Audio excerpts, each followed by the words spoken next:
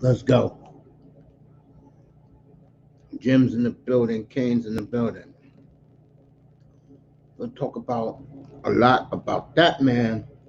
But let me first start off where I left off this morning, and that is the fallout in Miami right now.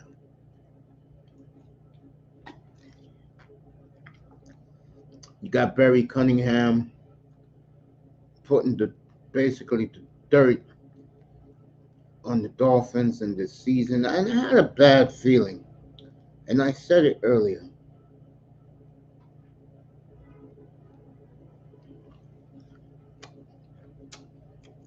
that this was 93 over again.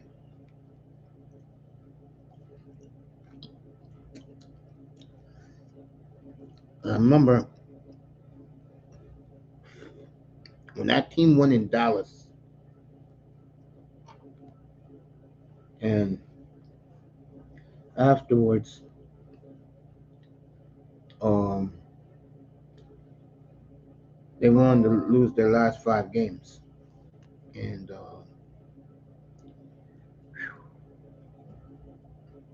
this team here, in my opinion, I'm just being honest here, um,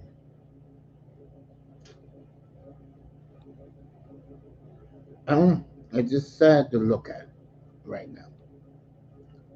And you can blame trash, you can blame injuries, you can blame yada yada yada. The bottom line is this: Bradley Chubb shouldn't have been out there with 3 minutes to go in the game. Tua Tagovailoa, 5 minutes left in the game.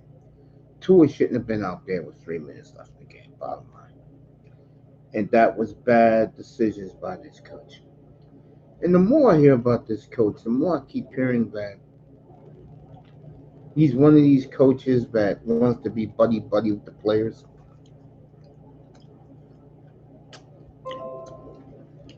He doesn't make adjustments, things like that. So I tell you, Barry said it better than I could, and I've been saying it up here. They bow out in these next 2 games. Next year is it with this current group. Is either Super Bowl bust.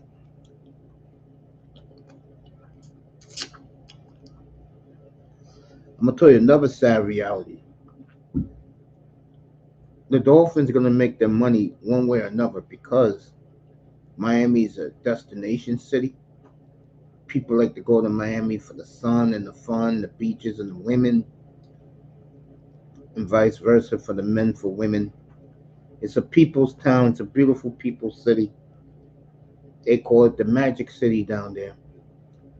And I'll tell you right now, okay, going to next season, it's going to be a lot of pressure upon that team. A lot. And, I was just talking to a buddy of mine who's a big Chicago Bear fan. I was talking to him. That's why I apologize if I was a little late. I had to go get my water. I live in a big place, so this condo is pretty big. And he told me, hey, look, if they beat Green Bay Sunday, he thinks they should trade down a little bit, get Marvin Harrison, and give Fields a chance.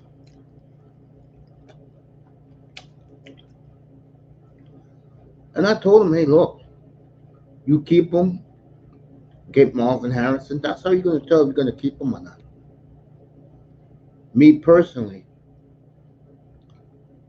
you know, I would get rid of him right now because he's proving teams he can win and get a king's ransom. Back to Miami, that is a major fallout right now. And I'm glad that the excuses are not being heard by people. They're not listening to them. And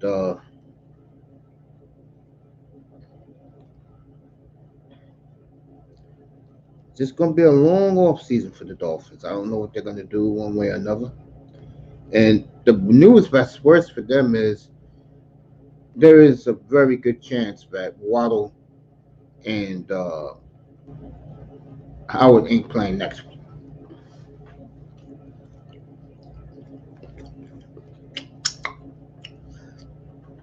So the winner of this game, Miami and Buffalo, gets the winner of Houston and Indianapolis.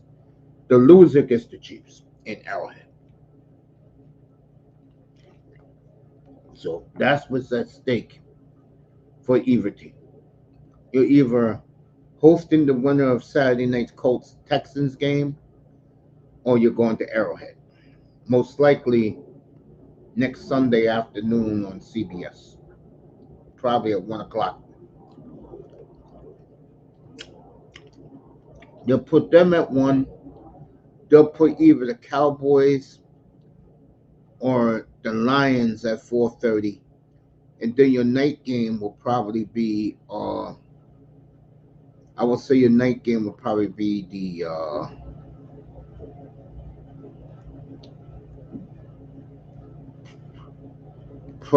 night game will be the Cowboys. I don't know who's going to play Monday night, but I can tell you right now, your two Saturday games are going to be the winner of the Dolphins Bills against Houston or Indianapolis. If it's Miami, they'll put the game at night. They'll play it at night in Miami on a Saturday night. The other game will be Cleveland and Jacksonville, or whoever wins the AFC South will play Cleveland on Saturday. You can bet on that.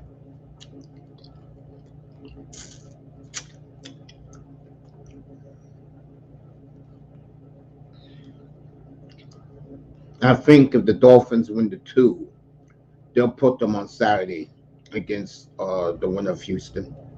Because other than Miami and Houston, no one cares about that game. Same with the Bills. The Bills win, no one cares about Bills against Texans. No one's going to care. Or the Colts. I think Sunday you'll get Dallas for sure. The question is that game the night game, or is that game the Fox game? CBS will either be Buffalo or Miami at the Chiefs. I don't know who's playing Monday night. I mean, who's left? If Green Bay gets in, they go to Detroit. You want to do that one on a Monday night? Speaking of Green Bay, a particular broadcaster wants to see Jordan Love play. So guess who's getting the game Sunday on CBS? You guessed it.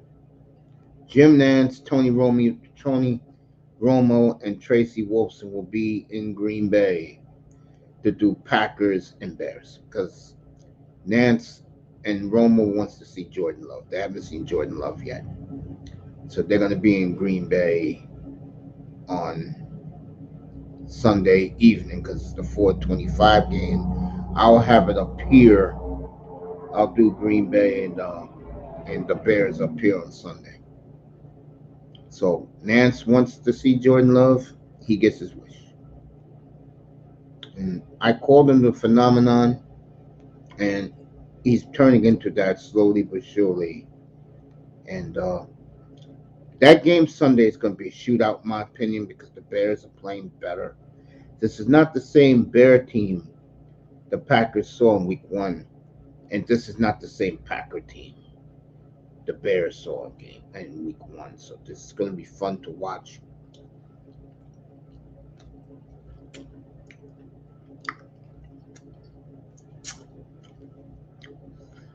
And there was only, in my opinion, there's only 3 games that matter this weekend. And I don't want to hear about Dallas and Washington. If that game was so goddamn important, it wouldn't be with CBS. And who knows who's doing that game? I could find out right now while I'm talking. Okay, let me see who's in the chat room. Oh, I got a packed chat. QZ's in the building. Jims is there. You guys is showing up. And I appreciate that. Thank you, fellas. I'll give you a salute in a minute.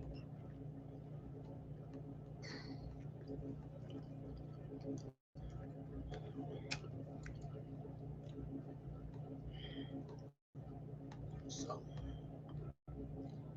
all right, David Tepper, the owner of the Panthers. If you didn't see that Sunday, he threw his drink at a Jaguars fan. Got fined $300,000 today. That's nothing to him. So what?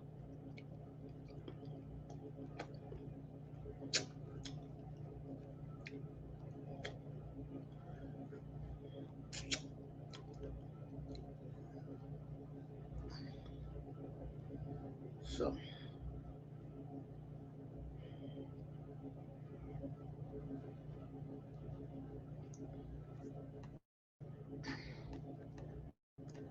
I'm in here smiling right now.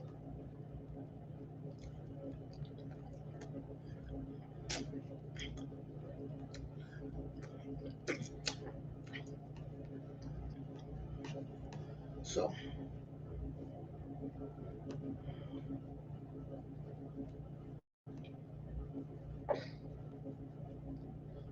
a lot of the W's around a lot of brothers around the NFL is picking the Huskies to win the national championship.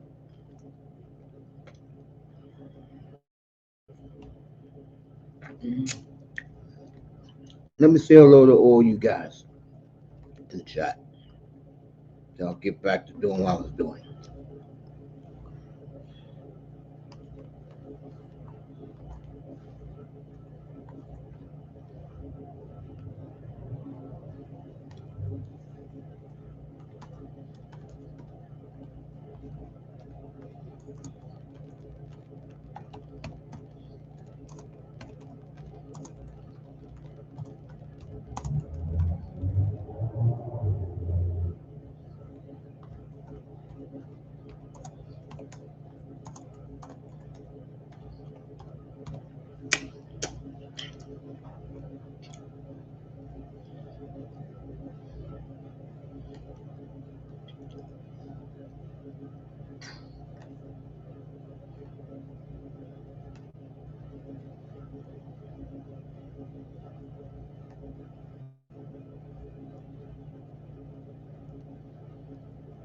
Saying what's up to everybody.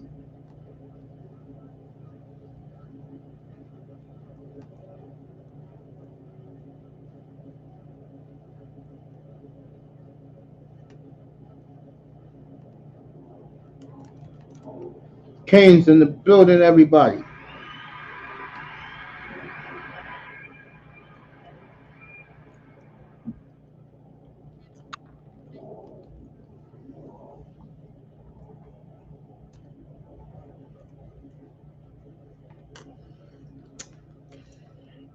Met Auntie this morning. Appreciate him coming up, pulling up.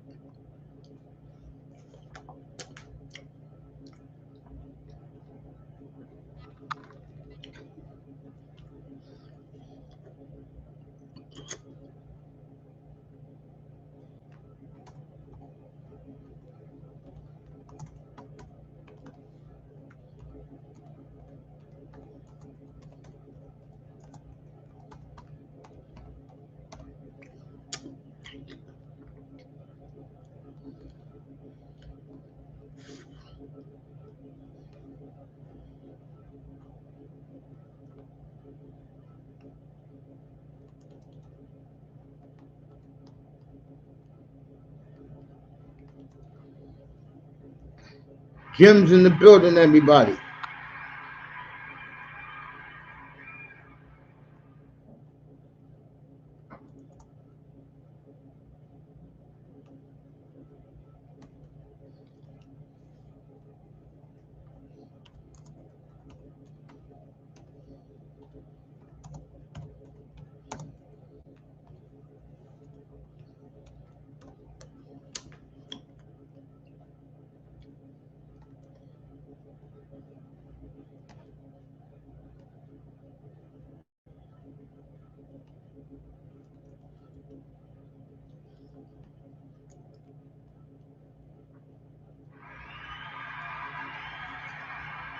QZ in the building, everybody.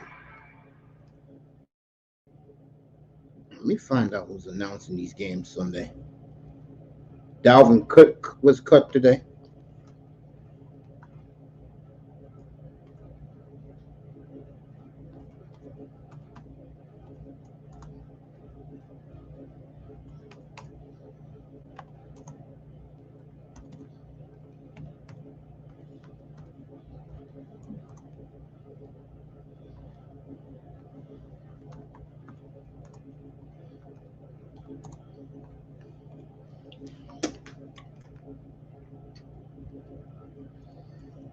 Let me tell you who's where.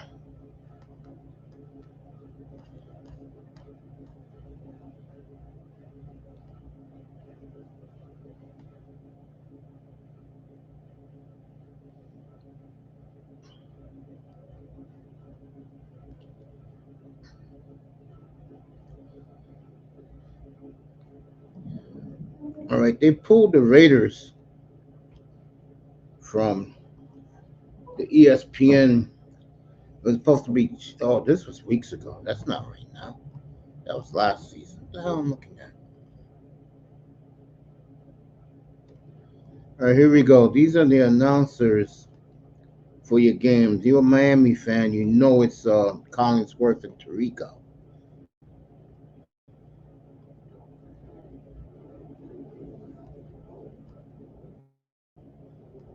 All right, they don't got the teams announced yet. I guess Buck and Aikman will be in Indianapolis during that game. Mace is the new players consultant for the Dolphins, Angels. You just can't make this shit up. Mace is in the building from his 5-star condo in New York City. Good evening, family. So I said hello to everybody in the room. So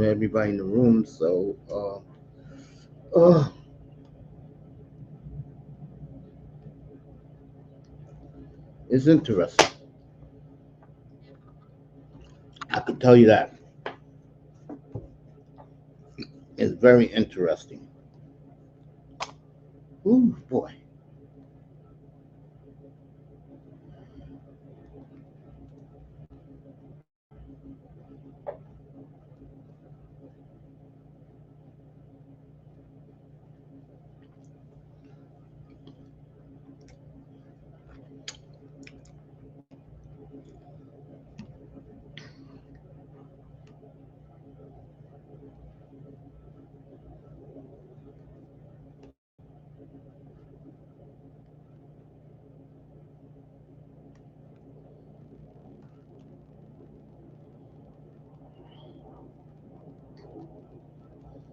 So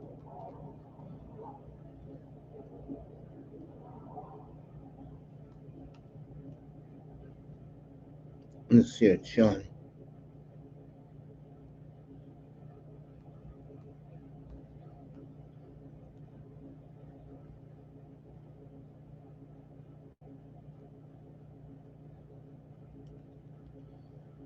Um, what else is going around the league right now?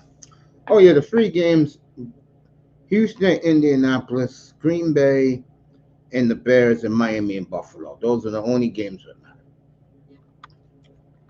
this week.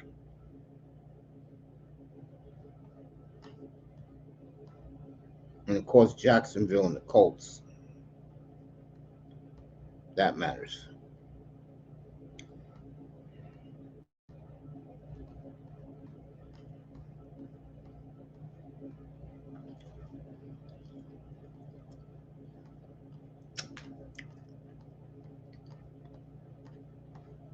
So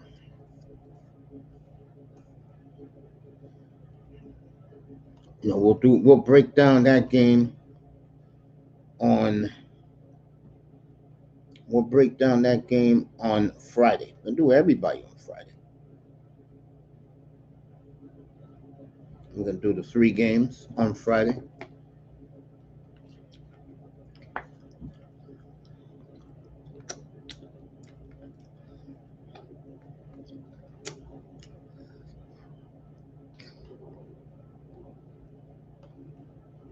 So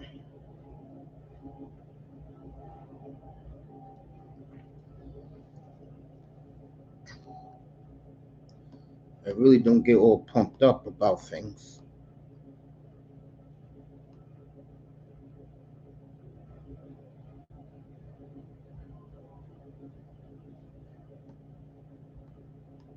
You know what I'm saying?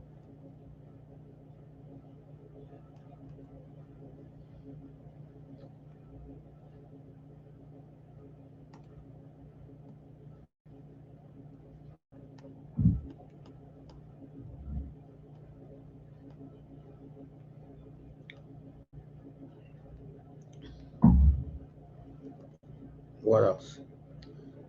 I talked about Love already. I'll do Jordan Love on Friday because tomorrow's more NBA. It's like I said, that game is 50-50.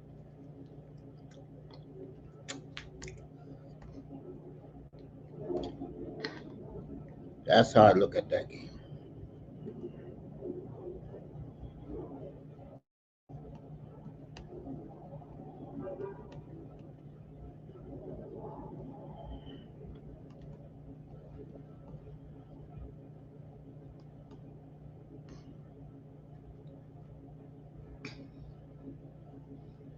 So it's going to be very interesting game as we get to the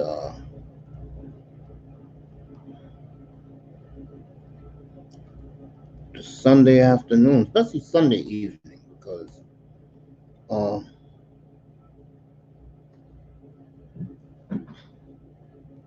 it's like I've been saying. Uh, when you look at it long and hard, Miami and Buffalo are in the playoffs, so it really doesn't matter.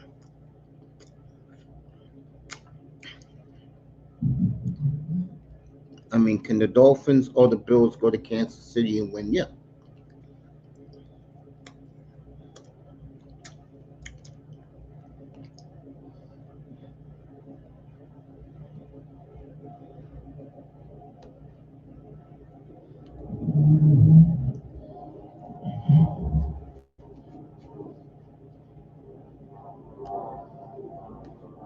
It's like I've been saying. You got a lot to prove, man. So you got that one.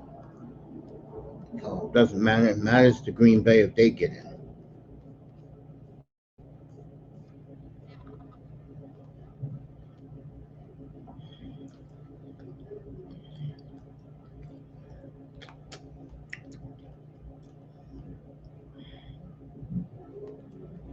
So we'll find out a lot moving forward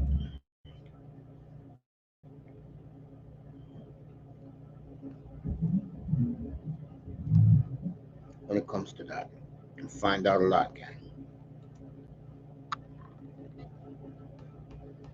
And of course, you got this man right here. What's up, Asian? Asian goes, I expected a loss, but they got beaten like they stole something. The championship definitely goes through Baltimore. I do agree with that. That's what I was going to segue to next. The championship does go through the Ravens, no doubt.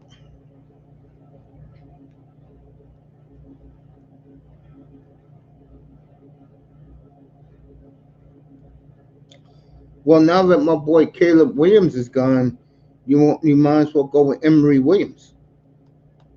Might as well. Yo, Asian, pull up, bro. Come on up, man. We'll talk about the Dolphin beatdown. We'll talk about Lamar Jackson. Wait for Asian to pull up. I just dropped the link. Anybody can pull up. Let's get to this kid right here. I said back in week 6, and I looked at their schedule, and I saw them totally dismantle the Lions, who was sizzling at that time.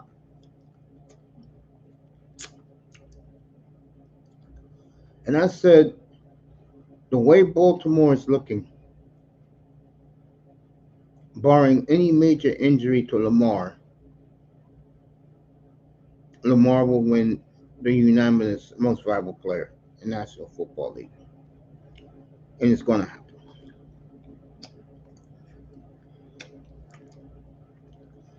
And someone said it this morning. I forgot who it was. He said, Mace, Lamar's a better passer than he is a runner.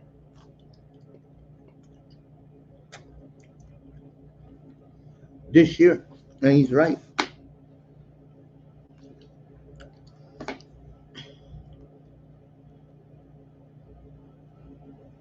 Yeah, go ahead, Brian. Take your time. I just started, Azen. I'll see you in 20 minutes, fam. So Azen be up here at 8:05 Eastern.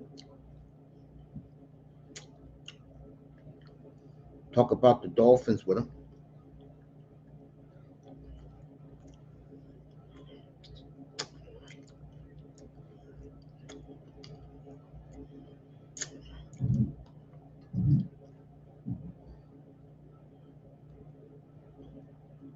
So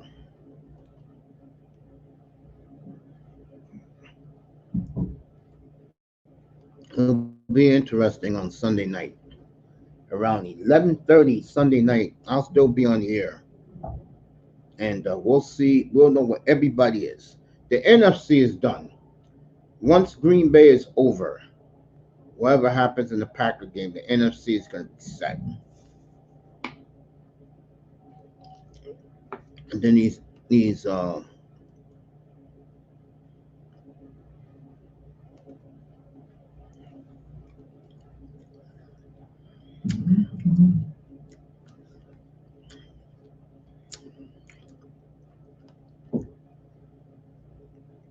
man. So you'll know. Let me see. There you go.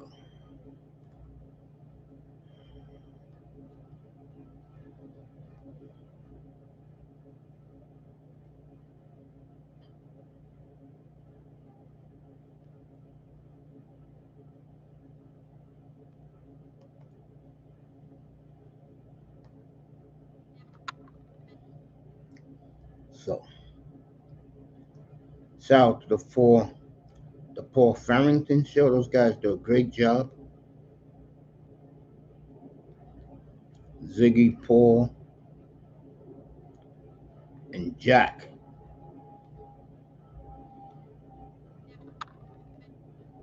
Those guys do a hell of a job. Shout out to those guys.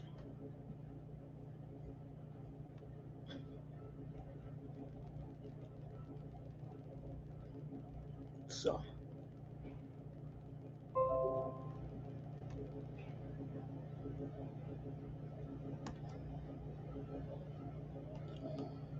yeah, I still can't get over the Eagles loss to Arizona.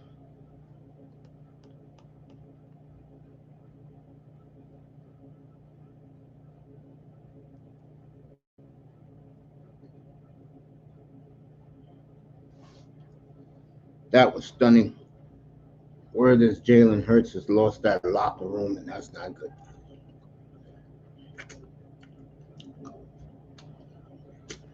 Wow.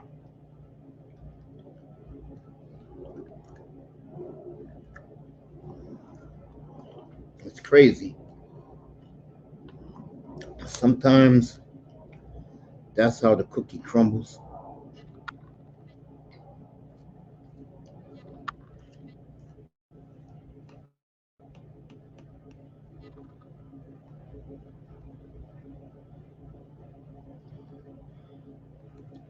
So Azen will be up here in 20 minutes.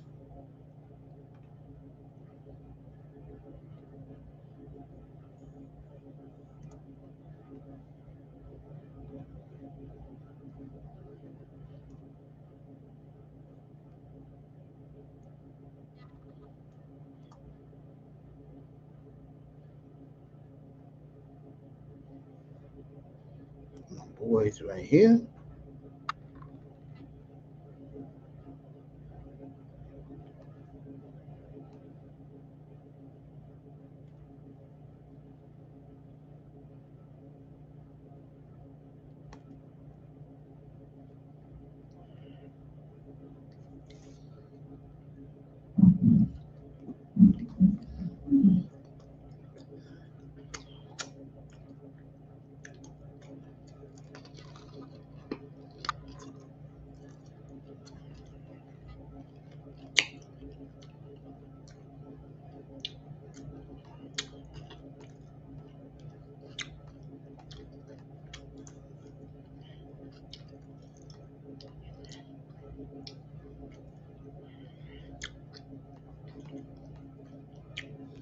So,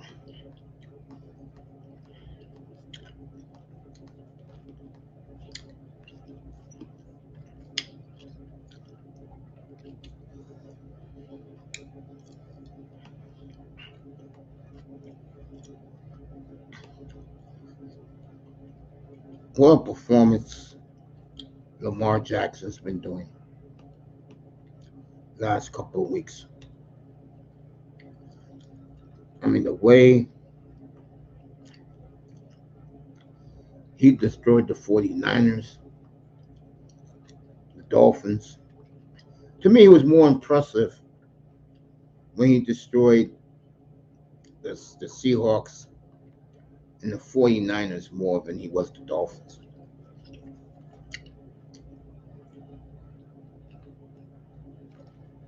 But he's going to win the MVP, folks. And I'll tell you,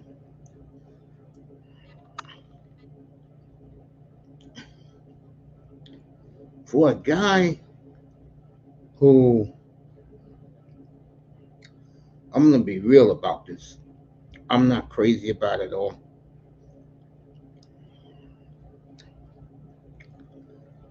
That schedule that they just played, folks.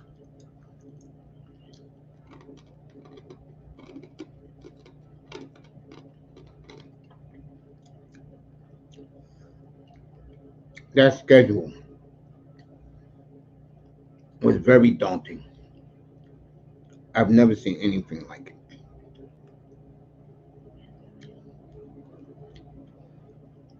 And that young man's going to win a second MVP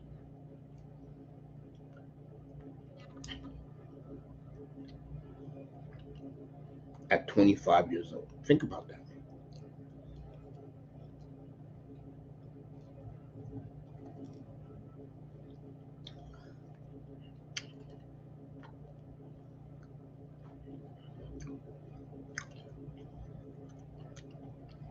That team was well coached. Let me tell you.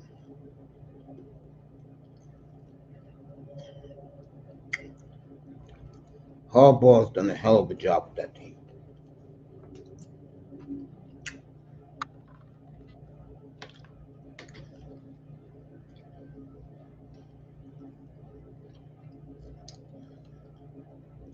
But I think the best coaching job in the AFC this year is either D'Amico Ryans or what this Stefanski's done. Kevin Stefanski's done in Cleveland.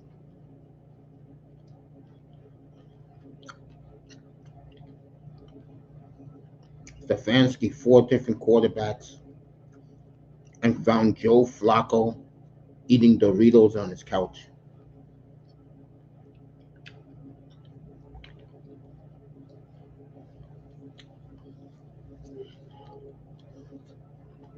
We can have Joe Flacco going back to Baltimore.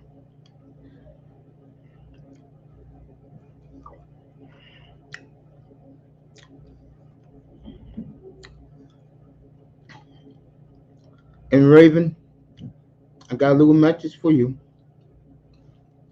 Let me pull them up for Raven. Okay, let me do this right now.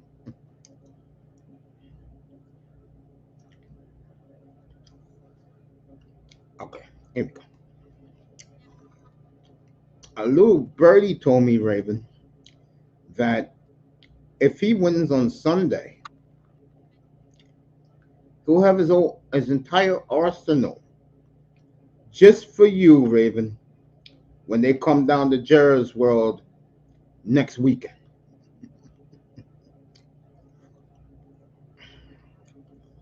Ross must be happy that his boys might win the national championship. Yeah, that's Ross's real team,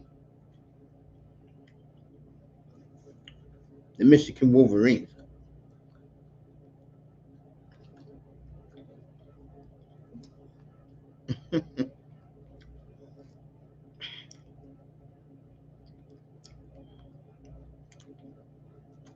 I just said a few minutes ago, uh, um,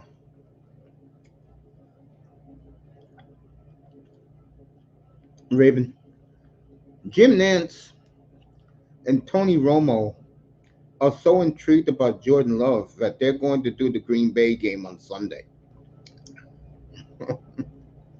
And Jordan Love has an excellent opportunity on Sunday to win the TD passing title, most yards. And we're going to find out on Sunday. It should be a hell of a game against the Bears. And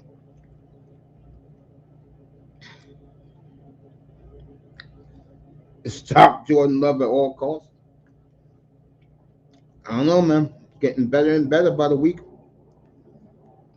He's a real franchise quarterback. Well, a franchise quarterback should look like TD Finn's talk.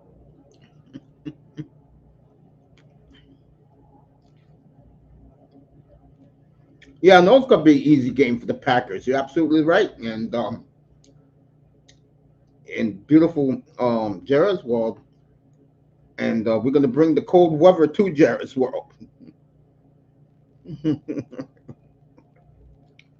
I bet you whenever this game is in Dallas, Raven, it'll probably be 20 degrees. You got to close the roof. Let me get back to a little more. We'll do Jordan Love on Friday, everybody. Get back to this man. Where's my favorite one with Lamar? Where is that? There he is. That is the star child, Lamar Jackson, the MVP of the league, unanimous MVP in the league.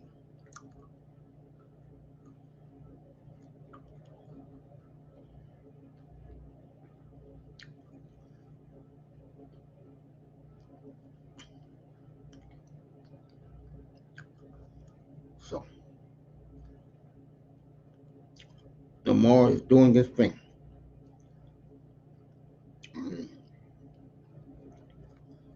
Congratulations to this young man. 2 MVPs before the age of 25.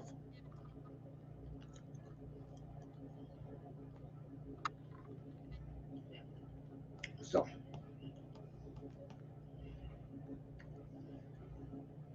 no one does it better than well, there's other quarterbacks that do it better. Let's be honest here. I mean,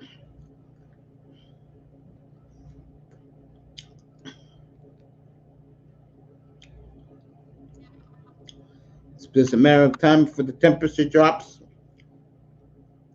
in Big D in the Metroplex. Oh yeah, it's gonna be a frosty one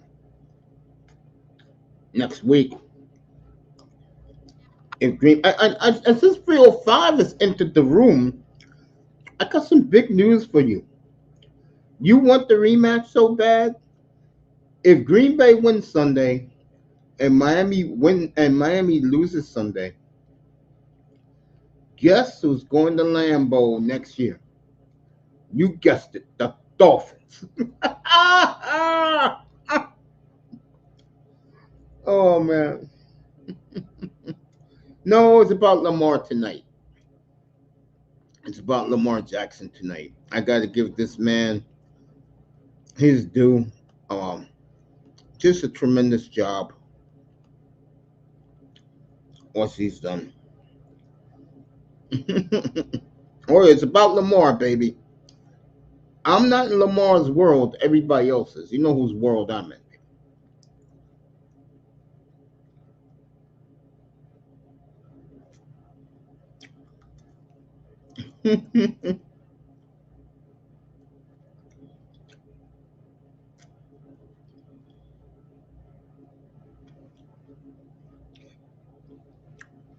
Oh yeah.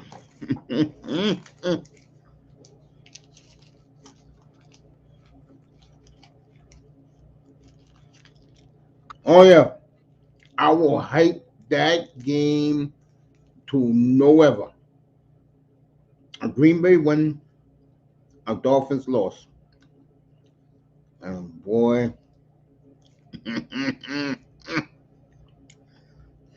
shit.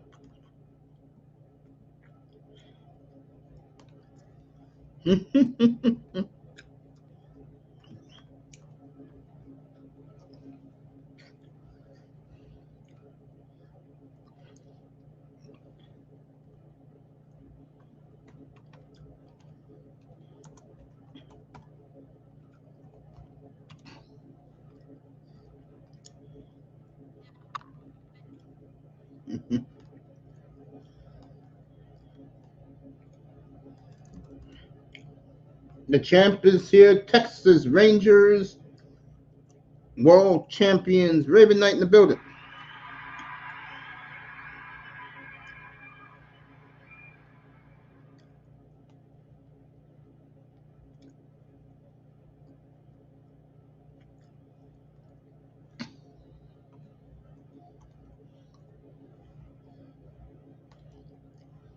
The family's all here. 305 in the building.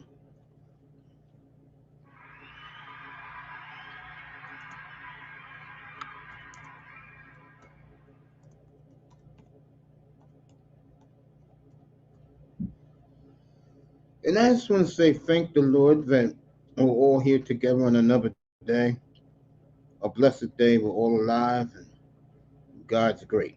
And I just want to say that and let everybody know how I feel. And my prayers, my heart goes out to our family members in here who I had some sadness all year long. And just want to say that from all of us in here, my thoughts and prayers are for those who did lose members, friends, family members. And my heart goes out to you. Godspeed to all of you.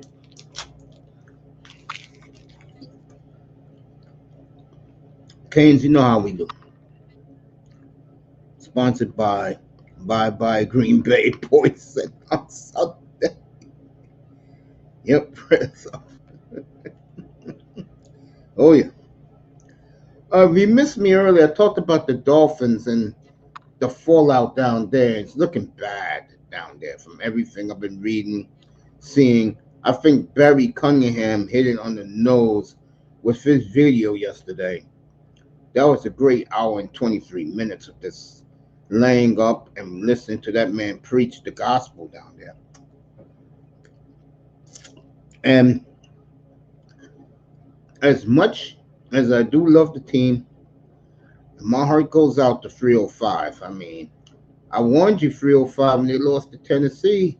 It's looking like 1993 all over again, fam.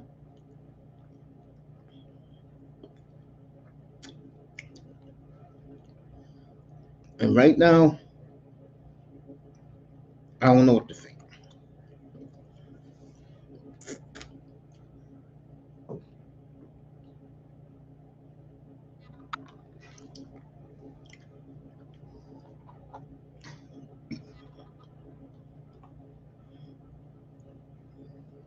I don't know, but I think Barry Cunningham hit it on the head with that video. So I'll send it 305 so he could watch that video.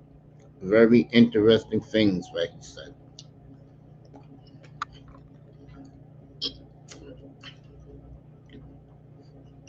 And 305 says he ride and dies with the fence. Okay. I don't blame him. But I'll say it again. I've had more enjoyment watching Jordan Love grow in front of my eyes. And, the Dolphins, to a degree, were a little fun to look at. I mean, they buried the bad teams. But the one thing about the Dolphins I did enjoy watching is um, looking at all that talent out there when it was all together. And I get the feeling I can see the Dolphins finally getting that playoff win.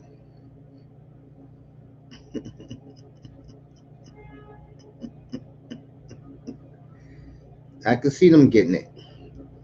You know, I can see them going to Kansas City and winning a game. I can see them winning at home in a tough game against Houston.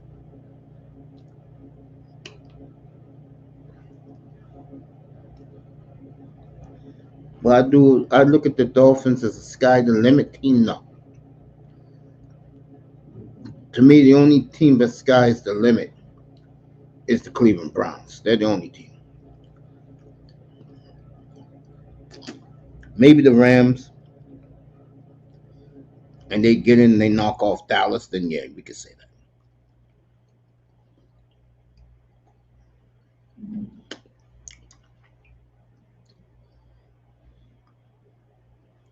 It could be the Steelers in Miami.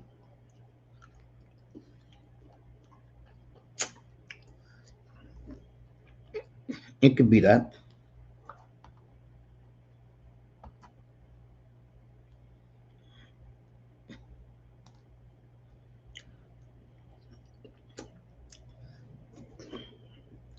I can definitely see that 305.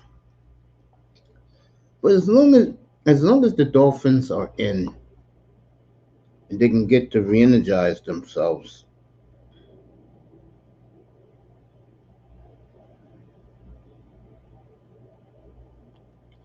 I can see the Dolphins winning the playoff game and Mason 305 going outside and screaming. No, I wouldn't scream. I'll just say it's good finally. Get that off their backs. It'd be nice to see the Dolphins win a playoff game next week. They're God overdue.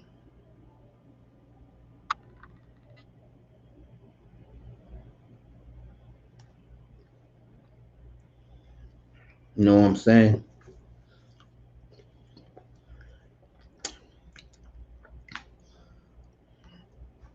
It's amazing.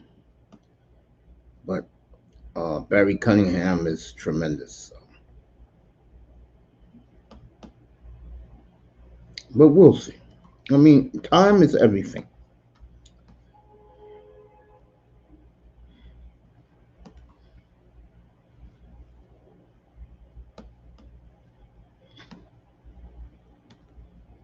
So,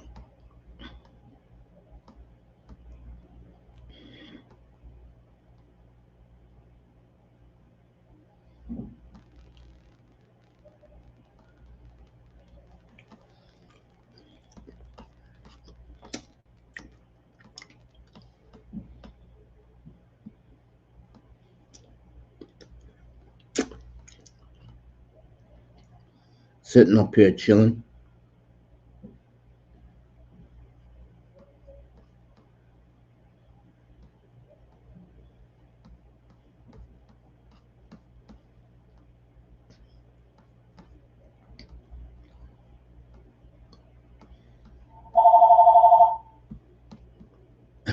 Go ahead, Mr. Miami, say it.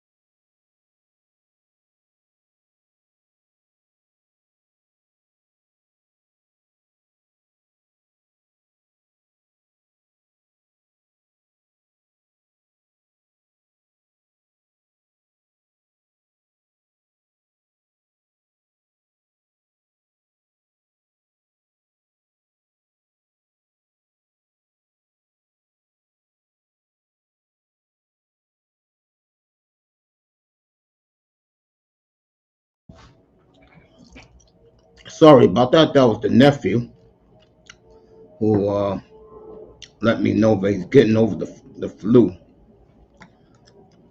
And those new thumbnails will be up tomorrow. Kane's RKO Russell.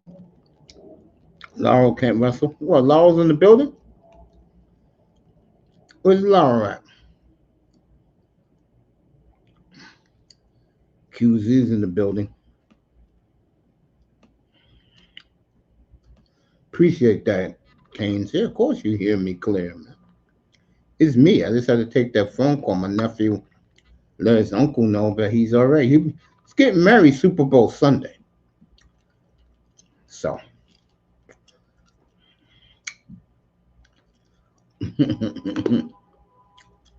Raven, why are you effing the Colts for?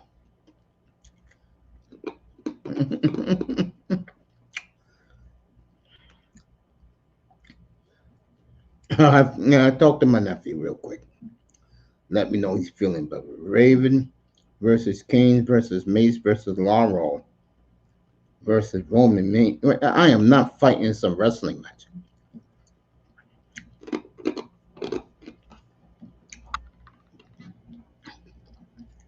So the Eagles and the Dolphins are falling apart. The Cowboys get lucky, but that can be short lived next Sunday when hopefully the Packers are coming to town. And I'll tell you, if that is the game next week, and we'll know by 7:30 when I come on the air Sunday.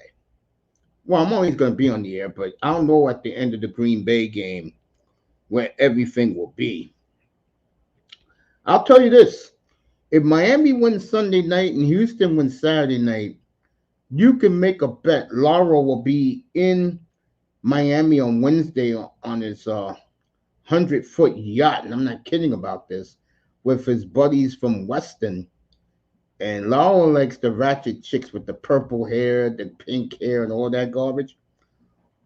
Laura will have at least 50 of those chicken mamas, chicken heads on that boat on Wednesday night, partying the night away. You can bet on that. Asian is with me. Asian summer. Boy, the time fly fast, man. That was a quick 20 minutes. Evening, family. How are you? Man, I'm doing all right, man. A little tired, but all right. You? Hey, I'm alive talking to you, man. God's Uh, great. Okay. Hey, Happy New Year to your brother. You too, One bro. more again. Yeah, New Year. But yeah, yeah. Without a doubt, this guy has got to be the MVP without a doubt. I mean, what he threw 5 touchdown passes. I mean, he killed him with his passing Sunday. I didn't even get to really see the game like that. I had to look at, You you didn't miss know, nothing. Yeah, no. When I went to lunch when I was at work and I seen the halftime score, I was like, oh yeah, they about to blow them out. They about to open this up. And I remember when I said that that stream last week when I said that I did not believe in our defense whatsoever. You sure did. Uh, I've actually been saying it ever since the Bills game when we lost up there. But I knew under this Fangio defense, I mean, yeah, they're not going to give the offense any type of chances at all. That defense can't. I mean, it couldn't plug up the holes, one hole in the sinking ship. It's that bad. Um,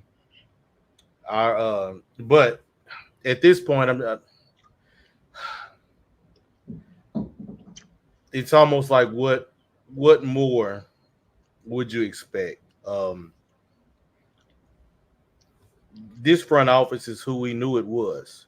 Um, they got exposed with the front office in Miami got exposed by Flores and Marino.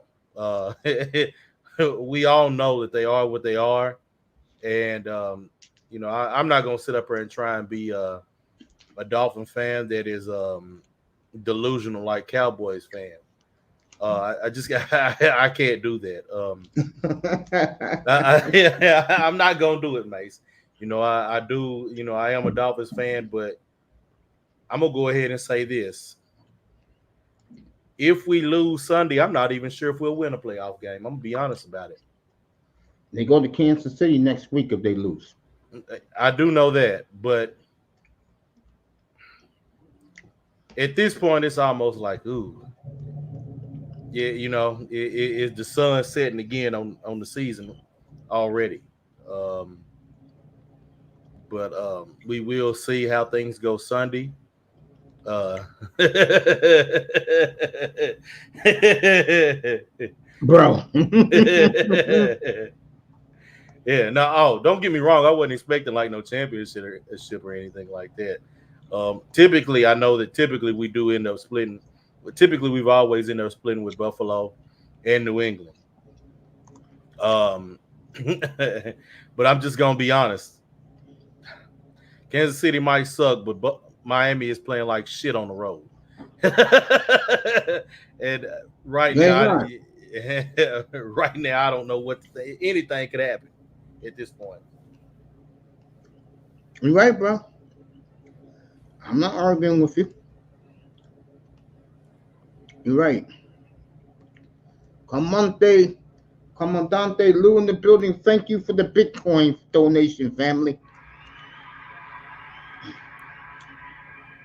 I'm gonna put that to good use. Um, I just when I look at the Dolphins, honestly, I am disappointed because I expected better. And like I said earlier, to lose to Baltimore that badly, okay, Baltimore had been waiting a year and a half to kick the Dolphins' ass when the Tua threw 6 TDs a year and a half ago. What disturbed me more is two things. Losing to Tennessee at home on Monday Night Football the way they did. And then what surprised me, but it solidifies what they're saying down in South Florida tonight. To only get 5 field goals against the Dallas Cowboy defense. That's a credit to Dallas, man. There's Dolphins winning that game. It just shows how strong the Cowboy defense really is. You know what I'm saying, Asian? Yeah, I got you. Yeah, I know what you're saying. Yeah, that. Yeah, I mean, yeah. To be reduced to that, it did say a lot. Yeah. It said that Miami's offense against good defensive teams is not that good, and also says Dallas defense was that good, held them to 5 field goals. I'll say something else too. Yeah, go ahead. Say whatever you want. I'm just gonna be honest. Under Flores, Yeah. I can't. Miami, they won games that they were supposed to win. They did not lose games that they were not supposed to lose. You know, Yeah, they beat good teams on the floors. I yeah. will agree with that. Um, the defense was definitely a lot better. The defense gave their offensive chances Mhm. to be in the game. Whereas with this defense under Fangio, it doesn't really give their offense any chances. He should be fired after that performance yesterday. I mean, on Sunday, he should be fired, in my opinion. Man, Dallas best defense in the world. You could argue that. Dallas got a damn good defense. I don't know if that's the Ravens a best big defense in Dallas the fan. world. Yeah, go I, ahead. I, th- I think I think Baltimore has a better defense personally, but Oh yeah, yeah. Baltimore, San Francisco, Cleveland, which is just out of this world. yeah, that's the that's the team to really watch out for in the AFC is Exactly. Cleveland. Yeah, I totally agree. I think whoever wins the AFC South, your season's going to end very quickly. yeah, yeah. man. But yeah, I mean, without a doubt, uh, Lamar Jackson should be the MVP. There's no one else that has earned it. Um, there's nobody else that's earned the right to be able to bump him from this spot. He's been doing this, without his major weapons. What two of the running backs are down. Andrews out. Um, Lamar Jackson has been playing out of his mind, and he has been killing people throwing the football. Um, yes, his throw it's not conventional, but it's damn good, which is all you need. Um, I mean, the past two games, I mean, even all season he's shown he can throw, but the past two games against what everybody was looking at throughout the NFL is high-powered offenses. He's gone in there and he has stolen the show, along with their defense. So Yeah. Commandante Lou said one could say that the Ray Lewis defense killed it. That is absolutely true. mm, Hey, Sir Anthony, what's up, fam? Good to see you. Happy New Year, family. Good to see you. South Philly's, oh, let me rephrase that. North Philly's finest. What's up, brother? Happy New Year to you. Let me say this. Um, Jordan Love is better than Dak Prescott. Okay. Jordan Love's the best quarterback in the NFC. All right. Nobody has more arm talent other than Matthew Stafford. He's just a younger Matthew Stafford. The difference is he's a brother. And if you watch those touchdowns he threw Sunday night, okay. But Raven, don't worry about it. We'll see. We'll see Dallas next week. Okay, we'll sell it in Arlington next week, fam. Don't worry about it. It's all good. We say what's up to Seraphic. Yeah, you're right about that. So there, though, Easy. You're right about that. About that, man. no, you good. I mean, as far as the Dolphins go, I don't know where they go from here, man. I just know that next year is gonna be it, bro. It's either Super Bowl or bust. The old win a playoff game went out the window. Now if they do win a playoff game, then hey, to me, for the Dolphins, this year is a success. Yeah, if they can pull that off. Um, but right now, um, that's up in the air right now at this point, to be honest. So we'll see how Yeah, it goes yeah, I Sunday. understand. I understand where you're coming from with that. So Anthony in the building. Happy New Year, family.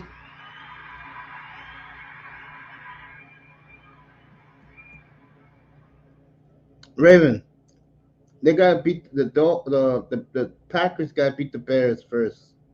I'm gonna say it up here for the record. I give the Bears a 50-50 chance of winning that game Sunday evening.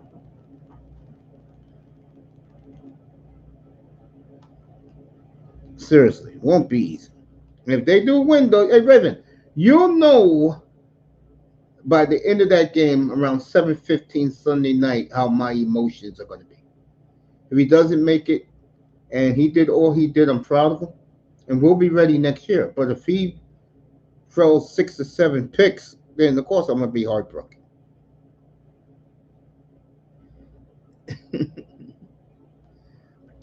A I think I playoff think he's game, gonna I think he's gonna do pretty good. you think Love will do pretty good? Yeah. They just have a way of building up quarterbacks there. You know Um, what's funny? They took a guy off the street last week, and now he's a household name. Had 6 catches for 105 yards and a touchdown. You man, can't make this up, Mason. man, I said the NBA's got a scouting problem. That it says that they got a scouting problem in the NFL too. Bo Melton, that's his name. Bo Melton was nowhere last week. They bring him in, put him on the practice squad. They brought him up from the practice squad, and Jordan Love made him a household name Sunday night.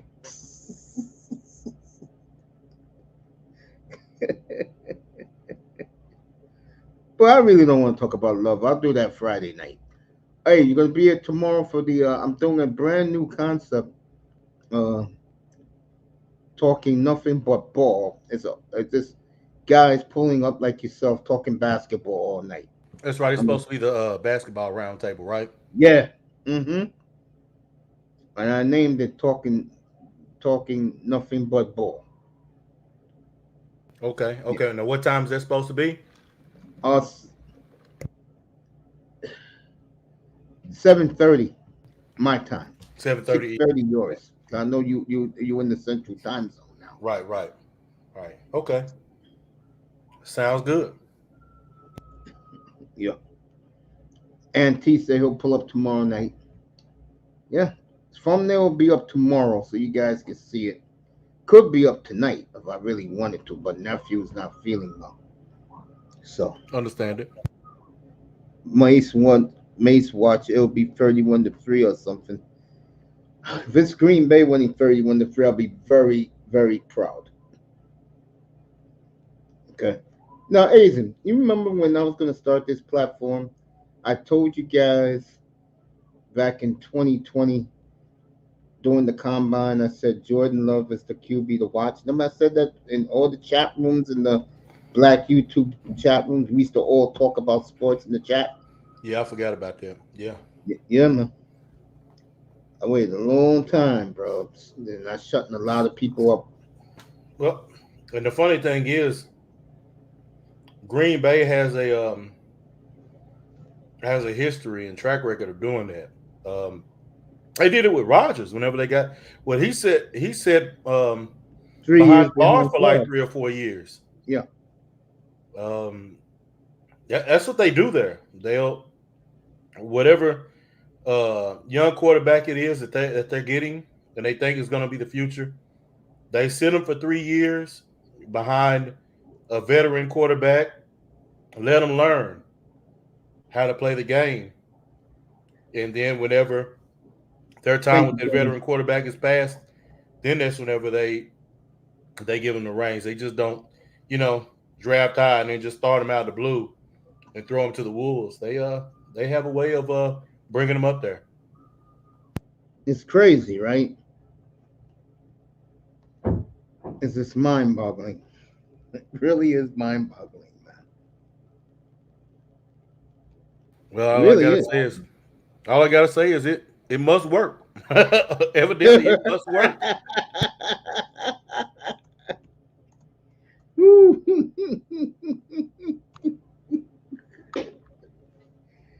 Oh yeah, it works all right.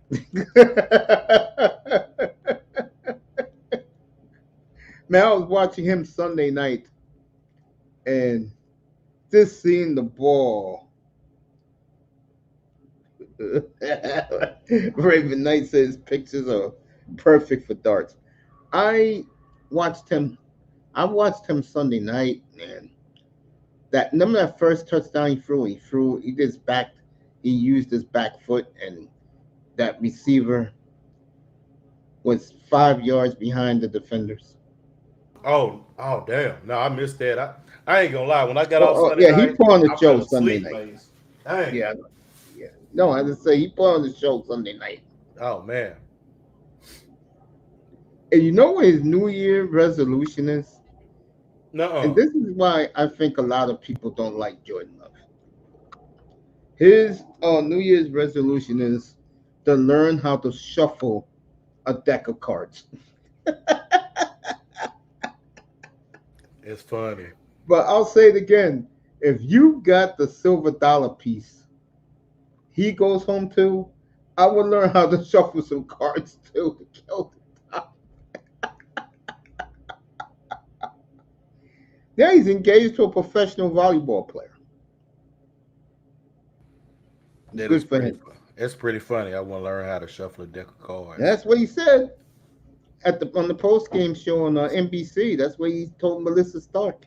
She handed him a deck of cards, and he said he's going to learn how to shuffle a deck of cards. All right. What a, with the nephew? My nephew got a bad cold. and his fiance did what fiance is supposed to do, made that boy a whole pot of chicken soup, and now he's feeling a lot better. Last night he was really out of it. Mace all into his throws, talking about the ball spinning in the air, how fast it goes. What's his favorite tidbits, Mace? The Jordan Love fanboy of 20. Raven, know what his tidbits is? Going to watch film at 3:45 in the morning and not leaving the facility to get home at 9:30 at night. That's what he does. And like Rodney Harrison said about him, Rodney Harrison said, "I love this kid because all he talks about is ball. In other words, all he talks about is football. Eat, sleep, football." And that's the type of guy I would definitely give him your best, family. He would appreciate that. No one does. That's right, W. You tell him, James. W Sunday. All right, let me get off Love. I'm serious. I don't want to talk about Jordan Love. I'll wait till Friday night. Aizen, where do you think Yeah. the Dolphins go from here? Honestly.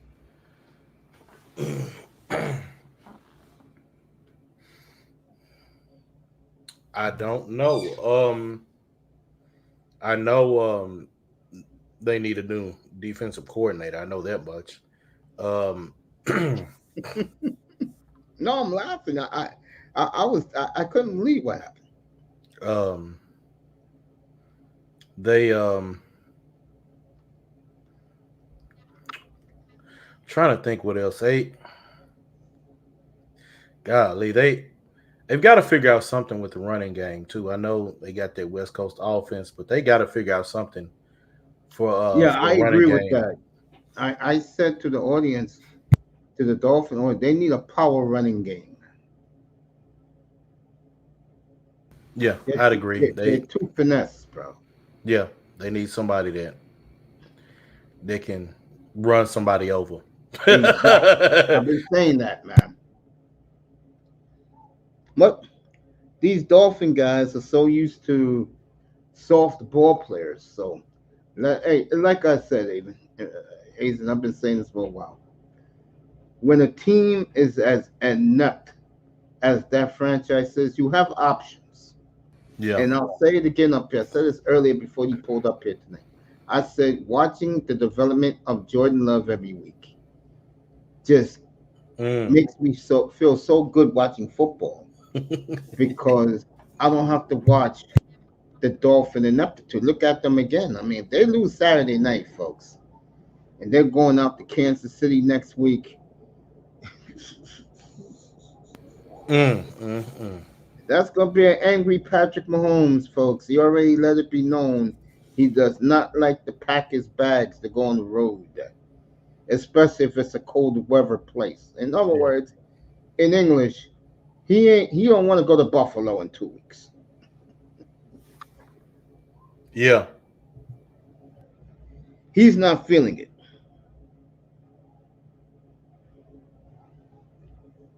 Dalvin Cook to the Dolphins. What's that's going to do? I mean, that's not going to help him. I mean, they need somebody, like I said before, they need a bruising running back. Kill that clock, make them tough. Yeah. But I let the Dolphins do what they do. You know what I'm saying, Izzy? Oh yeah, they gonna do what they gonna do. I let them do what they're going I've learned not to expect much under Stephen Ross. So to do.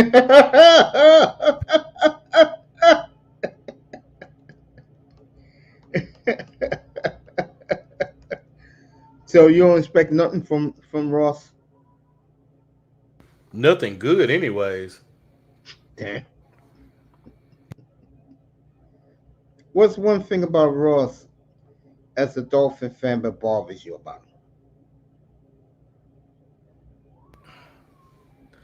I don't know if you can just put it down to one thing.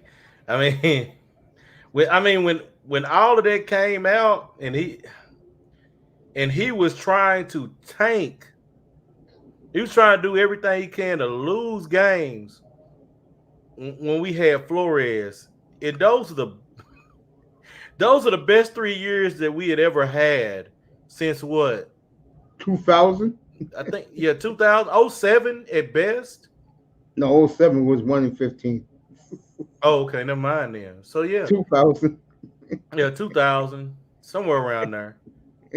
It, I mean, Oh man, I'm loving this. had three consecutive winning seasons. Yeah, yeah, it was like what 9-7,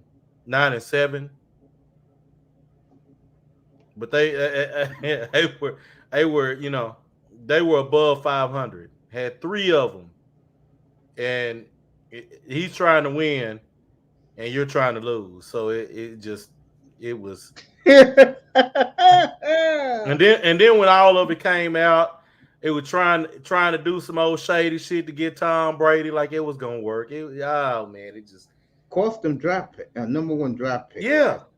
yeah, it cost down the line. So it just yeah, he's just pathetic. Well, when you have enough ownership, it trickles down. But the Dolphins were inept before Stephen Ross. I mean, they really went inept when Huizenga owned the team. Yeah, You know what I'm saying, bro? yeah. When Wayne Huizenga on, yeah, they were inept then too. The man who said, "I do not want Miami Hurricane players on my team."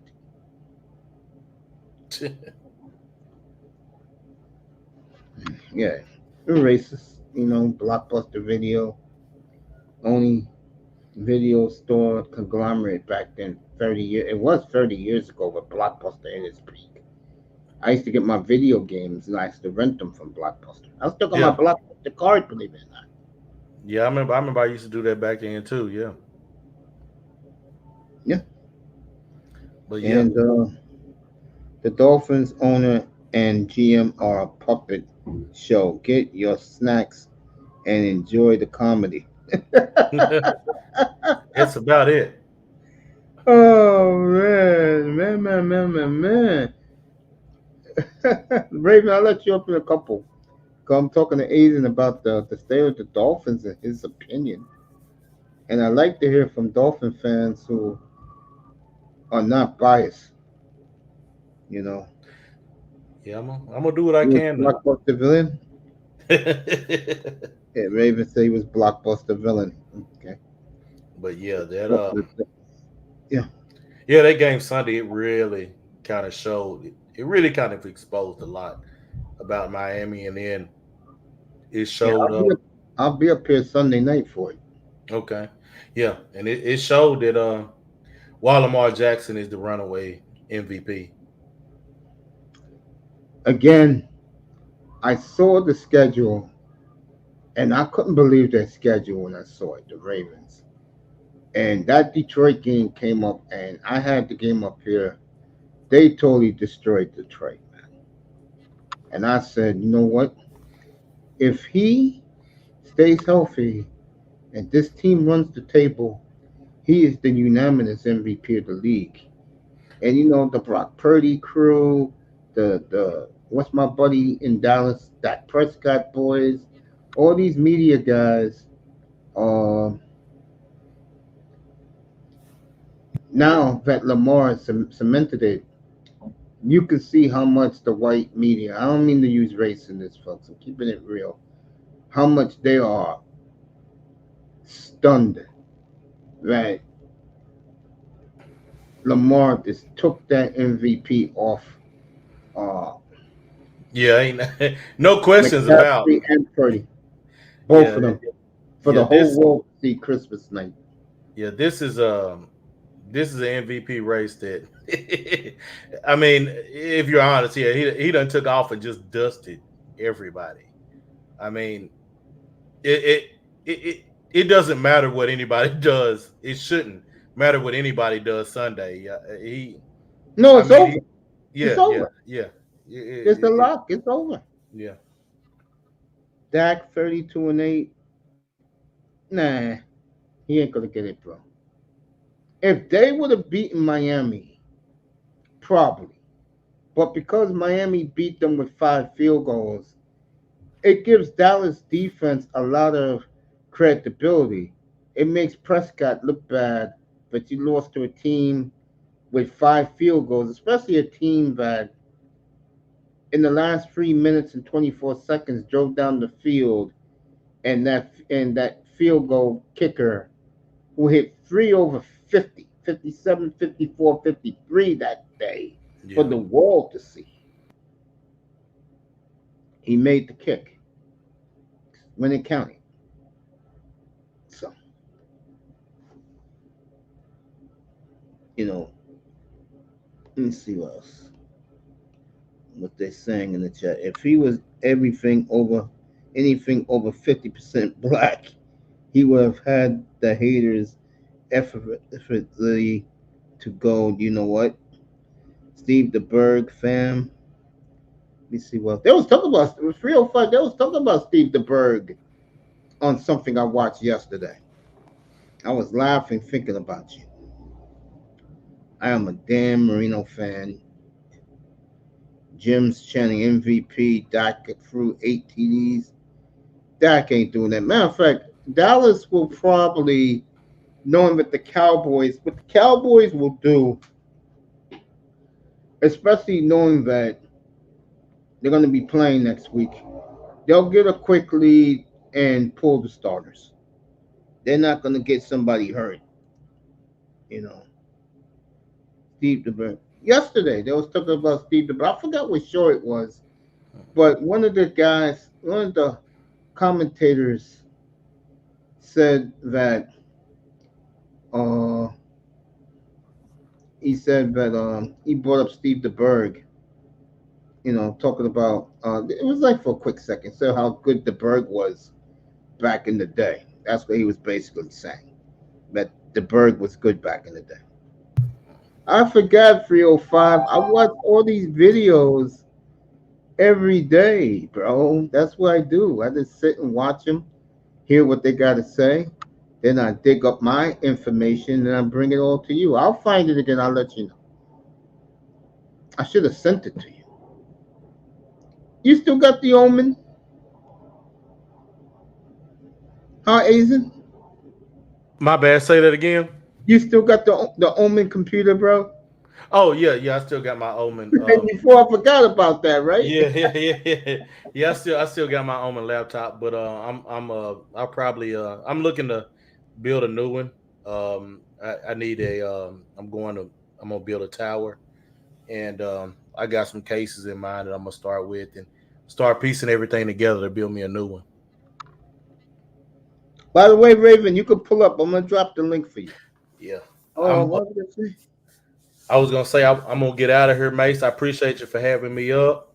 I It's appreciate you too, fun as man. Thanks always, for man. giving me a good a good half an hour, bro. I appreciate you, man. Hope to Oh, see no you problem. tomorrow night for the NBA roundtable. Yeah, yeah. I hope to be able to attend too. So All as right, long man. as I that love you, goes man. Have on, a good night. Be yeah. You safe. too, man. You have a blessed night, God, brother. Godspeed, man. Yeah. Godspeed to you too. A's and Sama, Raven Knight be up here in a minute as we're getting to the Jordan Love. If he beats the Bears, going to Dallas next week. Now, this is the way it will work. If Green Bay wins and the Rams lose, then Green Bay move up to the 6th seed. They'll go to Philadelphia. I mean, not Philly. They'll go to Detroit. If Green Bay wins and the Rams win against the 49ers, then they will go to Dallas.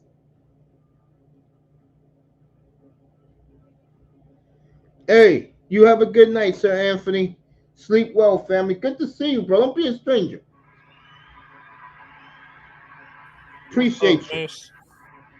What's up, Canes? Chilling, man. How about yourself? Oh, you know I'm having fun up here, man. I can see that. Now, why would you say that? Cause you know how I am. Yeah, I'm having fun in here tonight, man. Wow. Um, so tell me what the Canes are going to do at quarterback. 'Cause I've been hearing a lot of stuff. Oh man. I've been hearing a lot of stuff. Okay, tell me what you've been hearing. Word the kid Ward's going pro, Yeah. and I don't think he's going to be a first rounder. So I think he made a mistake. He should have stayed in college because the only one who's going to be coming out next year that people care about is Shador Sanders. Shador Sanders doesn't get me excited. So. But then again, who the hell knows what's going to be like a year from now? I mean, I can't tell the future. You know, I may say some goofy things that comes true, but I don't know what the future holds a year from now. I really don't know. What's up, Me Raven? either. Good evening, fellas. What's Oh up, God, Mr. Base? Gator. Well, you know I'm What's happy. up, Canes? Well, What's you know up? I'm happy because you'll know by 7:30 Sunday night, especially if Green Bay wins, what I'll be doing next week. And I hope it's Dallas so I can start setting up the ice bowl. Oh God, don't start with that. No, So no. ice bowl, then Lynn Dickey at quarterback, David Whitehurst, Mm, young James Lofton. no. But I mean, if you look at, I mean, the way that timing is, I mean, they are the team that would definitely bring a blizzard. I mean, we would definitely probably have ice and snow. I mean, I'm talking about that's a 90 percentile chance. I mean, and Green Bay would be the one that'll tip us off so we'll end up having a blizzard. Yep. An I'll say it also, Raven. unexpected blizzard. It'll be more potent than what we think it is. And Raven, you're forgetting one more thing. They'll have 40,000 in Jerry'sville next week. You can bet on that. Mm. Oh no, we'll have 100,000. No, they'll have 40,000 of that 100,000 next week. The very wealthy people in Green Bay, bro. Oh, the wealthy cheeseheads. That's right. They'll be there. 40,000. Come down here, that ugly ass jerseys, some ugly ass jerseys. I hate seeing this shit. I'm sorry, bro. That triggers me, bro. I'm serious. When Green Bay come here, they bring bad weather. They do. No joke. They do. And I mean, yeah, that timing is right. Mm-hmm. Yeah, Mr. Miami, you got your wish, shoot. Like West Texas started seeing a chance of snow over the weekend, I think. Yeah, it's creeping on in. Mr. Miami's laughing his ass off. Yeah, I'm terrified. To be honest with you. Iman said the Buffaloes better win the national championship next year. If he recruits well, they should win that league, the Big 12. They should. You're hearing that from me. They should. But back to the Texas win? No. Okay. It's Washington and Michigan for the championship. Back to this game. A potential. Because even I'm saying that I give the Bears a 50-50 chance of winning that game, believe it or not. I give them a 20% chance. Bears are playing great football. People don't realize it. Oh, whatever. Whenever they play a good football, they end up choking again and again and again. I admit they tried to they had a little bit of a bite. They kind of showed the Bear bite is coming back, but it's like how long? It's been dang near 25, 30, 35 years. I mean, they got a long way to go. Last time they were good was the year they lost the NFC Championship game at home to the Packers. To the Packers. And that was how long? When was that? 2010. 2010. Yeah, 20, Mm-hmm. yep, 2010. That's when it was. They ain't gonna do anything, man. You know, Green Bay got this one. Green Bay got this one in the bag. It's just like we got it, just like we got against Oh these no, Commanders. I don't put nothing. I've seen this team all year long. I don't put nothing past this team, bro. Take our starters out, give them, let them rest, get ready for the Well, that's wild what I card. see. That's what I see the Cowboys doing. Yeah, absolutely. I Ain't no don't think point to you play did. them. Well, if you do win, you automatically win the division. So that means a lot to the Cowboys. Well, That's maybe play them half a game, but I mean, if we up, I'm benching them by halftime. yeah. I think Dallas could be. The Redskins are dead. The They Redskins are dead. gone. Yeah, they out of there. Magic will fire everybody Monday morning. You Ma- Magic, know it's coming. yeah. Magic may Magic may fire Magic may fire everybody after the game Sunday night. Yeah, everybody go get their walking papers. Yeah, that's a given. I mean, seriously, that's a given. Yeah, that is a given. He So I gonna want get to it. show up to work, bro. Just say, yo, I'm out of here. I'm out, guys. I put on tape how very good I am as a player, as a professional. But you're not gonna humiliate me by kicking me out the door. Hell no.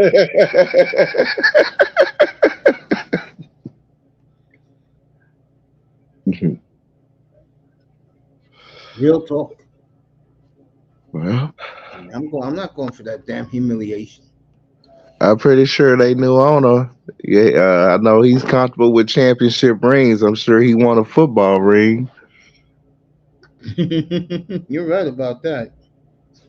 I mean, what excuse could you give Magic Johnson of your, explaining your failure? I mean, come on. That's not going to be a good look. It's not. I mean, I would hate to be in that meeting that morning, bro. If it even goes in the morning, because yeah, they probably gonna get their walking papers that night.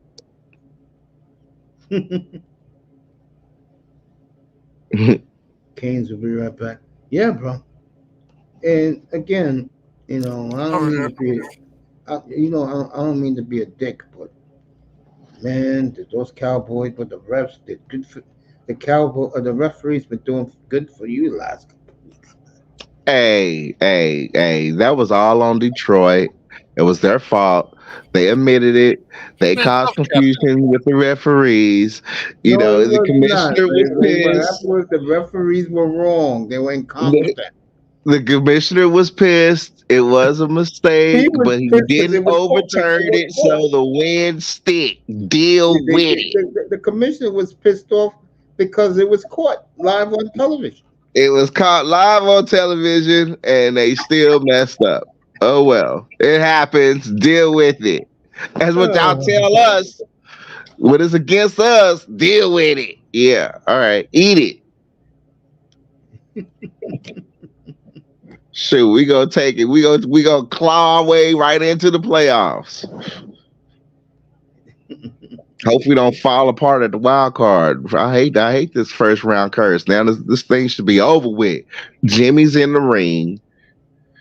Come on with it, Tampa Bay. Come on with it, Green Bay. I honestly think it will probably end up being Green Bay and Dallas, and y'all bring that damn blizzard down here, and I'll take me a few snow days off. No, I'll be doing it. Yeah, fuck that. Yeah. Well, we may have a few flurries. The next thing you know, Green Bay comes in. By the time the game is over with, we already is Texas. We already gonna be under a state of fucking emergency. You dropped the F bomb, sorry. But Okay. I mean, yeah, ice and snow, we panic. When DFW airport shut down, we shut down. We shut the whole city down. Yeah. Yeah. So y'all go out to the Jerry's World. Good luck. Good luck making it back to your hotel, you cheeseheads. Y'all keep bringing this shit to us. What they're gonna do is hop on their snowmobiles and go back up to Lambeau. Oh yeah, they run around this bitch like it ain't nothing. What's wrong with y'all? Y'all never drove in the snow and ice? No, this is Texas. No, I mean, man, last time Man, they stop brought they, complaining. I can't help it, K's. I mean, it was that traumatic, bro. Last time they brought they funky frozen behinds down there, we had Well, we had Let damn me near give a 8 feet worth of snow out let of me give, nowhere. let me give a shout out to Drew Barofsky, and he's very ecstatic right now, and Paul Bukowski. Those are some of the Green Bay guys that and thank you, Green Bay fans. Oh, by the way, good evening to our supporters on Twitch, Facebook, and X. Appreciate you guys watching tonight. Uh, like I was saying, uh, it's amazing how, and me and Itas got into arguing about this the other day. I cannot believe the privileges they give the Green Bay fans. I mean, uh, Raven, you think it's not mysterious how they're going to get 40 if they do win Sunday? They're going to get 40,000 cheeseheads in Dallas next week. Don't you find that kind of suspicious? No, I do. I mean we're a great hosting city. I mean we're welcome, man. We welcome You could everybody cut that out. They except shouldn't for the be. Philadelphia Eagles. Well, Philadelphia's a different animal. With Green Bay, I mean, we got Packers fans here that I do know. I mean, they wear them ugly green jerseys, ugly green and yellow. You know what makes me laugh, bro? Everywhere you look, it's goddamn Green Bay Packer fans. Yeah, they're all around. Oh my god! I mean, bro, I remember they had a game. It's gonna be 10 years ago now. The famous game. Remember the game with that cutie young black girl with the beautiful. You know her hair was real. It wasn't no weave or anything. And she was wearing a Rodgers jersey in Miami, banging on the wall. And Rodgers threw the game-winning touchdown. She went nuts. No, My question is, how do these people? My God, you know who else is? I could tell you the teams that travel right now. I'm gonna go Pittsburgh one. Unfortunately for the rest of us, Dallas two, Green Bay three, Miami three, Green Bay four, and I'm gonna put this team up there because I'm gonna put San Francisco five, but I'm gonna put this team up there because through the last decade, they're everywhere. Now, ain't like it used to be a little bit, but I tell you, when the Seahawks are good, their fans are all bro. When the year they went to the Super Bowl here in New York, every brother and sister in New York City was rocking Seahawks jerseys, bro. mm, I'm like, yo, what the hell is this? And now I haven't seen it yet, but just by listening to these guys on YouTube, and Kane said it this morning. If Love makes the playoffs alone, these brothers are gonna jump on that ship, bro. But I got a question for you, Raven. You know the answer, but I want to hear from you. How come the brothers don't jump on the Patrick Mahomes bandwagon? I don't know. Probably maybe I don't maybe because he's mixed. You talk about a brother. Well, I Like, mean, he's biracial. He's straight up biracial. Uh, I still consider him a brother though. yeah, I mean, I do. He is, but I mean, he's biracial. But whites definitely, they take Claim to him. him, Yeah, they and they claim do him. claim him. No cap. I mean, Brittany's white. He has biracial children. I mean, he is half black, half. I mean, he's the definition of it. But yeah, due to that factor, it's tribalism. So I mean, Yeah, our whole pool, we just don't. We accept him, but we know he ain't part of our pool. I would agree with that. That's Unfortunately, just yeah. I mean, he's cool as hell, but it's just I don't know. It's just I guess genetics. I don't know. It's just weird. It's just weird. Yeah, interesting. But you're right though. You're right. yeah. What you just said, you're on point. I Yeah, mean, they not treating him like Colin Kaepernick. No, hell no. I mean, it's a big difference. See, Yeah, they love Cap. I They love Cap, bro. don't think people really. I don't like that nigga. I want to see nigga come into NFL so he get knocked on his ass again. I didn't like him. I when I started, I liked him. I like Colin Kaepernick that 1 year. That one year with the 49ers where he was really showing out. And then it was I want to say whatchamacallit got under his skin. When Cause all, he go ahead. no, I'm just gonna say for him, he couldn't beat Russell Wilson, man. What No, no, should no. have been happening, Was it man? Yeah, it happens that way. I test don't even want to bring it up, but sometimes it happens. I mean, let's go they back to punked him? no, hold on. Let's go back to 1992. Let's go back to training camp 1992. Okay, folks. That was supposed to be the 49ers time with Steve Young, Rice, all these guys. What the 49ers did was tragic. They gave away their best defensive player to the Cowboys for basically a song. And what should have been San Francisco's was Dallas. And trust me, Steve Young has said it, it kills him that the Cowboys took the titles that should have been his. All for one Oh, trade. fuck you, Steve. You ain't gonna get them titles. All But that's the point I'm right. saying to you. That's what happened to Colin Kaepernick. The Niners were supposed to win the big one. But what happened? Seattle built up very quickly and punched them in the face a couple of times. And when they got to that championship game, one of the great championship games of all time, me and I just always bring it up here. Seattle barely beat them, bro, on a lucky Russell Wilson 4th and 7, 43-yard bomb. And then Mm-hmm. Sherman tipped the ball in the end zone, and Malcolm Smith intercepted, and Seattle won to win the Super Bowl. That group of 49ers, unfortunately, was no more. And I And want to say it was Sherman that got under his skin the most. oh yeah, yeah, yeah. That Sherman made. I mean, he pretty much had a nervous breakdown. That's when he went from his hairstyle to wearing the fro, trying to be. I'm like, yeah, Sherman got in his mind. Yeah, and Kaepernick was my mother brought him up the other day. I was at her house. Kaepernick is a folk hero for a lot of brothers, not for me. I mean, I don't hate Cap. You know, Cap to me is funny. I mean, when I see Kaepernick, I'll be laughing, bro. Because how it is what it is. It happens that way. It just does. It happens that way in sports. It's crazy, especially football. It happens Mm. because you don't realize the other team is coming. Like you're seeing it right now in the AFC, where no one's talking about them, but now people are seeing it. The Browns are the sleeping giant in all this.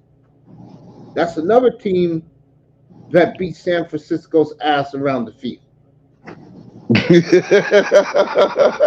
You got goddamn Joe Flacco who was eating fucking. He said it himself. He was eating Doritos on the couch every day, every week watching football. Joe And Flacco. now, yeah, now he's a story, bro. God, I couldn't stand Flacco. No, I never liked him either, man. You I know did what? not like I him. love his Woo! skills. I love his skills. Yeah. But I admire goddamn, his skills, but I did not like him. goddamn, Ooh. boring, right? Flacco's boring, right? I'm like Joe. I'm like Joe. Is anything funny to you, bro? He's always serious. No good. No, he was always serious. Yeah, just like another young quarterback right now in the NFL that's always serious. I No mean, I'll say it again. personality. I'll say it again, folks. When your New Year's revolution is to learn to shuffle a deck of cards, That girl at home is giving him some good loving, bro. But Jordan loved to say that late Sunday night on national TV, but his New Year's resolution is to uh, learn how to shuffle a deck of cards. He said, I don't know how to do it. I'm like, Jordan, man. He's right. I mean, it's something I always. My sister can do it damn good. She's always been able to do it since we were kids. I just never. Mm-mm. Melina just gave you a shout out, family. What up, Melina? Happy New Year, sis. When I think of Miss Melina now, I think of the beautiful Charlene Smith. I know she's in bed right now. She is like I forgot what they call it, of the Arsenal football team in North London.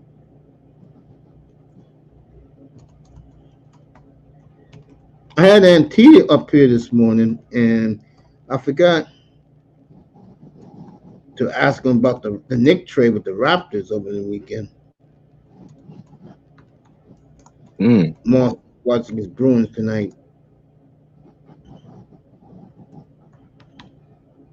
Yeah, sadly, unfortunately, that season where there's no more football is approaching, but wrestling is getting good. Hey, You know what my everybody. mother was doing today, bro, when I was at our house?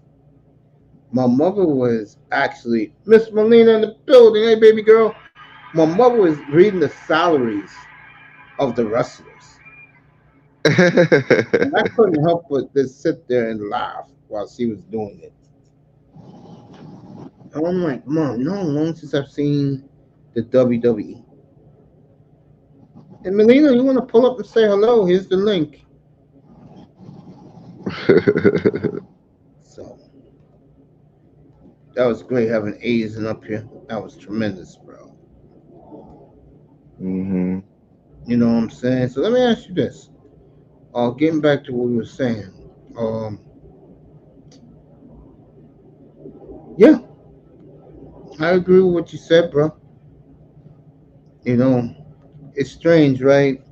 Talked about Kaepernick, how he had a chance to really take the NFL by storm. What's up, Jordan? Everybody congratulate Jordan. He's engaged. What's up, Jordan? Congrats, nephew. Yeah, Jordan's engaged. Yeah, Congrats, bro. yeah, congrats, bro. Yeah, he could have, but he had a mental breakdown. Sherman got in his head and psyched him out. And Yeah, then on top of that, that loss. And then on top of that, the whole, and then you look at what all went down right after. I mean, the whole bend the knee and all that. Now he's just a joke. well, Kaepernick is done. I But mean, I'll he's say this, done. he's dating Yeah. the, he's dating the best DJ in the world, and bro, you see what that woman's packing. I would, and he's whipped by the way by her, if you know what I mean. I'm pretty sure. Well, there was already some. Who was it? Was it Brittany Renner that was leaking some stuff that he was wanting to do with her? Yeah, yeah. They Come got on, that simp in them. the They got pretty, that simp in them. yeah, man. Yeah. Well, let me go do this real quick. Raven, you and Canes can entertain the audience. Got a big crowd here tonight. Thank you, everybody. He got engaged, boy. That's what I was told. Big I'll be back in congrats. 3 minutes, everybody. And Canes and Raven will entertain you. Raven, you're not going to go out of space and start talking about equipment, are you? Oh man, go out. I can go out in space if you want. We can go ahead and talk about Apophis because now NASA is actually going ahead and moved all the mission from the other rock to this big old flyby that we are about to All right, see. folks. I'll be back in 3 minutes. Go ahead, Raven. Keep talking about it. Yes. Okay. All right. So coming soon to people in the Eastern Hemisphere, they're going to be able to see it. We're going to be able to see it without telescope. But it's gonna come 20,000 miles, the closest the celestial body's ever been since we've been recording these big ass monster planet killers, right? All right. So this big ass rock is on its way, and it's going to do a flyby. And with that, NASA's going to, take this opportunity to observe its composition. From what we understand, it has silicate materials with nickel and iron composites. They're going to do more sampling as it gets closer, of course, and then they'll see if they can do maneuvers with it. Because like it's after this close flyby, the next go around, it could potentially hit Earth. So hopefully, with the experiment on the last Webinar, we were successful. We were able to move it to a different orbit. So that's good news, real good news. That experiment was basically for this big main event that us humans could possibly end up facing, an extinction level event. But you are going to be able to see this big ass rock. I'm going to be able to see this big ass rock. And on that day, I am probably going to be epically freaking the hell out. And Hollywood probably will have a whole bunch of new, disaster films, rocks, coming in, hitting Earth and all that, Armageddon 2s. You never know. But it's coming. It's 20,000 miles close to Earth.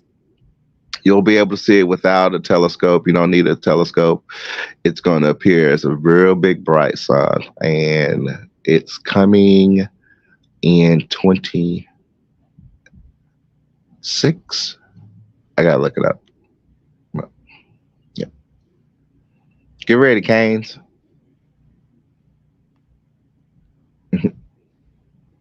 In the film Greenland, it was Florida that went first. Florida, y'all got hit first. It hit off for Orlando and just wiped out everything. It was a big old rock. If we ever come to a situation like that, I just say, hey, it's been real. We about to die. The world about to come to an end. All right. See y'all in the next dimension. Boom. And then we gone. I hope not.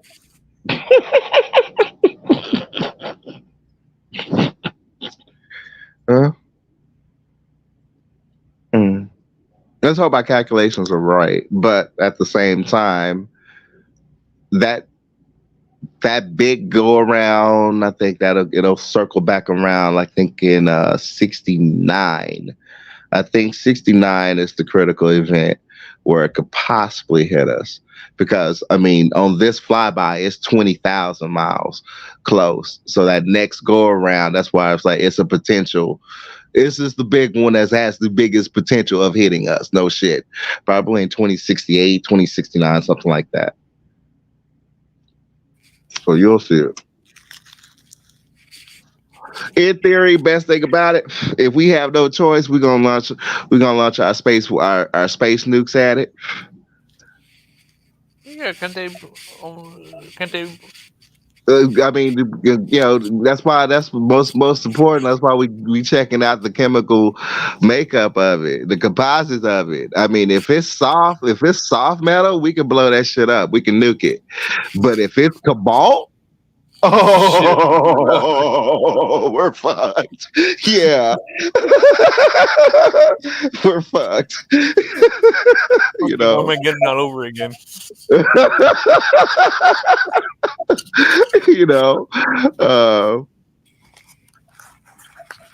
Shit, nickel and iron. Nickel and iron can do some serious damage if it hits Earth. That's some serious damage there, but we could potentially blow that shit up. But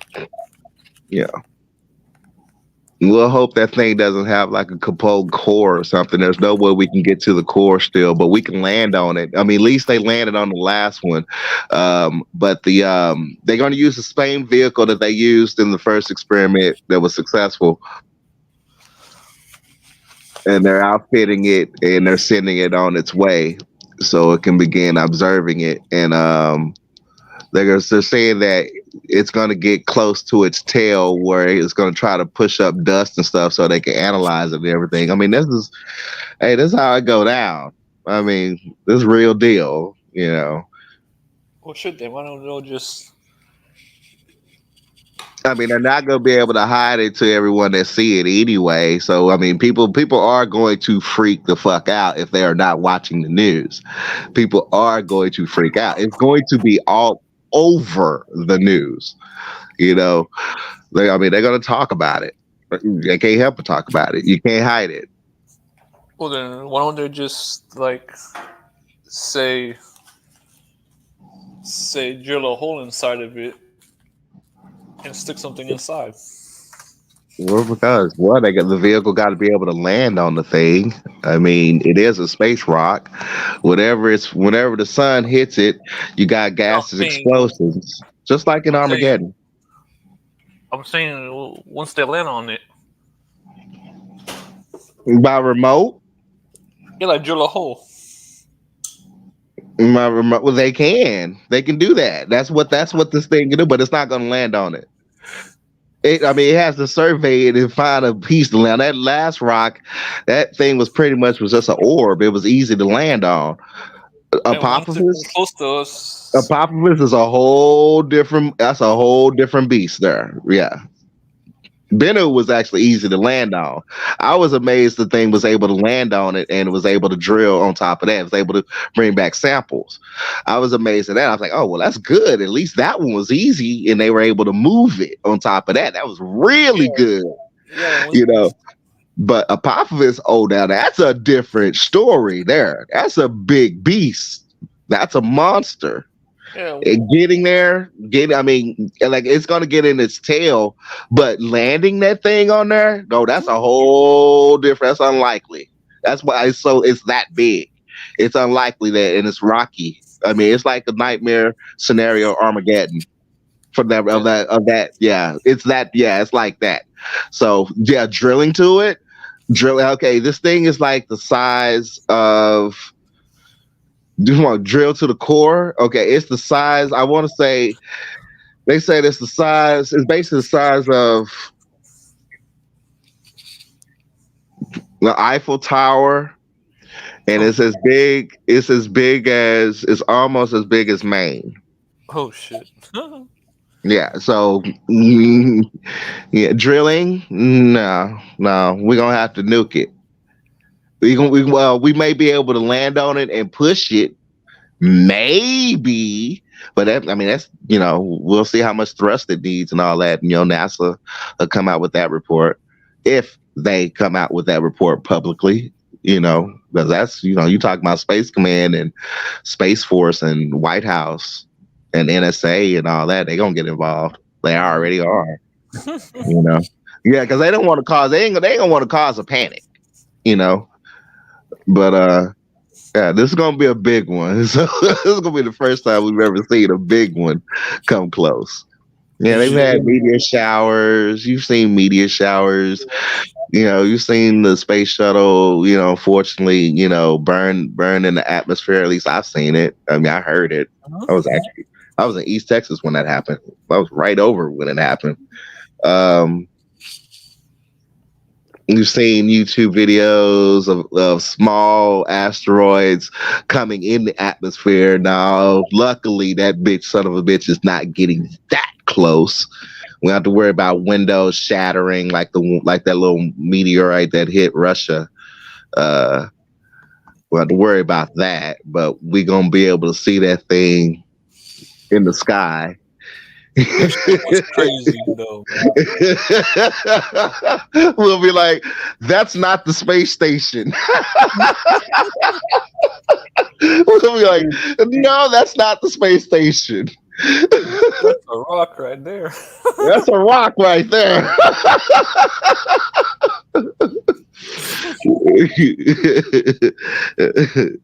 SpaceX. Elon and SpaceX may develop something, I mean, all world leaders in their space programs, even China, is going to be, trying to help out on this. This is the one that we all got to come together on this planet to stop. a potential extinction level event way down the line. I mean, we're not going to be here. We're going to be probably dead by 68, but we never know. But the Yeah, kids going to yeah. have to, Tell me about it. Shit, no yeah. way. I'm gonna feel 104. Yeah, I'll be long gone. Yeah, so I mean the kids, but the kids, Gen Z, Alpha, and so on, they're the ones that are gonna have to deal with this. So they better put down that damn TikTok and study some motherfucking science. Yeah, bunker. oh, oh, bro, a bunker ain't gonna save you from a Popovus. If Popovus give a direct hit, that's it. That's it for at least about a good 4 years. Let's say, for instance, if that thing does actually hit us, yeah, you're looking at a cloud coverage for about a good two, Arctic blizzard for another two, all wildlife on the surface. Yeah, for about a good 4 years. So anything that's in Man, these boys are limestone going deep back to the in, dino age, bro. yeah. I mean, Dino. well, we already got. I mean, we do have a doomsday vault. They have a lot of seeds in it. I mean, something in limestone and that's going to survive. You don't have to worry. We ain't gonna have to worry about like in 2012. Well, that is if Adolphus doesn't have like a water landing. That's what we have to worry about, them big ass tsunamis. But either way it goes, the planet is going to be able to heal itself, but you're gonna have to survive in like a nuclear winter for 4 years. Wow. Good luck. Good luck with that. Good luck. Yeah, unless you know where a bunker's at and you're gonna be able to get in the bunker, you're gonna be able to knock through, several feet of steel, hoping that they can hear your knock and they decide to let you in. You know. And 99% they ain't letting anybody in. No, it'll well, the way the government and the secret agencies, they already got their list. They already got special people that, if that day comes, they get that phone call in the middle of the night to be there, and they are the first ones in. They'll know by your social, and they can call you by any phone that you got last recorded. Oh, they'll track those people down and probably end up going by a lottery. That's scary, bro. Mm-hmm. I mean, they'll definitely take. The top. You got to look at survival. So you got to look at the top population in the United States. We're talking in the continental United States. We're not including Hawaii. We don't know how Hawaii is going to, survive in a situation like that. I think it's surrounded by water. A tsunami, not 9 times out of 10, could probably just wipe it out. So we don't know They'll what wipe it out easy. Hawaii. The Yeah, it'll wipe it out tsunami in easy. Hawaii will wipe it out easy, bro. Yeah. So in the continental United States, for a population, you trying to save society so it can continue on. You're gonna save what, a certain percentage of the top population. So you got the doctors, the doctors, the engineers, the scientists. They're gonna take up a portion. You got the farmers, you got the agriculture. They're gonna take up a portion. Military is gonna take up a big portion of that too. So basically, what you're saying is, if you're living off a government check every month, you're dead. Well, not necessarily, because I mean, what eventually happen if the system just crash, we'll just go to UBI. Then I mean, you'll just get allocated credits. I mean, that's easily done. I mean, when the world comes to an end like that, you ain't gonna need money anyway. I don't think the world will come to an end like that anyway. Oh, it'll come. Oh, believe me, it'll come to an end on that day because nobody's gonna be able to do anything. But Raven, I believe in the Bible, man. Me too. I think that, like I said before, the way this world is right now, Satan's on Earth right now. You just don't know who and what it is, but Satan is on this Earth right now. All you have to do is look at black people alone. Well, I mean, by 2068, we're not going to even have paper currency. Everything is going to be digital. We ain't going to have paper currency. Early 2030s, we're not going to have it. Hell, we may not have it by 2028 because the plastic money card is here. People don't realize that. Yep, I'm finding it actually difficult to keep change. Yeah, that's real.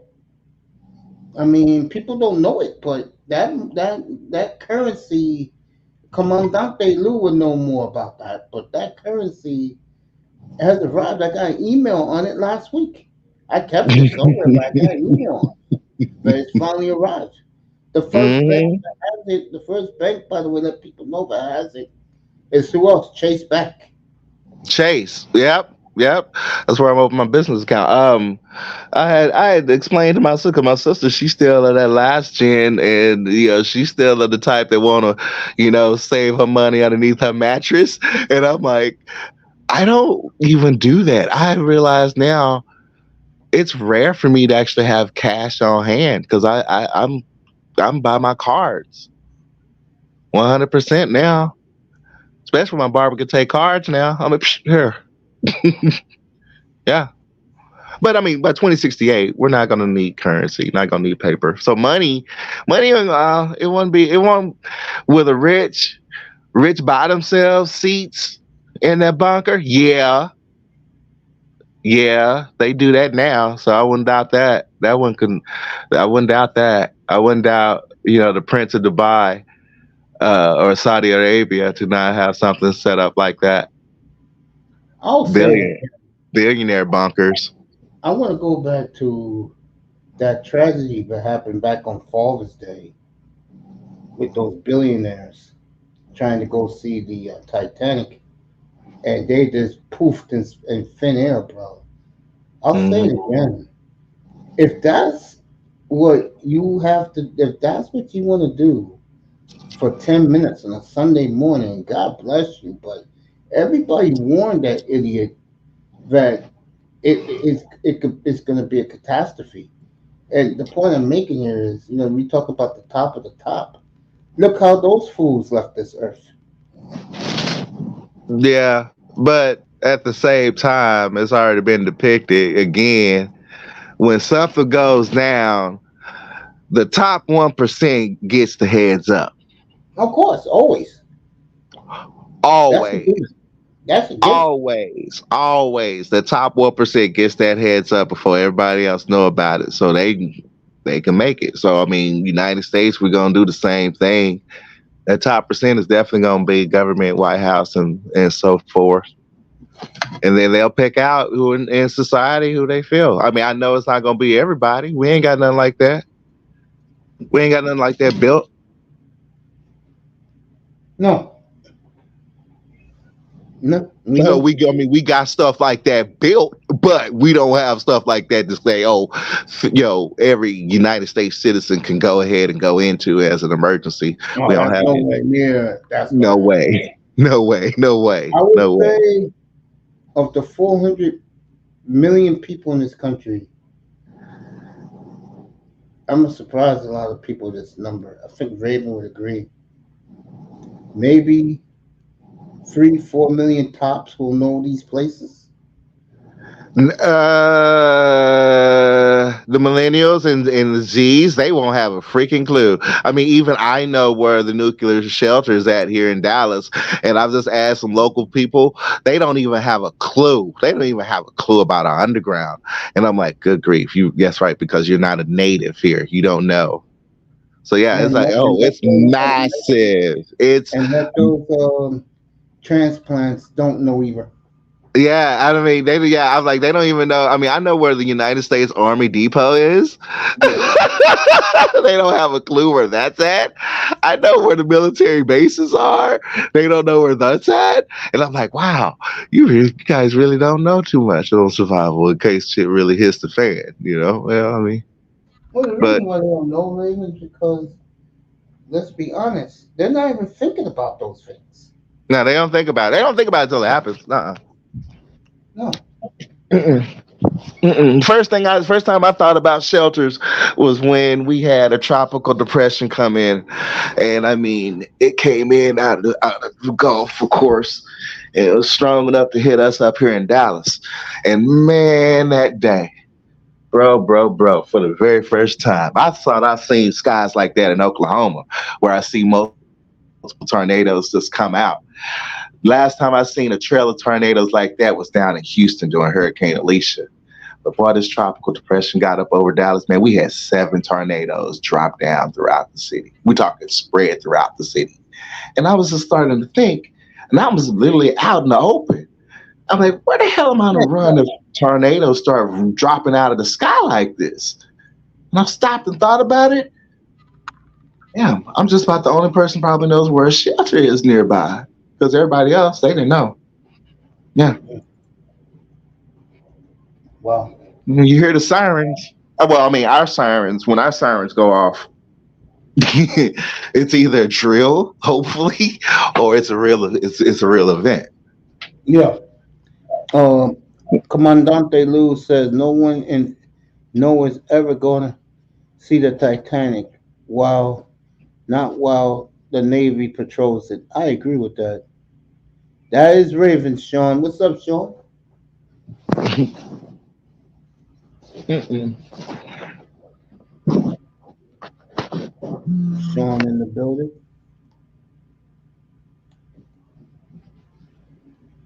Mm. There we go. Sean wants to pull up. Yeah, you making great points again, Raven. I mean, I'll say it again. This is what people want to hear when it comes to you. I mean, we got some. I mean, right, 2024 kicked off. It already, that was the final day of Mercury retrograde. Remember, I always be talking about Mercury retrograde and big things happens during Mercury retrograde, especially the ones at the end of the year. Tokyo got hit with that earthquake. Hey, Raven, can you explain Hunger Games to me? What, the Mercury retrograde thing?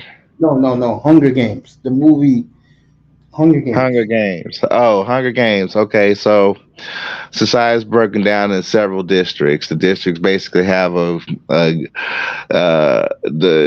due to the limited food and resources, society decided to have host these Hunger Games where the winner of the district basically gets food for that season of the winter.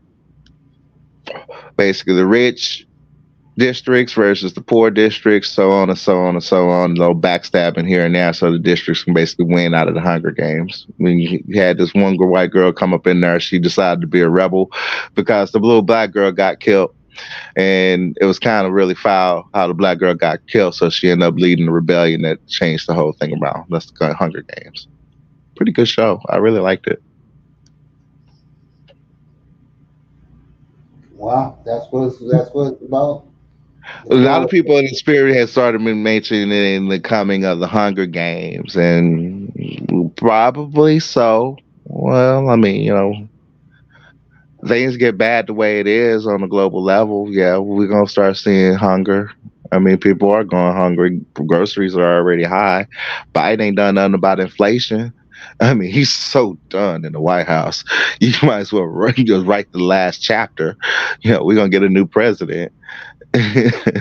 So, we still got to deal with high prices, um, housing issues.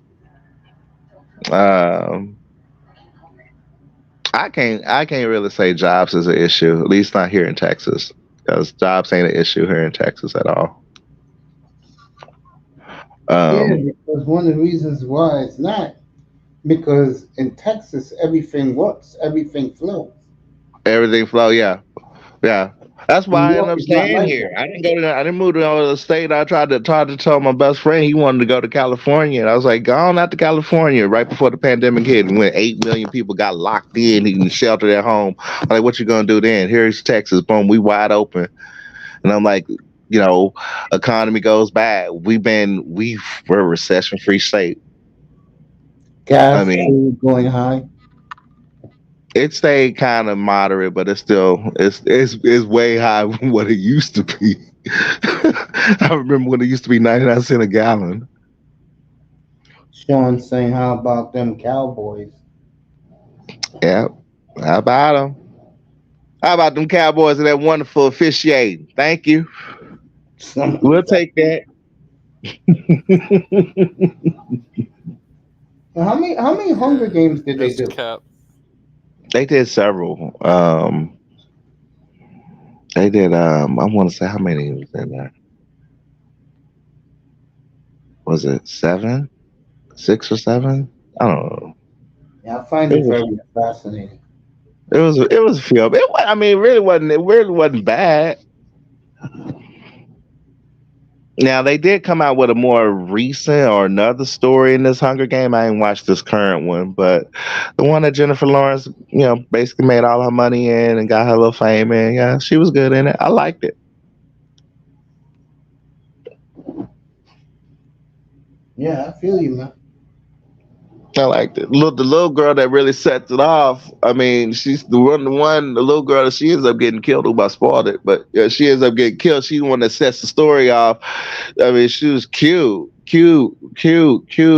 black girl, and people kind of wish that she didn't that her character didn't die off, that they kind of brought her back or something, or did something, or maybe she survived or whatnot. But that sets the story and sets the tone.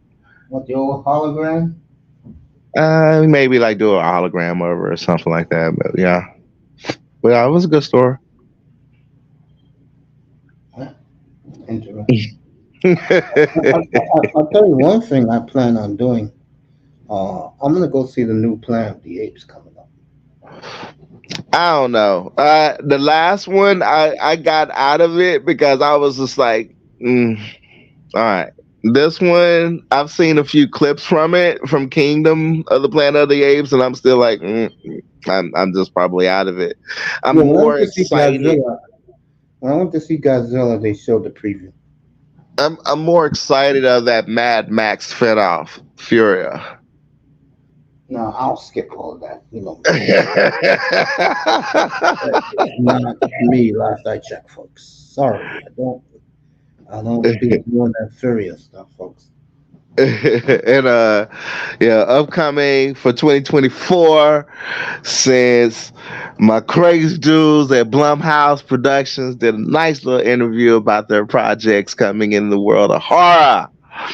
In 2024, they're working on the sequel to Five Nights at Freddy's. Mace, I recommend you play that video game. You will love it, and then watch the movie. You will love it. They're going to be doing the sequel. The Five Nights at Freddy turned out to be a major, major, major, major, major culture hit of 23, and it's getting a sequel. They also are doing a live action video game adaptation to Death by Day or Day by Day. I need Cuda here. Death by Daylight, something like that. Death by Daylight. Uh, that's another good video game that came out on the PlayStation, on Sony. You can get it up the cloud now if you want to play it on your PS5. Uh, they're doing Megan 2.0. They've been writing now that the strikes are over with. Um, and they're looking at. I think they are trying to acquire the rights to Friday the 13th. Hmm. Uh, and Nightmare on Elm Street. Now that Nightmare on Elm Street project without England is green light. So it's been in production hell ever since, but yeah, it's a go. We don't know who's in it or what or how they're setting it up, but it's a revamp of Freddy Krueger. It's a complete revamp of him. I know Rob England will love that. If he's still around, I mean, if he's still around, if it goes into production, he may do a cameo because he did say that's going to be his, he wants to do a cameo as final. He wants to stay away from that stuff. Yeah, he's about. I mean, he's really about to be done. I think he's about to retire. Yeah, I I know would agree someone. with that. Yeah, I mean, he's right at it. I forgot who just retired over New Year. Someone legendary also just announced their retirement. But Robert is about. I mean, it may be this year. He just goes ahead and retire. But even if he retires, he might do a cameo. If he's still living. So, but they are moving ahead with this new Elm Street. I know you pumped up about it. Yeah. How many horror conventions you been to? I haven't been to any, but I have made my reservations to go to my very first one right here in Texas. It's in May. It's at the Urban Convention Center. It's the Texas Nightmare. I get a chance to meet the actor who starred in Willow. Mm-hmm. You remember the main cast? I mean, he was Willow. He's Willow. He's Willow. Yeah, he's gonna be there. Um, the cast from oh man, it's the cast from a big horror franchise. The lady, she's been in a lot of horror movies. She's been in a lot of horror movies. She's like her. She's been in so many horror movies and other films that her biggest clinch to horror fame is the Insidious movies. She's gonna be there. Um, Probably end up seeing Michael Madison. Um, the guest list is actually just starting to fill up, but I'm going to that one. I'm going to that one. I'm gonna actually do some pictures and everything. I'm gonna have all my camera equipment and my model there. She's really excited. So that's in May, and that's gonna be my first. They're gonna be wrestlers there. Hope you know that. I don't know who to expect. I mean, here in Dallas, it's starting to get bigger and bigger, and we noticed that it's starting to get bigger and bigger. But when you go to YouTube and look it up, you may only see two or three people, covering it. And if they're covering it, they're not covering it right. I plan on covering it right.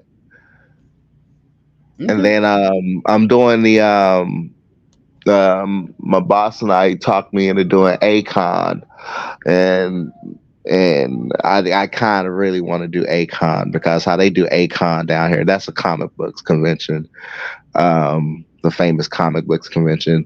They do cosplay. I've seen a lot of local Dallasites and people that travel here for that. I mean, they're coming full costumes. I'm like, yeah. How come no one's covering this shit? Because a lot of people don't follow it. They don't know the weekend it hits or whatnot. But yeah, you got to keep up with it. And I'm also keeping track on if Dallas is getting like a major. I know we got one major video game. I'm not sure if it's a convention. I know we made a bid to host the video game, either the Video Game Awards, or we made a bid to host the Consumer Electronics Show, as well as the I want to say the Video Game Awards, maybe a convention. But Sony does their stuff separate now until venues get their act together. Interesting.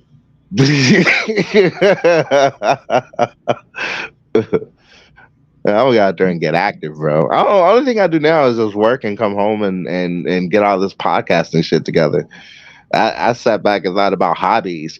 Get In this between my work. morning. Get this morning. I told Cool in fact you were getting a set. You're getting your studio ready with the model. I had Cool in the chat this morning, and T pulled up. I had Miss V in the chat. 8:15 in the morning, bro. Yeah, y'all was up early.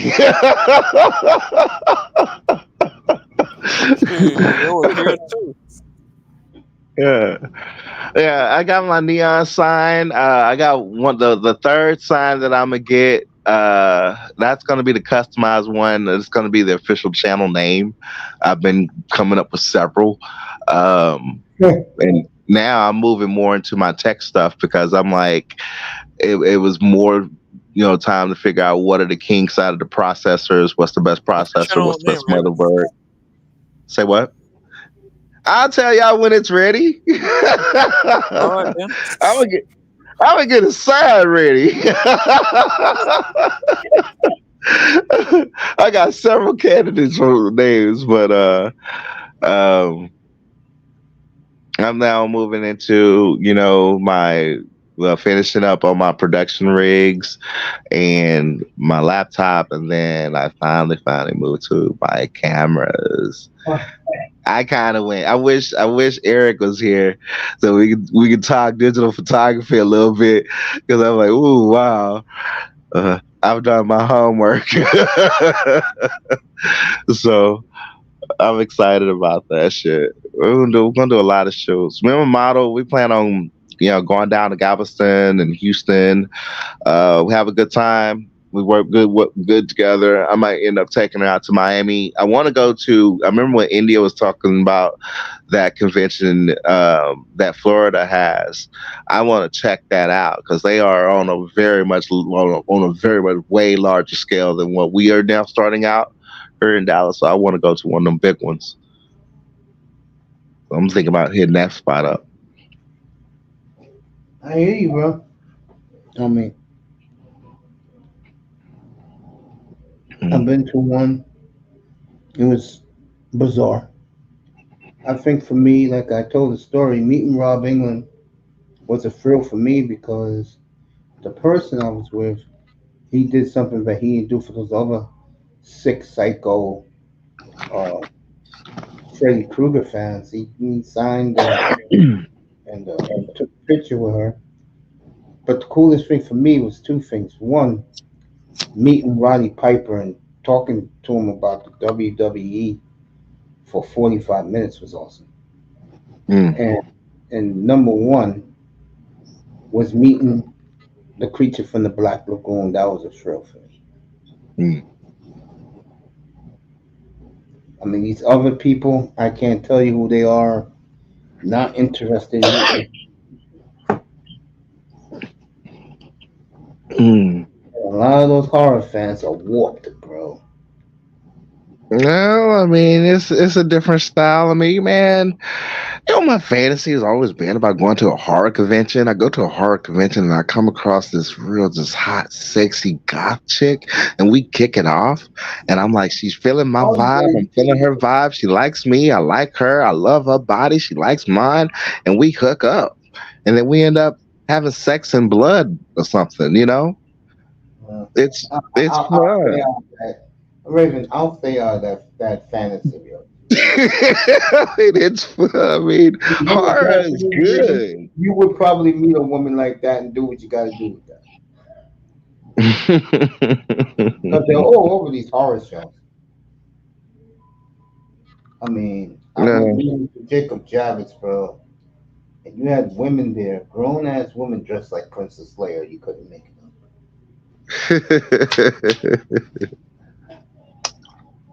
But I'll say it again. When those damn stormtroopers came through that door, bro, everybody stood attention. Mm, Oh mhm, man, these horror shows are funny, but I like them because the wrestlers are there, and I can get to meet the wrestlers and chill without people on the bum rush. mm.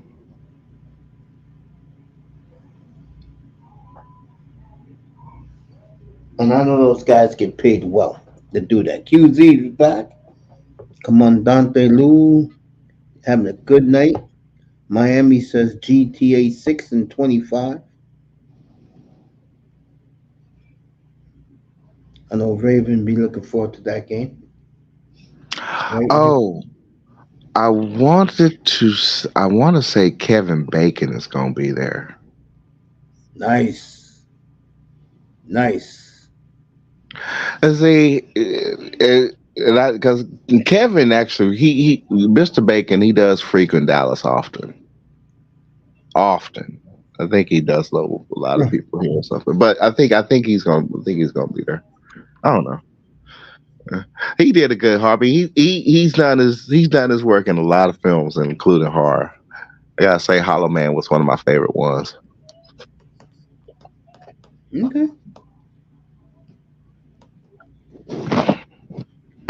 So frosty 34 degrees right now. We're at 42. And the Green Bay Packers gonna go ahead and bring that whole cold air in, and that kind of gonna just start up all over again. They gonna come into town for one night, and they gonna knock us out of commission for 4 days. Raven, stop crying. Canes, go play Baltimore.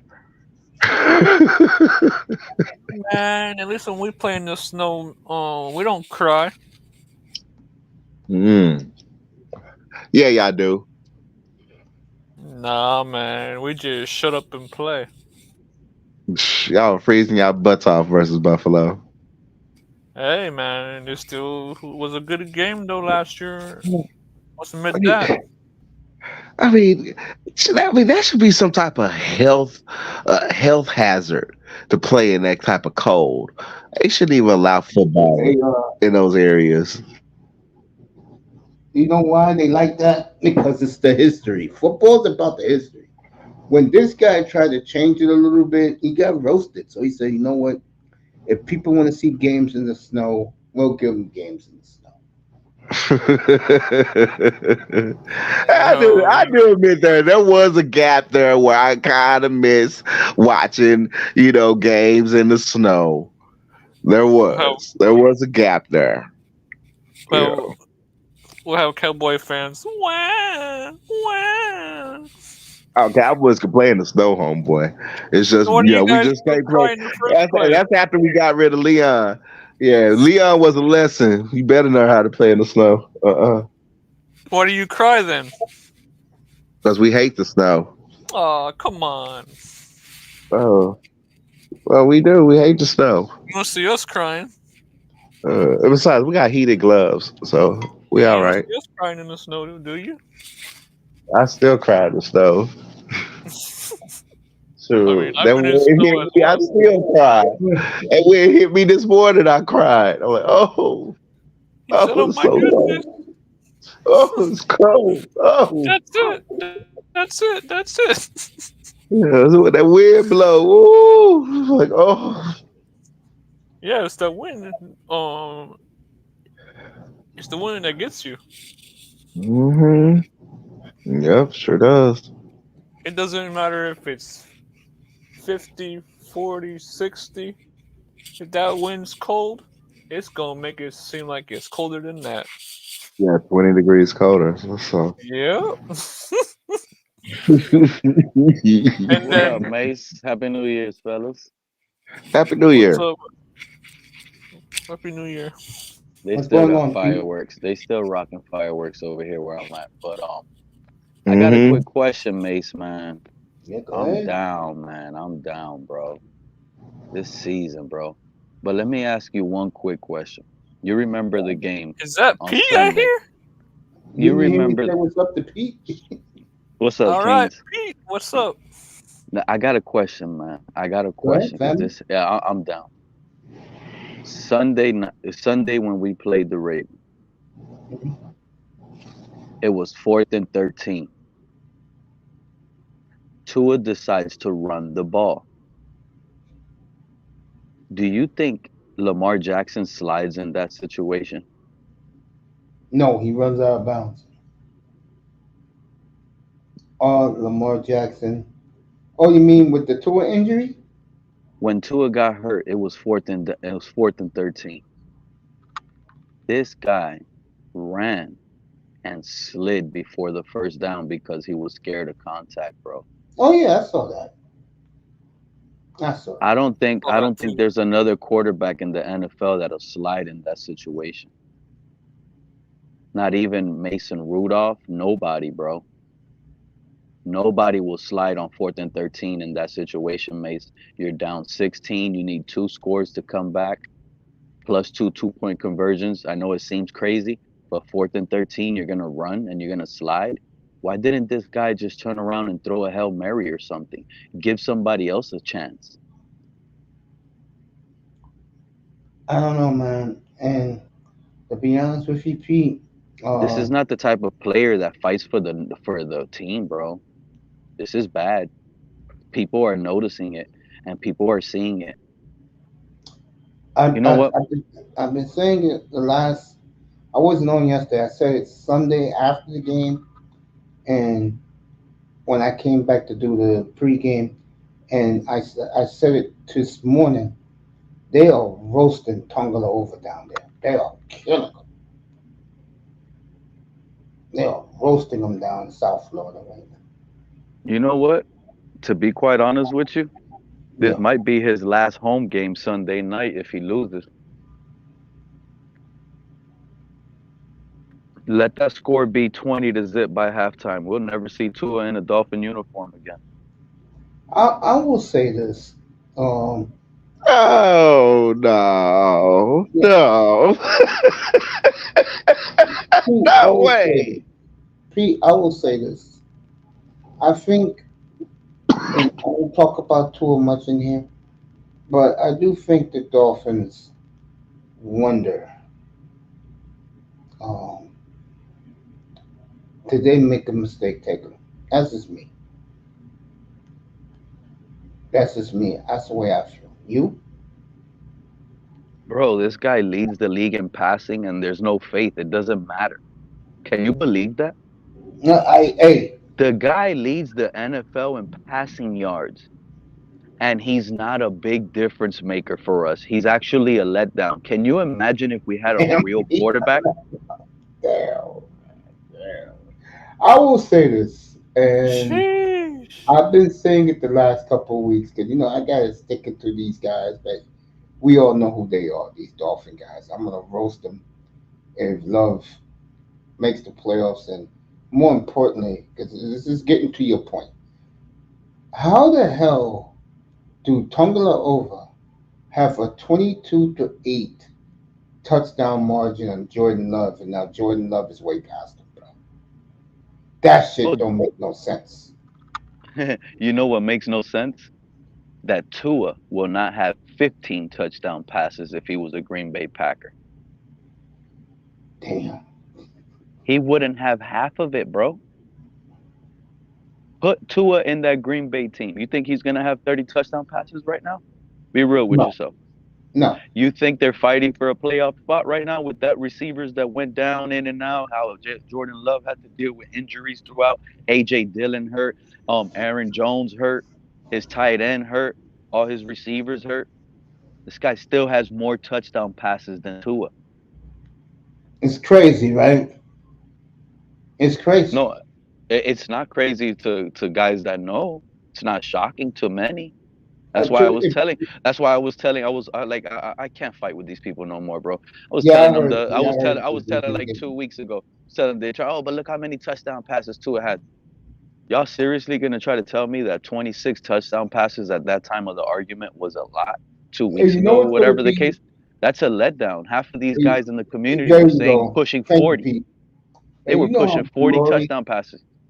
you know how glorious that's going to be for me. It's 11:30 Sunday night. That Love finished the year much higher than Tungalo. You know how happy I'm going to be, bro. How vindicated I am right now, bro. You see how it is, Mace. Every fan has their little thing, right? Everybody's Yeah. gonna be happy for their own little. Like me, it's not that I'm gonna be happy, but at the same time, I am gonna be happy if you understand what I'm telling you. The Oh way yeah, I I know what feel, you're talking the, about. the way I feel, big dog. Honestly, listen to me. Sunday night, Tua's gonna get embarrassed at the Hard Rock. He's gonna lose. He's gonna find an excuse to miss that playoff game, and we're gonna start Skylar Thompson, and that's gonna make me happy. How's Skyler doing these days? I'm not being funny. Is he healthy again? Everything's good? I mean, they chose him to be the scout quarterback and act like Lamar Jackson. They love him in practice. What I'm saying, like everybody knows that Skylar Thompson is a better quarterback than Tua. They just have to try to find a way to win with Tua. See what I'm saying? I So know what you're saying. that's just the way that I feel, at least for me. And honestly, I just feel like if Tua gets blown out, remember what was it, week 2 or week 3? We lost to Buffalo 48-20. Week 4. Week 4, 48-20. If at halftime, Mhm. if at halftime this game looks out of hand, 20 to zip or whatever, Tua's not coming back out on that field. That's the sense over here in Miami, Mace. He's a major letdown. Yeah, I've been watching it and reading it the last 48 hours. It's crazy, bro. And you All know, of a sudden that fan base is turned on him, bro. and you know what's funny? How they're gonna blame? They're blaming the defense. They're blaming the injuries, right? First of all, they can't blame nothing because everybody already knew we were dealing with injuries, right? Going before, Oh yeah, we there's already no knew. excuses for So, that. so we know what we're dealing with. So it's not like, oh no. The real thing is that they're trying to deflect when they're starting to do all these 2 years that are getting under me right now. They're pissing me off, to be honest with you. They're still defending it. You know why they're doing that? To deflect on Tua, because guess what? What the reality is, the pressure was big with injuries. The pressure going into the game, oh, we have a lot of injuries. We have this. That's basically saying, Tua, step your game up or shut up. It's like I said, bro. Jordan Love has done much more with less, bro. Exactly. And he's challenging to be the touchdown champion of the NFL, bro, with less. Not Brett Favre, not even Aaron Rodgers threw that many touchdowns their first full season as starter, as a Packer. Nope. And again, it feels Can't. good for me personally because I will personally go after these dudes who you talk about. I know who they are, and I will go personally go after them, and I will go on a witch hunt because these were the same guys who was up here talking so much shit that Oh two man, and I went live the yeah, other day on my channel, Mace. I went live, and you should hear EM. EM sounds like the biggest clown right now. If you listen to the show, my latest show, and you hear EM calling me, I let him call me whatever he wants, even on my show. Can you believe that? He calls me, oh, you're an idiot, Pete. You don't know. Now look at him. Now look at him after the Ravens 56-19.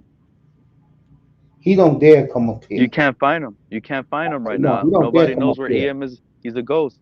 He don't He's a dare come ghost. up here because one night he came up here.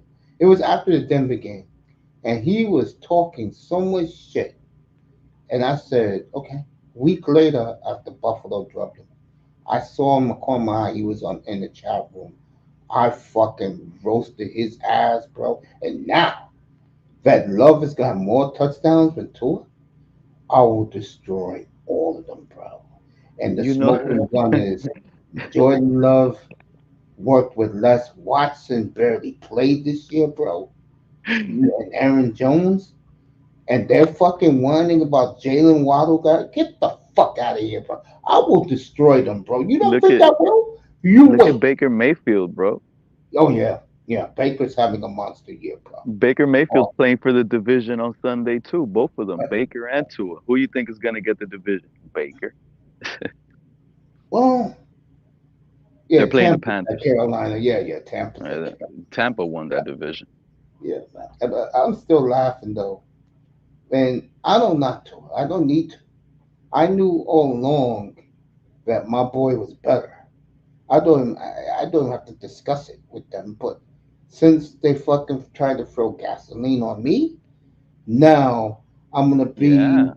like that crazy dude to last night, well, 12 fucking gallon cans of gasoline tried to blow up a nightclub in Rochester, New York, bro. I am going to destroy all of them, bro. And by the way, CB, if you're listening, bro, I will take the green alternate size 56 Jordan Love jersey, and you can get it at Packers Shop ProShop.com. CB, if you're listening, because you're gonna lose that bet. That bet is over and out. And Lewis, if you got smoke, nigga, bring it. Because that smoke is going to be like the Indians with the toot toot. You know, remember the old smoke signal with the Indian? I do not want to hear nothing That's another thing. I don't want to from hear it. none of them. I don't want to hear any of them complaining. I don't want to hear any of them Oh, crying. I'm gonna I roast don't them, want bro. to. Oh Oh, my God, because oh look, yeah, that's how I'm gonna get them. That's how I'm gonna get them. I've Because been when I'm called. I've been complaining, calling they told names. me not to complain. There's nothing wrong. Why Yeah, don't you? yeah. They're trying to get Mm-hmm. me on a weekly basis. Oh, you're not objective, but woo woo woo. They come up with all of this to try to gang on me and attack me. But guess what? When they flip and they sound like Tua haters, they're gonna be. I'm gonna make sure I'm heard. And bro, They're let gonna me be say this annoyed too. every time they see me. And let me say this. I'm not letting This any of them. fucking this fucking dude named Ali. This motherfucker 2 years ago was talking This so much fan shit base to me, has me bro. so mad right now. Oh yeah, oh yeah, yeah. I got, hey, I got them, bro. Don't worry about it. I'm a Sunday night away from jubilation with them, bro. With all of them, and it's coming. Do I'm you not even think worried about Jordan it. Love? Do you think Jordan Love slides on 4th and 13?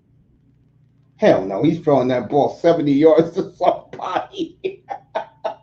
He said, hey, dude, they just got this dude, bro. Last week they got some that, that bum that's named how dumb fucking this Bo man is. That's Milton. how dumb this man is. On fourth and Oh boy. 13, you know you're not a running quarterback. You're still Yeah. gonna run and slide. Why didn't you just throw it, Mister Accurate? Why And didn't you throw K's it? and K's trying to tell me, can you learn how to run faster? I'm like, nigga, you crazy? That nigga is who he is. But let me say this. I'm gonna answer your question.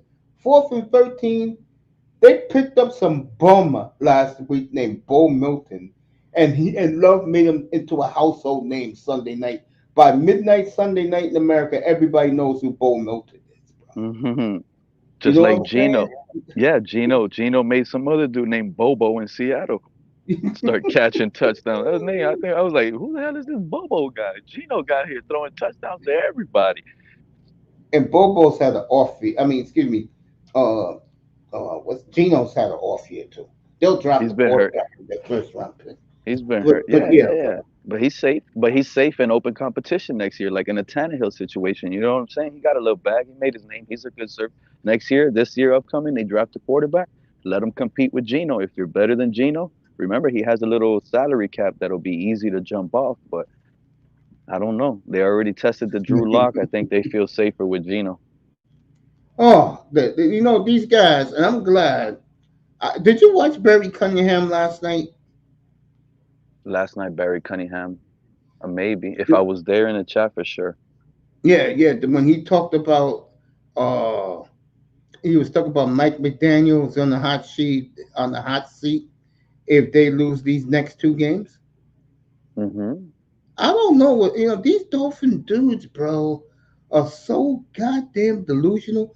All I did was prove my point that Tua was an I quarterback, which he's proven again how he has done nothing. And again, Jordan Love shows you what a true franchise quarterback is by making bums off the street into household names. Bro, again, and I said this to him, and then everybody picked up on it, and they did the same rankings, and they did the exact top 10 I did. And I had two at 15, they had two at 15. And these guys were so butthurt, they don't even come in here no more. Because they know and now that Love is performed like this, oh, oh. Hmm. Oh, because you were giving it to them with Jordan Love.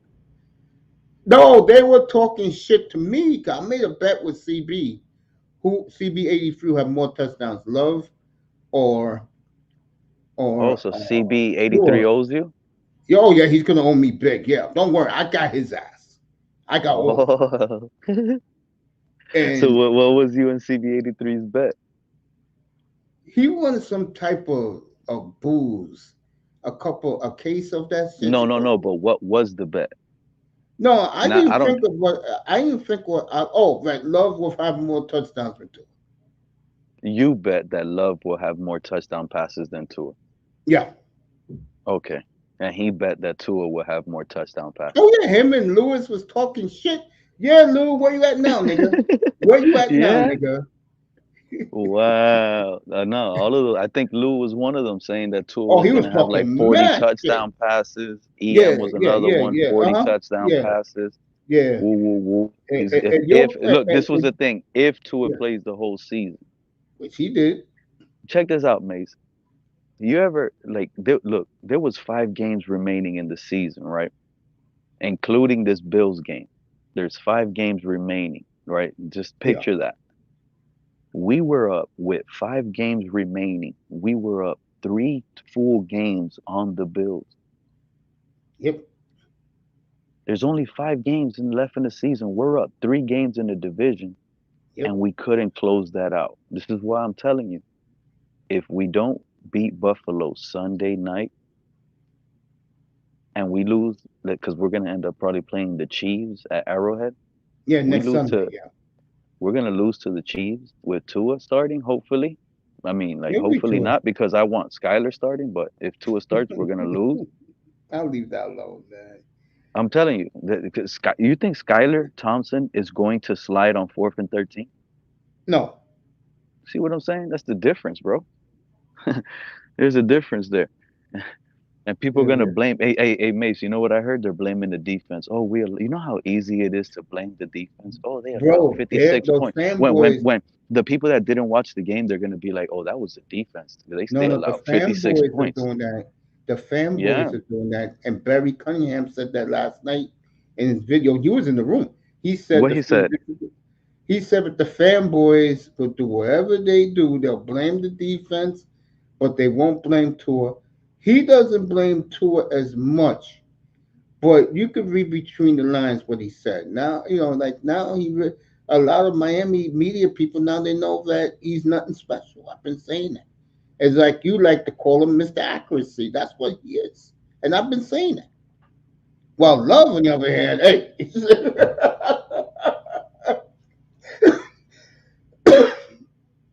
yeah, yeah, and yeah, I like I said, up Bro, here, Gardner Minshew. Pete, up here, Gardner Pete. Minshew is better than Tua, bro. Nah, I'm not going to go that far. I think You Tua don't is want to. good. No, I'm gonna tell you the truth. I think Tua is damn good. I do. You know what the He problem with Tua is? He's not elite. That's the problem. I'm but gonna he throw that but in he's all only their a one faces. scheme quarterback. That's Yeah, it. yeah, that's it. Yeah, Quick and, trigger, and nothing now else. that the good defenses, because Manzano was up here crying, how come we're not scoring? Kane's wondering why we don't score. And I said to him, if you're going up against a team with a good defense, that offense is going to be exposed. And Dallas did it by holding them to 5 field goals. Look, the reality is, if it wasn't for a fullback fumble, this game tonight will not only be for probably for the division, but it'll be for a wild card spot. Because if we would have lost to the Cowboys and been entering 0-4, we would have been talking about missing the playoffs. Do I If think it, Tua's slide was part of the script? No, Tua didn't want to get hit. That's why he slid. He thought that I don't know about all that because that thing seemed kind of fishy to me. when he pulled that dumbass move and he ran on 4th and 13 and he slid. no. Let me say We this. didn't Hold see up. it. That's when you saw Skylar Thompson warming up. They Man, when he slid, they said, "Oh, let's blame it on his shoulder. Let's Seemed blame it kind of on this." fishy to me. I ain't gonna It, lie. it, that's just the uh, coach. Like you dumb. Look, you saw the coach when he came on the podium or on Hard Knocks or whatever, and he goes and he's talking about the play, and he goes, "Oh, I asked for this for Christmas for Tua to hit a outside off coverage yeah, route." he was cocky, Meaning, but now no, if no, you no. This is what he said for Christmas. I asked for Santa for Tua to hit a deep route on off coverage. You see, Tua, that meaning that Tua's only hitting his deep bombs and his deep routes on like man to man when Tyreek Hill beats the guy right off the line of scrimmage, up close and personal. But when Tua sees that the corner is off coverage, he is not testing it deep at all. So that's why when McDaniel showed that play that he was talking about the other day on YouTube, he was saying all this. And he was like, "This is what makes this play special." And I even asked for it for Christmas or whatever. Tua throws this nice, beautiful pass, boom, on off coverage, and I've been wanting to see him do that more or whatever, because he's not doing that.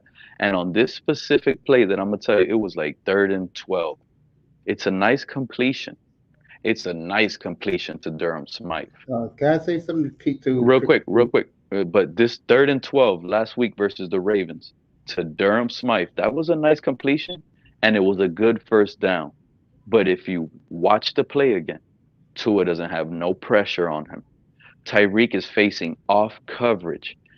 If Tua just, instead of being his little one read, quick timing quarterback, and he just looks at Tyreek and launches it, instead of it being a first down, Tua should have had a 70-yard touchdown. That's what coaches see and are telling him, like, dude, this is what you have to do in these situations. They're giving them to you. You know what happened on 3rd and 12? He hits Durham Smythe. Tyreek Hill hits the sideline, pissed off, mad, and Yep, now that's what he did. I'm telling you, watch I the game. saw it. I saw it. I He saw goes it. to the sideline. He's just there. He don't even want to be in because he beat his coverage and Tua didn't throw it. And now Tua's dealing with these other guys on the field that they put in, and Tyreek Hill's just out there on a few. He's out for a few plays because he's upset. They Yeah, throw that ball and he's not doing it, and that's why I feel like when I've been telling these people he has only this amount of touchdowns, this guy has left this.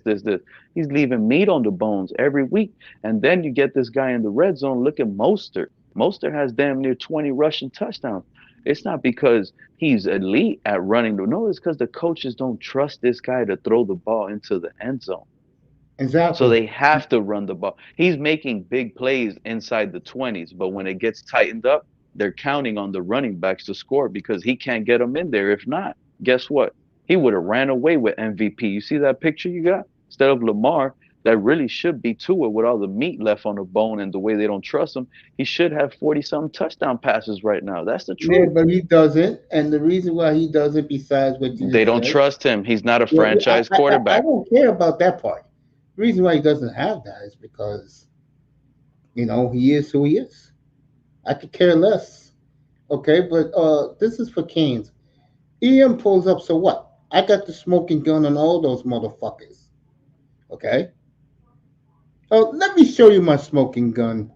Tired of these fucking Dolphin Don't better guys. tell me anything. I'm just saying. Last time you did, Where you is showed up out of where? nowhere. Yeah, I don't give a fuck if he does. Here's my fucking smoking gun on all these motherfuckers. And all you fucking pineapple worshippers, again, he will never be better than him. And he did his shit with less. Bro, all you have to do is say Skylar Thompson is better. No, that's just the truth, bro. Tua's not even the best quarterback on the team. Well, It I leave that sucks. alone. I But know I you leave it really, alone because y'all like, oh, you can't prove it. There's no no, that's stats. not me. There's That's no not me. stats. No, These no, the no. That's stat not me, nerds. bro. Nuh-uh. No, I'm Don't not put me saying there, that's you. Pete. I'm talking about all of these other Oh, people. that's them, yeah, Oh, because yeah, all these. Oh, my you can't. man this year, Skyler way my, better. If not my that, man if right Skyler there, wasn't better, proved. he wouldn't be on the team, Mace. They would have picked Yeah, up and another guy. my man right there shut all of them up, bro. And he did it Yeah, with but less. that's And his best receiver only played 3 games all year. So I don't want to hear about Waddle this and this guy's hurt. First of all, it's your coach's fault that they're up 23-6 on the Jets and the early fourth quarter, and you're leaving Jaden Phillips and the starters out there. And then on Sunday, 5 minutes left in the game, you're leaving Bradley Chubb up there and he tears his knee. And then with 3 minutes to go, Mr. Hero gets hit sliding, and now his shoulder's fucked up. That's all on the head coach. We don't want to hear no excuses. Barry Cunningham said that last night. It's all on the head coach, who the media, by the way, is letting him go scot free, but they're all killing Tua down there. no, they're not killing Tua. I heard what's the Barry beat writer Cunningham said Cam they Cameron. kill. Barry Cunningham Uh, said they're killing his ass, I was bro. watching a little Big O today this morning. He was killing Wow. Yeah, McDaniels. yeah, let me ask you something. But let me tell you something. Yeah, Go ahead. Go ahead. Oh, I'm gonna ask you: is Big O still on the tour bandwagon? It's so funny, right? I was just about to tell you because what's funny to me, right? Yeah, He's going off on McDaniel. Now he didn't say they were gonna fire him. He's basically saying that he sucks right now, and if this continues, they will fire him. I That, believe. but Because basic. remember, Stephen Ross only give coaches 3 years. hmm So he's giving them until next year. I But agree. he's blaming McDaniel. He's not mentioning Tua at all. And what's funny is if you're blaming McDaniel, Tua's gonna get out of here because what You other know, I'm just gonna coaches say this. coaches declined jobs because they didn't want to work with Tua here. That is true. And one of They them was Sean Payton. Yo, Quinte, Happy New Year, man. Welcome back. What's up? What's going on, coaches guys? What's going on? What's going on, Yeah, player? we're Hey, good, bro, man. Quintana We was gotta asking Miss go ahead, about you, Quinte. bro. what up? What's going on, man? Go ahead, man. The Happy New floor is Year, yours. guys. Happy New Year, man. I'm gonna chime in on this because I Happy didn't New hear Oh, Year. I didn't hear everything. I just heard a little bit. Let me chime in on this. This okay. This fan base, a lot of our fan base, that it's like they love Tua. They see his stats and all this stuff, but he's doing the same thing Tannehill did. Remember Tannehill first 4 years in the league? His he stats was were very good. amazing. His stats was amazing. They were amazing, But the especially the diff- second year. but the difference between And him and every year he got better. They showed yes, progression. Go ahead. but the difference between him and Tannehill, he didn't have two Pro Bowl receivers to throw the ball to. He didn't have, yeah, I'm gonna say this. That year he got hurt in 2016, 2017. Yeah, 20. Yeah, both of those years. He Yeah. was extending to get better. I'm not saying Ryan Tannehill was Tom Brady or some shit. He was getting better. We can win games with him, but it didn't come to fruition. It didn't happen. But I feel as though Tua's going to do the same thing to us, and his fan base don't see it. I see the same shit. I see the same shit because it's like the difference between him and Tannehill. Tannehill played trash against sorry teams, and he played great against the good teams. You ever notice that when he played for the Dolphins, we always beat the teams we shouldn't beat with Tannehill, and we lose the teams we should beat. But Tua beats all the teams we should beat. When it's time for him to put on his big boy pants to play up to the level of the other quarterback or the team he's playing, he falters. That's his issue. But if you talk to some other people, they're gonna say, "Oh no, it's the team, it's the coach." No, Quentin, you hired a coach to coddle him, to build his confidence up. hmm Hmm. We already had a winning coach already. back And to back seasons. I don't give a fuck how you feel about the man. See, this is what I came to conclusion. When you will have a defensive head coach who's a very good defensive head coach, good at his job, you cannot have a weak quarterback. That's why Facts. that's why I did not want to draft Tua. I wanted to get Justin Herbert. I didn't get Jordan Love. Shit, I wanted Jalen Hurts because I wanted other players in the first round. You I and wanted Jalen Night Hurts Test. because think about it. With those quarterbacks with Brian Flores, they would have Hmm. worked. You understand what I'm saying? Because Tua's Mace would have been the happiest Dolphin fan right now because supposedly he was targeting Jordan Love at 26. He would have got Tristan Wirth. He it, probably Yep. would have got Austin Jackson, and then he would have targeted Jordan Love. He would yeah. have got both of his tackles and got a quarterback. But what Yep. happened to That's all the the way I people? wanted it. What happened to all the people who were saying what you call all the offensive linemen was trash and all? It's not because of offensive linemen. All of those people today, this is what I'm trying to tell you, Quinn. All of those people today are still trying to save Tua's face and they're blaming the defense. And you know how easy it is. Hmm. And you know how easy it is to wake up. But Hey, let's say you're a Lions fan. You didn't watch the Dolphins game. You wake up, you see that score, you're like, damn, that defense did trash that day versus the Ravens. You're not gonna sit here and you're just gonna look at the box stats. Oh, Tua had 2 picks, but Brock Purdy had 4. So at least Tua did a little. He did better. Let me tell you something, Quinn. That game got out of line. We lost that game because of Tua. Nobody can tell me Nah, anything different. I'm gonna be honest with you. We lost that game because Fangio dumb as fuck. No, you see how Exactly. you see how people are I'm gonna. no, No, I'm gonna say, I'm gonna say this. I'm gonna I'm I'm gonna gonna try say to explain. I'm gonna I explain to understand. you. No, trust me. I understand what you're saying. But if you want to get technical, Tua wasn't on the defense when they were scoring all them points. Here we go. Exactly. Running three fucking plays, running a fucking wheel route, and running a person in the fucking seam. All it, you, all right. The two This plays. is this this is I'm gonna this is say this. watch. Go ahead. Go ahead. I'm gonna say this too. You know how people hate on Jerome Baker, say he trash. Hmm. That shit wouldn't have happened if fucking Jerome Baker was playing. Know why? Okay. Because Jerome Baker would have told Eli Apple, motherfucker, you got the person coming out of the fucking backfield. That's why he got hurt when we were playing against the Redskins. Nobody wanted to listen. He had to run behind a fast wide receiver that's playing motioning out from the backfield. That's how he got hurt. I'm just being 100 with you. If you watch that play, it was not his person to guard. It was the safety's person to guard. He had to run behind this motherfucker to catch up to him. You And see, then Quentin. You see how like Brandon Jones hit him in the leg. That's how he got fucked up. this is what I'm trying to explain. If you let me finish, right? Go ahead. It's easy to blame the defense when you look at the score and you say that the game was 21-13 right before No, halftime. this what you. I understand what you're saying. Trust me. Okay, I no, but understand listen what to me. you're But saying. you're But not. at the But you same got to. time, they ran the same three plays. I'm a defensive Okay, person. I don't give a fuck about that's all. fine. Exactly. Because But this is they kept running the same fucking. That's what pissed me off. They okay. run the same three fucking plays. That's They fine. would But not throw to once. They throw it to the same side of the fucking field over and over. I'm just keeping it, and you see it. I but understand Tua leaves a lot of meat you're on the bone. I but you're where I'm coming from is check this out. do. I accept W- Tua for what he is.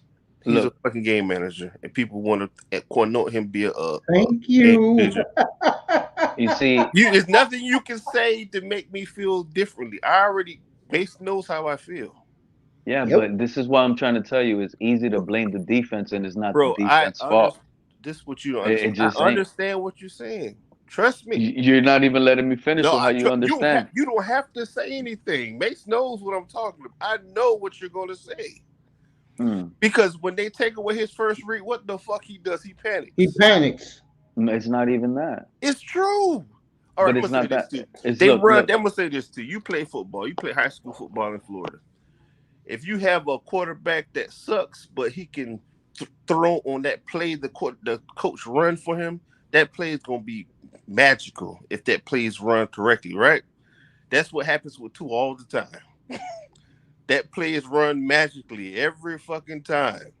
When you take away the middle of the field, he can't throw outside the numbers. He can't. He can barely throw a fucking screen pass without somebody getting hurt. But nobody wants to talk about that shit. Everything he does is in front of him. He cannot throw off platform. He can't do anything like that. I accept him for who the fuck he is. Exactly. I Me too. don't get mad no It's more, not. But you're not listening though. bro. You're not. I don't. I'm What gonna I'm say trying. this. I'm You see I'm how keep saying there's a it lot to of you, fans. There's a lot of fans trying to blame it on Vic Fangio. We bro. lost It this game because is. of Vic Fangio. I understand because you don't like Tua. I understand. You see, that's what I'm trying to explain. If You that's what don't you like him, feel, that's but bro, fine. But I'm it's trying to tell you, Fangio's fault. it's not, bro. Yes, It's it because is. okay. So when we Dude, so when we they lose, hold on, score hold on, hold on, hold almost on. every This is time what's on because offense. okay. But let me talk. So let me Go talk. ahead, go ahead. Golly. So when we lose and we're missing pieces on offense, right? Everybody knows we were missing pieces on offense, so they those are excuses. Oh, we lost because we were missing O line pieces. Woo woo woo, all this and that. So why we can't hold that same energy? We already knew Jerome Baker was hurt. We already knew all these other pieces. Jalen Phillips is hurt. We already knew Xavier Howard ain't himself. He's been banged up playing hurt. So we're not gonna hold that same accountability with Vic Fangio. Why? So that's number one. And so now that we're on the same page and we're aware that he's dealing with more injuries than the offensive side is, let's just get that clear and out the way. Vic Fangio has a past. He's dealing with more backups. He's the one losing star players. He's the one. There is no Jerome Baker, like you said. So guess what, Quentin? Going into this Ravens game, everybody already knew this damn team was hurt and banged up. There's nothing new. You hear But what I'm saying? but But nothing. I'm telling you. I'm gonna But say nothing. I'm gonna say Everybody knew the team was banged up and but everybody knew the defense was weak. I'm What gonna was say this to you. supposed to no wait, because you No, misunderstood got me it. I got and it. you I got said it. you knew, but One you thing, I'm don't gonna know. let So you rock. I'm let gonna me let you finish. rock. I'm gonna let Okay, you so rock. I'm let gonna me let you finish. rock. So Brian therefore, Flores had now the that we same issue. know He did it that with all less our talent. defense was banged up, right? And Vic Fangio's dealing with Okay. this injuries, right? Okay. You got Tua coming in a big performance game, and he Okay. comes in. He goes down on his first drive. He goes down. He goes up 7-zip. Lamar goes down. They score a field goal, whatever. We go back down, whatever the case happens. Guess what? Right before halftime, 2 minutes left, he throws an interception. That's his fault. One read. He gives Baltimore an extra score, and knowing you have to play it safe because you know Baltimore gets ball again in the second half. He throws a pick. They go down, score. They take that extra free touchdown that Tua gave them. They get ball at halftime. I don't care if they got a good kick return. They still got their score. We go back out on offense the first time. Bro, no, I lied.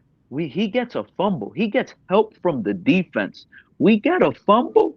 When he does get help from the defense, he threw a pick right back on the next play. That's how he lost the game because they ended up going down and scoring and going up multiple scores. Then that's just there's no way you expect your defense at that point. And when they do come in for you, you still throw a pick. That's crazy, bro. Tua lost us that But, game. Ain't none no Vic Fangio. The defense said, bro, but, "Wow." but The defense at this point said, "Wow." I'm gonna say this to you, bro. Everything you said, I agree with the shit. But at the same time, I saw we had a black coach had less fucking talent on deep. All he had was two fucking corners, a rookie safety, two rookie safeties, Mm-hmm. and he made that shit work. And what did he? But you say he had this and that, but what he made work? Praise What did he do? No, he did not your have husband. no elite pass But rushers, tell me what he bro. did He with did what not have. you see. I'm gonna This say is the this to you. difference. You're People, and saying I'm he gonna say made it this. work. What did he make A work? lot of people who are Dolphin fans, they think our players are better than what the fuck they are. They're not. Exactly. They're not. They're not. I'm Not even we close. have only. I'm gonna say this. We have right now. We have three dogs on defense. Two at defensive tackle. That's it on that level, and at one and a safety, and that's Javon Holland. He's a dog, and the two defensive Von tackles are Holland dogs. ain't no dog. That's one player that's overhyped. See, He's that's a you overhyped, but another. I'm gonna say He's this to you. overhyped, He's bro. That man, overhyped, bro. He but can't guard tight ends. He can't guard but at all. that's that's the problem. We they took over Brian Flores' defense and they don't know how to use it. You I understand me? agree. You took all his. I'm gonna say this to you, bro. If Brian Flores was coaching this team, we'll have fucking 13 wins. All right, Pete, let me ask you a question. I'm going to name you some players. You tell me, are these guys good or they're overrated? I'm going to name you a couple of players, okay? Hmm. Van Ginkel. Well, I like that Van Ginkel, man. I'm sorry. He's Pete? no he. I think he talked to somebody. You don't hear Okay. me? Yeah, I Oh, hear you now. Do Oh, you he's like good. Van No, Ginkel? yeah. Okay. Gickel's good. Oh, he's good? Okay. Yeah, Siler. he's good. Wilkins. Overrated. Okay. Chubb. overrated. Okay. Even though he was having a great year.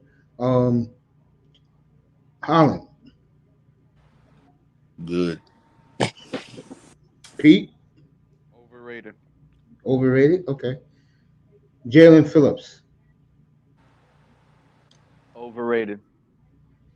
All right. Pete proved my point right there. He proved my point. Let me throw in one more. Ramsey.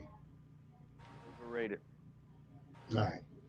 Pete just proved my point, and I'm gonna say where I'm going with this. See, me as a Dolphin fan, right? The one thing I say all the time: I don't like most players on this team. I'm not gonna lie. I don't because Jalen to Ramsey me, pissed me off on Sunday. He pissed me off. That guy does not attack the ball. He's not. He's yeah, not. He's not gonna try to tackle. He I sucks. don't He got me think mad. that.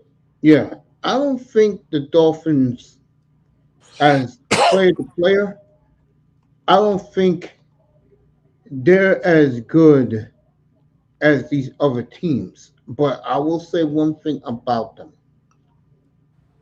when they play together as a unit, they're pretty damn good. But to get to my point, Pete just proved to me one thing right now. He don't like the players on the team. And that's Overrated. not a bad thing. Because me as a fan, I hardly like any of the players on the team. The players I named are the players I like, and Pete gave me the answer. No, he's overrated. No, he's overrated. The only guy he liked was Van Ginkel and Zach Cyrus. Siler. Stewart. You Okay, know, what's up, I three hundred like. five? I only because I'm saying they're overrated don't mean I don't like them. But I'm gonna say this. I like Christian Wilkins, but he's overrated. And Okay. also, and then he's on a contract year. See, there's little things I wouldn't pay. That's it. To me, we lost Oh, they're not. Christian The Wilkins. Dolphins ain't But gonna pay that. but The You Dolphins see ain't what I'm paying saying? let That's me him a like year. I interject. wouldn't pay him $100 million in a big, Let me huge The interject. contract. Dolphins ain't doing that. The I, Dolphins are not doing I'm gonna say I know he's Well, not a. you got to remember what Chris Greer said, Mace. Right before the season started, he says basically he told everybody, "Don't talk to me. Don't ask me any stupid questions about Christian Wilkins or Tua's contract, because we're not talking about that until the season is over." that. And guess what? These fools, these Dolphin fools, and I leave 305 and Canes out of it. These They Dolphin gonna pay him. fools, I'm sorry. Quinte, you know you're not one of them. These He's going. fools, He's they going. really believe that, like Quinte just said, these guys are all pros, and they're not. Not at all. Their offensive line is shit. I'll give Mace, you most not a start. Dolphin fan no more? You No, quit? I am. I'm just telling You facts. a Packer fan now? No, I'm just support Jordan Love. That's all. But Oh.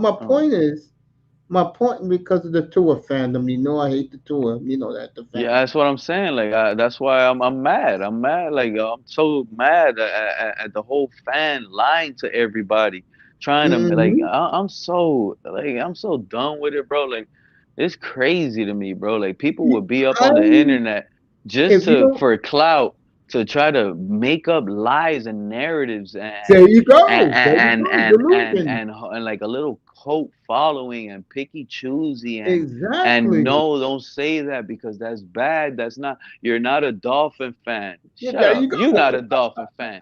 You lying for the damn Exactly. team, making them worse to be worse and even longer. I don't want to I'll hear make none a of that. Pete, I'll make a bet with you. I don't want. No, I no, don't no. bet I'll people make a on the bet with you, internet. Pete. No, I'm gonna make a bet with you. You're gonna laugh what I'm about to say. When they don't win next year and they hit the reset button exactly a year from now, I wonder if all these fanatics are going to still be Dolphin fans with the reset. But you got. I'm gonna say this to you, man. A You lot of crazy. I think the reset is happening right after the season, This buddy. year, you think Sunday, so? yeah, Sunday we lose at Arrowhead in the oh, wild card. Monday morning, that's it, buddy. The cutoffs are coming. Yeah, I think the Dolphins, if they lose these 2 games in a They, row, yeah, very it's soon over. after the yeah, same thing. They're going to It's mix it. over. And one thing about Stephen Ross, he already proved to us, right? He'll Mhm. fire a coach that has two back-to-back winning seasons because Brian Flores had two back-to-back winning Adam seasons. Gase went to the playoffs his first year. Exactly. So you think Stephen 305, Ross what's cares up, about Mike family? McDaniel and his two 305, winning what's up, seasons? fam? What's up, everybody? How y'all There doing? you go. How you no doing, fellas, what's family? going on, man? Sitting You back. know how we Sitting, feel yep. about you up here, bro. Hey, look, I'm just gonna say this for the record, and Mr. Miami's been here every night, so he heard me say this. I'm just gonna say this for the official record.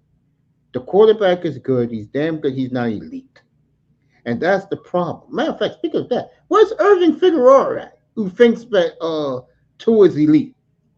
Who? Where is he at? Who? Who was that? Irving. Where is he at? Oh, Irvin, he changed his name. What's his He name changed now? He Spider changed his Man. name to Spider-Man. Yeah. Okay, where's Spidey at with the Spidey senses? Where is he at? Hey, you know what's funny? You know Cap for Life? Yeah, I know Cap. Yeah.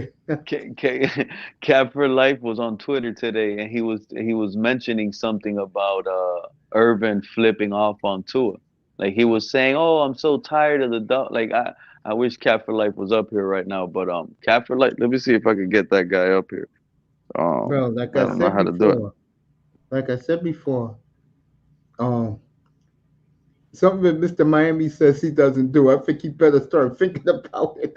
There's options, bro. Trust me, man. Shit, Let me they tell go That, you.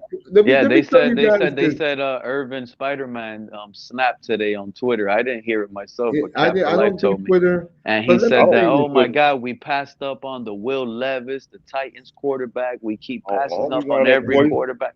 Man, that Yeah. boy trash too, man. Stop it, man. Let me say this. I'm gonna say this right now, and I'm the I 305 want to heard hear me it say from this the Irvin. other night. 305 heard me say this the other night, and I know he was rolling his eyes. I'm gonna say it again. I haven't had this much fun as a football fan, a pure football fan, been following Jordan Love's progress this year. You done became And when I a look at the Packer fan. Dolphins, and when I look at the Dolphins side, right? What is it? Ineptitude again. It's always you know what the Dolphins are? They are Groundhog Day. It's the same shit year after year after year, and it drives you. Tony Manzano almost had a nervous breakdown up here earlier last Yeah. week. Where is he? see, I ain't never heard. I ain't forgot. He said 9-8. I Who said 9-8? think I forgot about that. Who? Who Come on, said man, that? Donald. Come on, man, Donald. He did say that. He said 9-8. Oh man! But let me get back to Pete, and then Quinte can talk, bro. I have nothing against this franchise except one thing, and I keep saying it over and over and over again. The fans make this franchise what it is. I'm not kidding. They don't hold this franchise accountable for a damn thing. You get morons up here who talk about this team is the greatest team, and yet most of them have never seen the Dolphins win a goddamn playoff game. But when you bring that up about since 2000, they get their feelings hurt. And now, bro, with me with Love over Tua this year, and Love had none of his receivers this year all year long. They're all hurt. And he got more numbers than him. He didn't even have his running back. But my shit Well, is vindicated, bro. Everything for you. Those guys, they won't dare come up here now. man, that's funny. So yours is vindicated. You won, Mace. One again, I'm always It beating these sounds Dolphin guys, funny. bro. I'm always beating them, bro.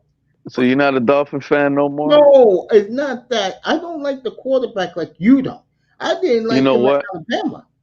You know what? I was a little upset, right? Check this out. I was gonna Yeah. go to the Cowboys game, and my lady goes, "Oh, who you think is gonna win?" And I'm like, "Oh no, I got a feeling the Cowboys are gonna win. I know they're gonna win, but oh no, we're not gonna go. If the Dolphins are gonna lose, and she don't want to see me mad and stuff like Look that." who it is. So I ended up not going. Oh, Cap! Shout out to Cap. I'm glad you came, bro. Hey, what were you saying about Irvin earlier?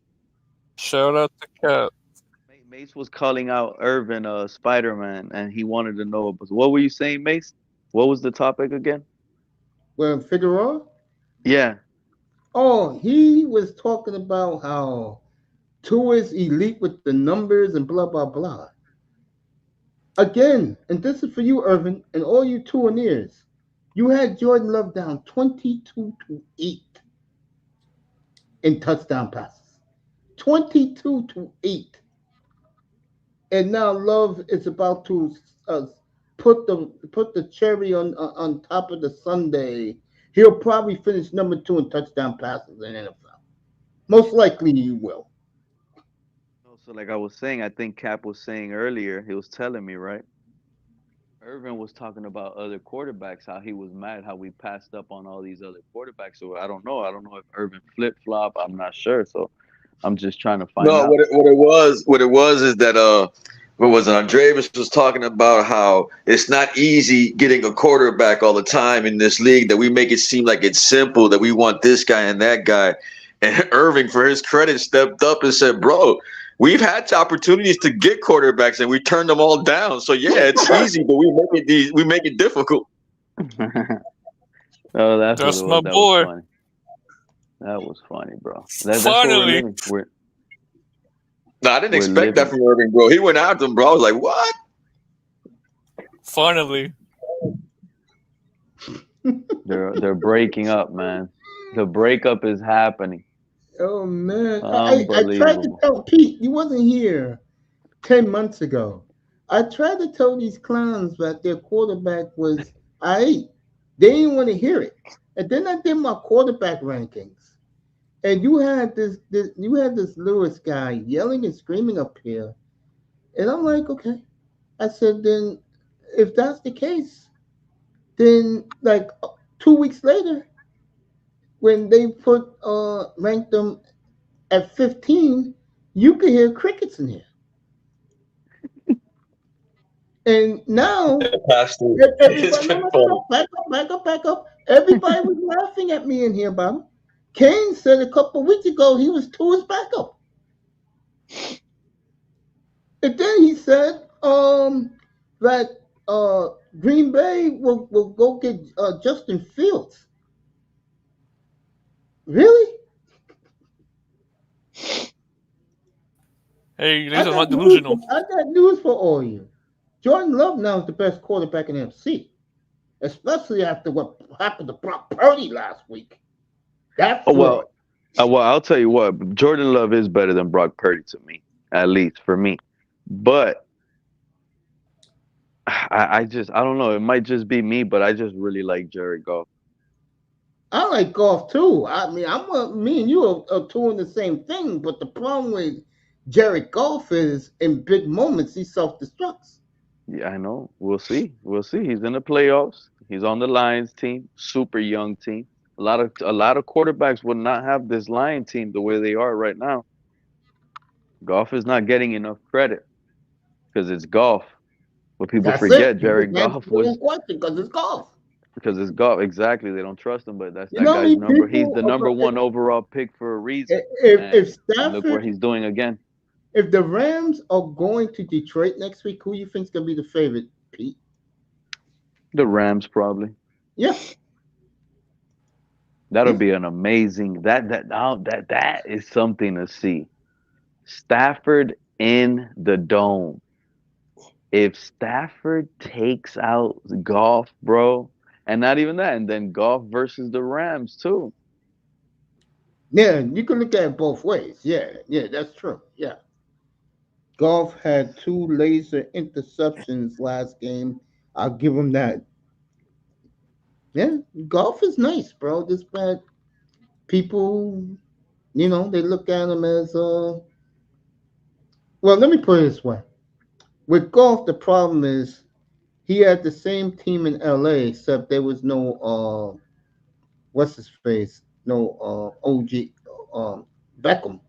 But he had the same guys and he didn't win. And he got the Super Bowl. Stafford got there with his boys and won. Unfortunately for Jared Goff. But I like golf. I'm with you. I like golf. I do.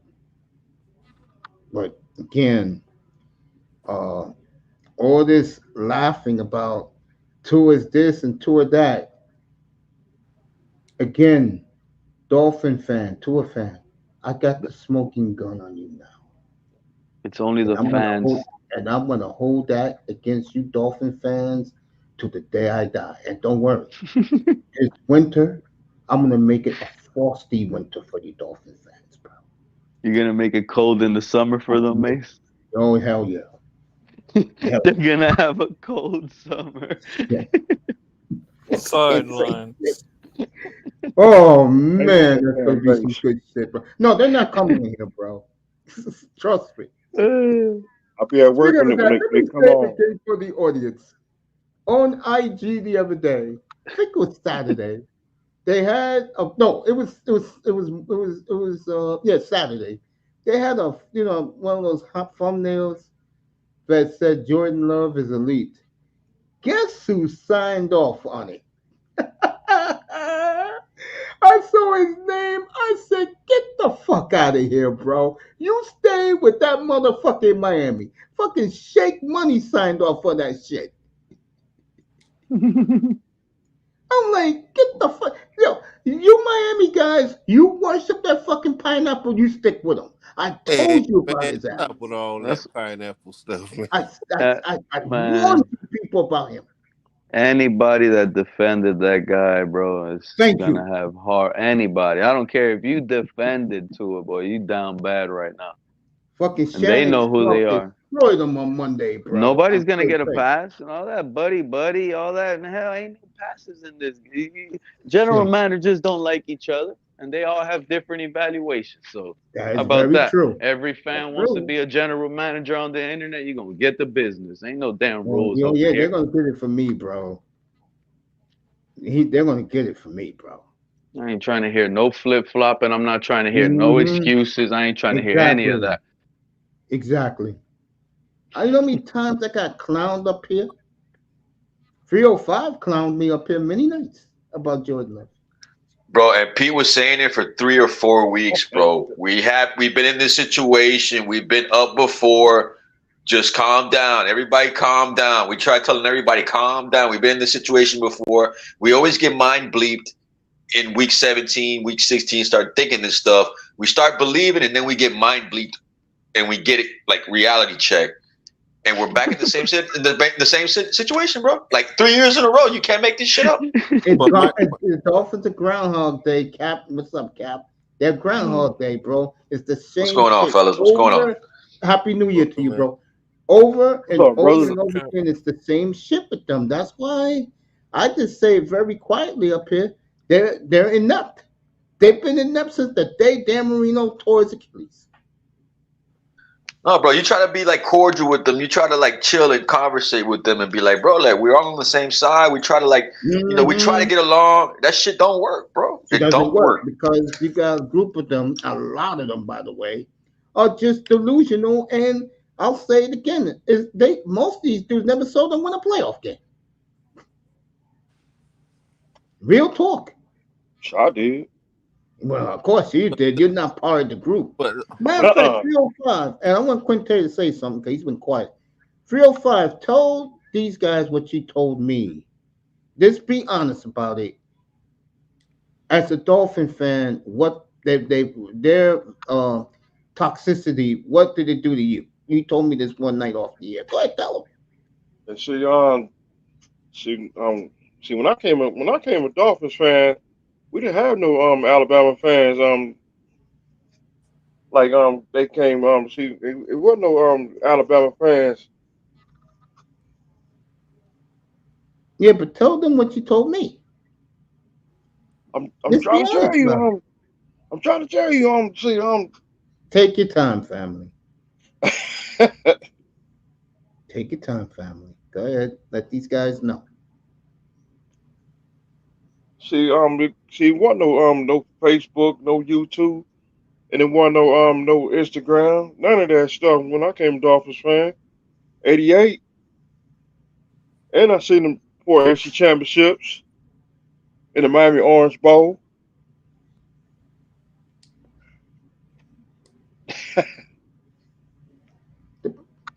Would you like me to tell them? Tell I'll them. do it. You want to do it? tell them, man. Tell them, Mace. They took the fun out of being a Dolphin fan from him, bro. All the yelling and screaming and the bantering took the fun out of it for him, bro. That's why I don't like, This is what I'm talking about. This is why I came and I tell y'all I'm pissed off because the fan base, what they're doing is lying on the internet for clout, for Of course. views. They're building up Tua to make this guy, and it's like they'll drive away like whoever they feel is hurting their lives. You get what I'm saying? So if you Of course. if you question them, you know, oh, you really think Tua's good? Yeah, you know, they'll tell you on their sheet, yeah, I think Tua's good. Well, you know, he has a weak arm and he doesn't throw outside the numbers very well. Oh, and they'll get one play and they'll say, oh, that narrative is dead. Get this idiot out of the panel. This guy don't know football. Tua, look at him right here. Throw it to Tyreek Hill outside the numbers. Look at it right here. And it's like so stupid. Like I'm so mad people actually like fall for the Tua stuff. For like I don't care that he's our quarterback, but you know what the problem is that they probably that's probably what it is. Not only that I was skeptical from the beginning for selecting him top 5, but then seeing how he is and the type of player he is, and then so many people lying on it. Mm-hmm. You know what I'm saying? Like it's Yeah. like it's false advertising. So now you're like you're rubbing me the wrong way. False advertising this thing.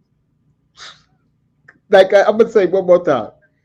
Following Jordan Love this year was a joy. It's a joy, bro. No toxicity. Nobody talking, making delusional statements about their uh, quarterback. Okay. Look, here's the bottom line. Let's just call it like it is. In that 2020 draft, okay, Burrow's now damaged goods. You always get hurt. Herbert is underachieved because he's around poor coaching and what you call that type dysfunctional organization. Tua and Hurts are I because they're Alabama quarterbacks. They're nothing. Speaking of Hurts, you guys know that the locker room has quit on Jalen Hurts. You guys know that in Philadelphia, right? Mm-mm. Yeah, they quit on him, bro. They didn't quit on him. They quit. No, Yo, point tape. They quit on him, bro. they should have never. I might be the only person that think this. They should have never traded for Brown. They messed up the chemistry with him and the Slim Reaper. Because if it was the Slim Reaper and other guys, another 1B or 1A receiver, it'd be better. But you got a receiver that think he's T.O. He drops passes. He's inconsistent. And Jealous of Tyreek Hill because Tyreek Hill was going for 2,000. Media tried to pump him up, and nah, now AJ Brown is nowhere to be found. that's the issue with our offense. To me, you try to force feed. To me, Waddle should have 1,500 yards receiving. Hill should have 18, probably 10, 11 touchdowns. The same thing for Waddle. And it's no reason for Cedric Wilson not to have at least 700-800 yards What receiving. did I say about Cedric Wilson last year? And He's all not a these, bad receiver, bro. He's not. yeah, that's what I said. I said I saw him in Dallas bail out Prescott so many times on third down. All these dudes were killing him like he's a bum. Oh, they're gonna cut him. They're gonna do it. And I'm like, again, these guys talk out of their ass. Now Yeah, you because see we were where you talking see about. Quinte. Go What ahead, Yeah, Pat. go ahead, Cap. No, I mean, it's a good point because we were talking about who was our number 3 the whole season. Who the hell was our number 3? Like, we were force feeding Barrios into that slot with him not even, you know what I'm saying? Like, Cedric got paid, bro, and he got bypassed once Tyreek Hill came here, and we forgot all about Cedric Wilson. And I think right now, at this point in the game, bro, like, that's pretty much going to be your number 3 right now because I don't trust Braxton Barrios moving forward. I'm sorry. You see, the thing is, Cap, I don't know if you remember, but I was telling the entire community that Cedric Wilson is number 3 on the team, bro. That guy shouldn't be Yep, getting I off the remember. field. He is I our remember you third said best that. receiver. And in a lot of packages, he could be the number 2 if Tyreek Hill's tired or if Jalen Waddle's tired. But what Quentin just said, I completely agree with. And that's how you know Tua's having an underwhelming performing season, despite him leading in categories. That's the crazy thing. That's just a reality. Because I Well, I mean, completely agree with the force Waddle's feed. numbers, with Tyreek Hill, with Cedric Wilson. A lot of these guys should have had more touchdowns. Yeah, I agree. I think the force feed narrative that you talked about too in the middle of the season, it's coming to fruition. Like you saw the all 22, and all you see was force feeding to Tyreek in situations where Tua should not have been force feeding it. To me, that's the issue. Come and say that game when Hill didn't play and they focalized Waddle. Mm-hmm. More fluid the offense looked, and it's like okay, but Waddle, to me, Waddle is like That was against the Steve, Jets 2 weeks ago. a faster Steve Smith. He can be a faster Steve Smith. He can run the routes. He can get up and get passes. He's a little guy. He can fight for passes and all that stuff. But at the same time, you have Steve Smith is a bad comp. You could probably, if you want to compare him to somebody, at least compare him to Marvin Harrison or something, because that guy does not. Because Steve Smith did not. Steve Smith did not shy away from contact, bro. This guy always runs out of bounds. Waddle runs out of bounds, bro. I'm telling you. He get mollywop every game he get up. He don't like contact. He gets hit. But and that's because Tua sets him up. You don't see him aggressive like Steve Smith, breaking off tackles, spinning off tackles, stiff arming. Steve Smith was small, but he played big. Waddle first 2 years in the league, he was doing the same shit Steve Smith did. And all of a sudden, Tyreek came, you don't see what the fuck Waddle can be because they're trying to force feed Tyreek Hill. That's what you're not to make him happy, bro. No, I agree. I'm telling you, with bro, that. I agree with that. The only thing is, I agree with that part, Quinn. I just disagree with the comp on Steve Smith. He's a faster Steve Smith. I'm sorry to tell you, brother. You can't just don't label him near Steve Smith. That's one of my favorite receivers. I watched him a lot. I'm gonna say this to you. I like. He's not like Steve Smith. Steve Smith is like Anquan Bolden, in my opinion. Both hard hitters. They get hit hard. They catch contested catches. They snatch the ball out of the air with their hands, bro. Trust me, bro. This is somebody I used to want to be like when I was on that field. Okay, Pete. It's okay. It's okay. It's okay. It's okay, Pete. It's serious. But I'm just saying, to me, that's my comp. I understand how you feel.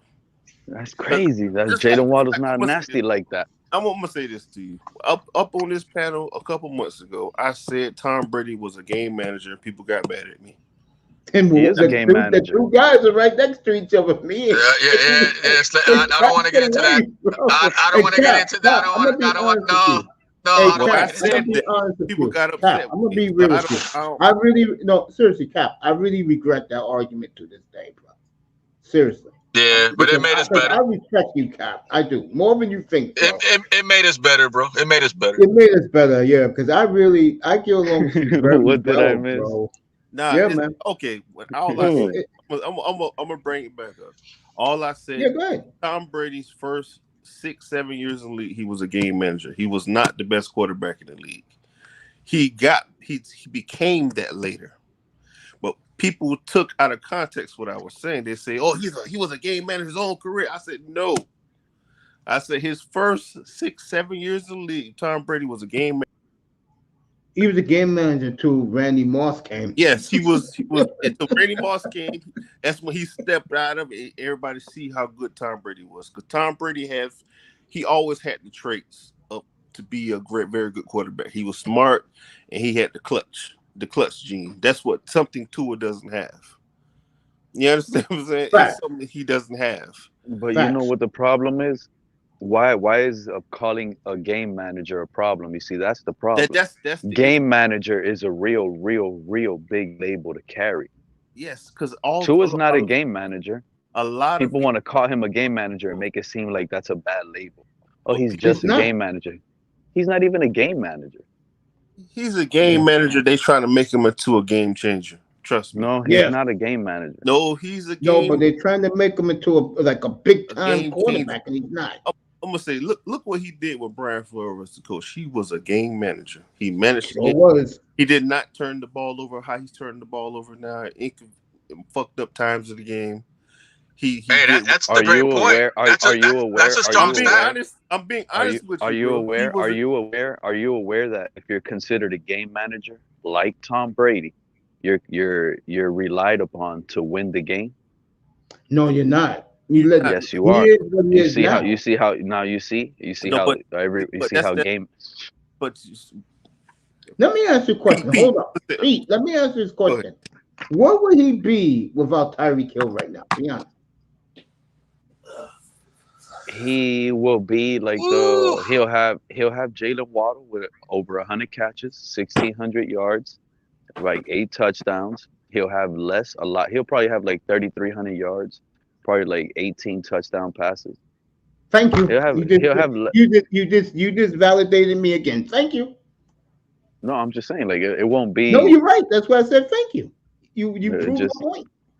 and then if Waddle would have went down in and out with injuries and without Waddle, he would have just got washed out of the league. This is what I'm saying. Like we have the Alabama tour now because we had the Alabama roster, but now everybody wants to blame the Exactly. defense. But we don't have the Alabama roster anymore because And what did everybody's I hurt say? now.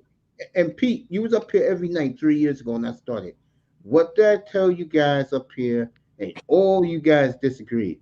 I said what Greer is going to do to prove his point about Tour.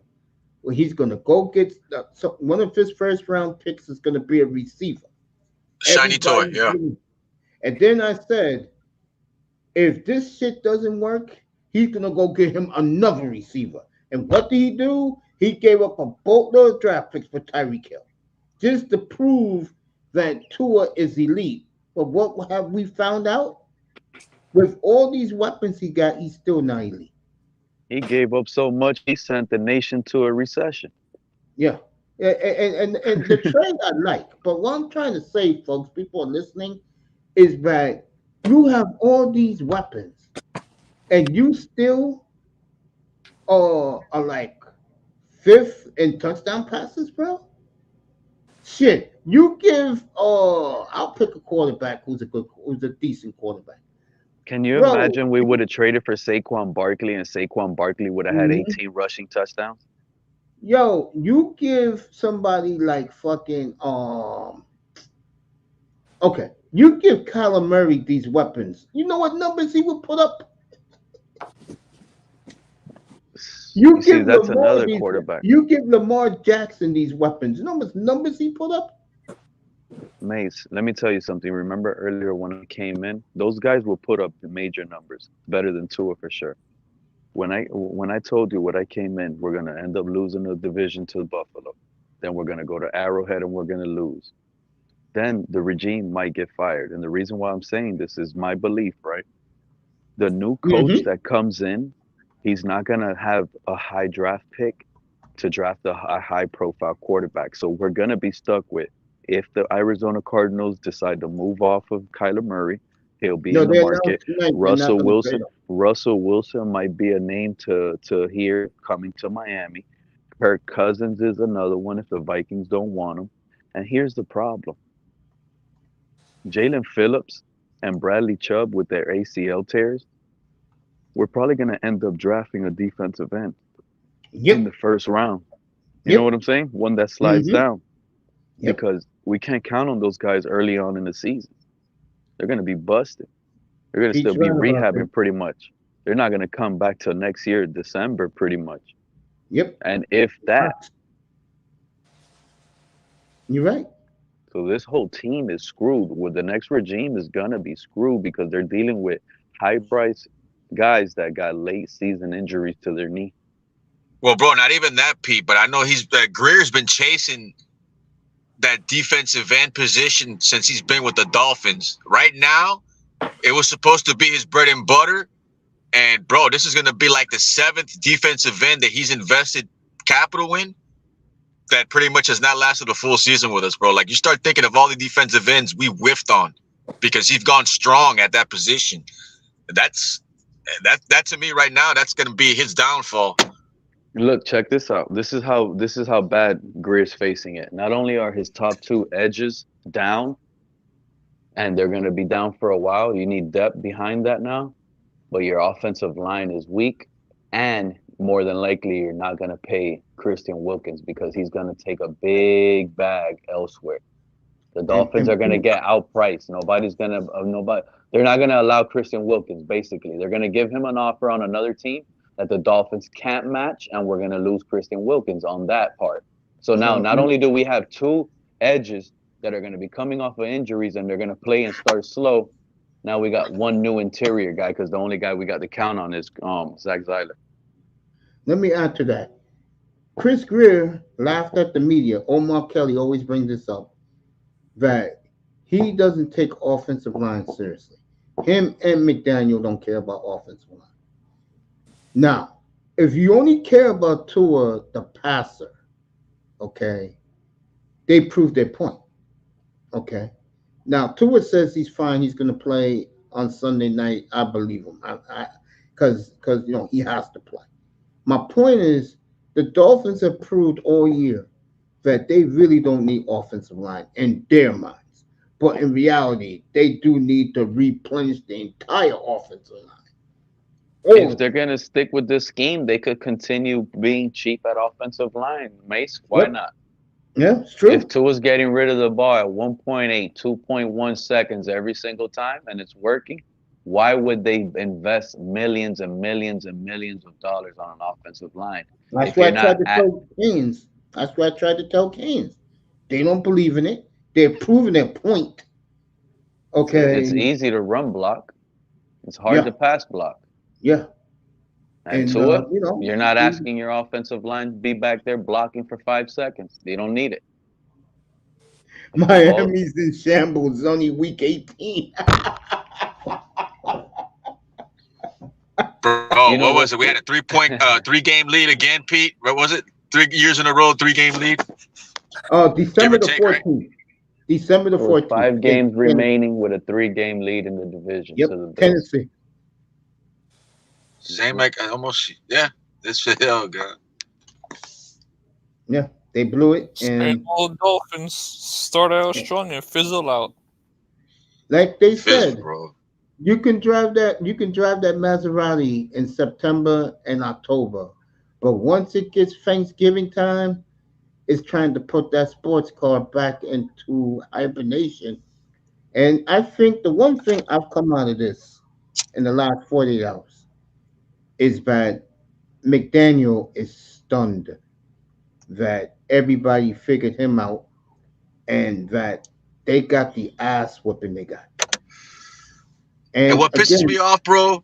yeah, go ahead. Sorry to cut you off, bro. I'm No, sorry, go, bro, go but I ahead. just No, look. What Cap, go pisses me ahead, bro. off? No, what pisses me off, man, is just we start to buy into the philosophy, bro. Like the coach, we get rid of him because they said he wasn't coaching right. All right, granted.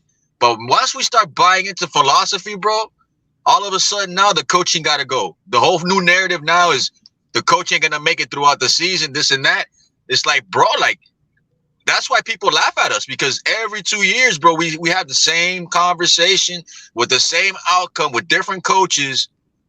So I Hmm. mean, where do we stand? Where do we stand, bro? We're gonna keep blaming the coaches all the time? Hey, I just said Well, it a few minutes ago, Canes. Cap. The Dolphins are Groundhog Day. The movie Groundhog Day. It's the same insanity year after year after year. How much can you guys really take of this bullshit? No, I mean it's it, just it's I Gas don't know no station. more, bro. I don't know anymore, bro. Like I'm with Mr. Miami. Like I'm to the point right now, bro, where it starts to you start to build up resentment towards the decisions they make, and that's Thank what you. gets the fan Hallelujah. base. Gas It gets station. the fan base divided, bro. It just you know what's wrong, you know what's going on. It's wrong, but you gotta stay quiet. It's like, bro, how long you gonna be staying quiet and then start until building it? they The well, the cult the leader reason propaganda said it. the propaganda's wearing off, and all of a sudden now it's like, oh well, the defense sucks, the offensive line sucks, the coaching sucks. Oh, everything sucks, right? Okay, all right.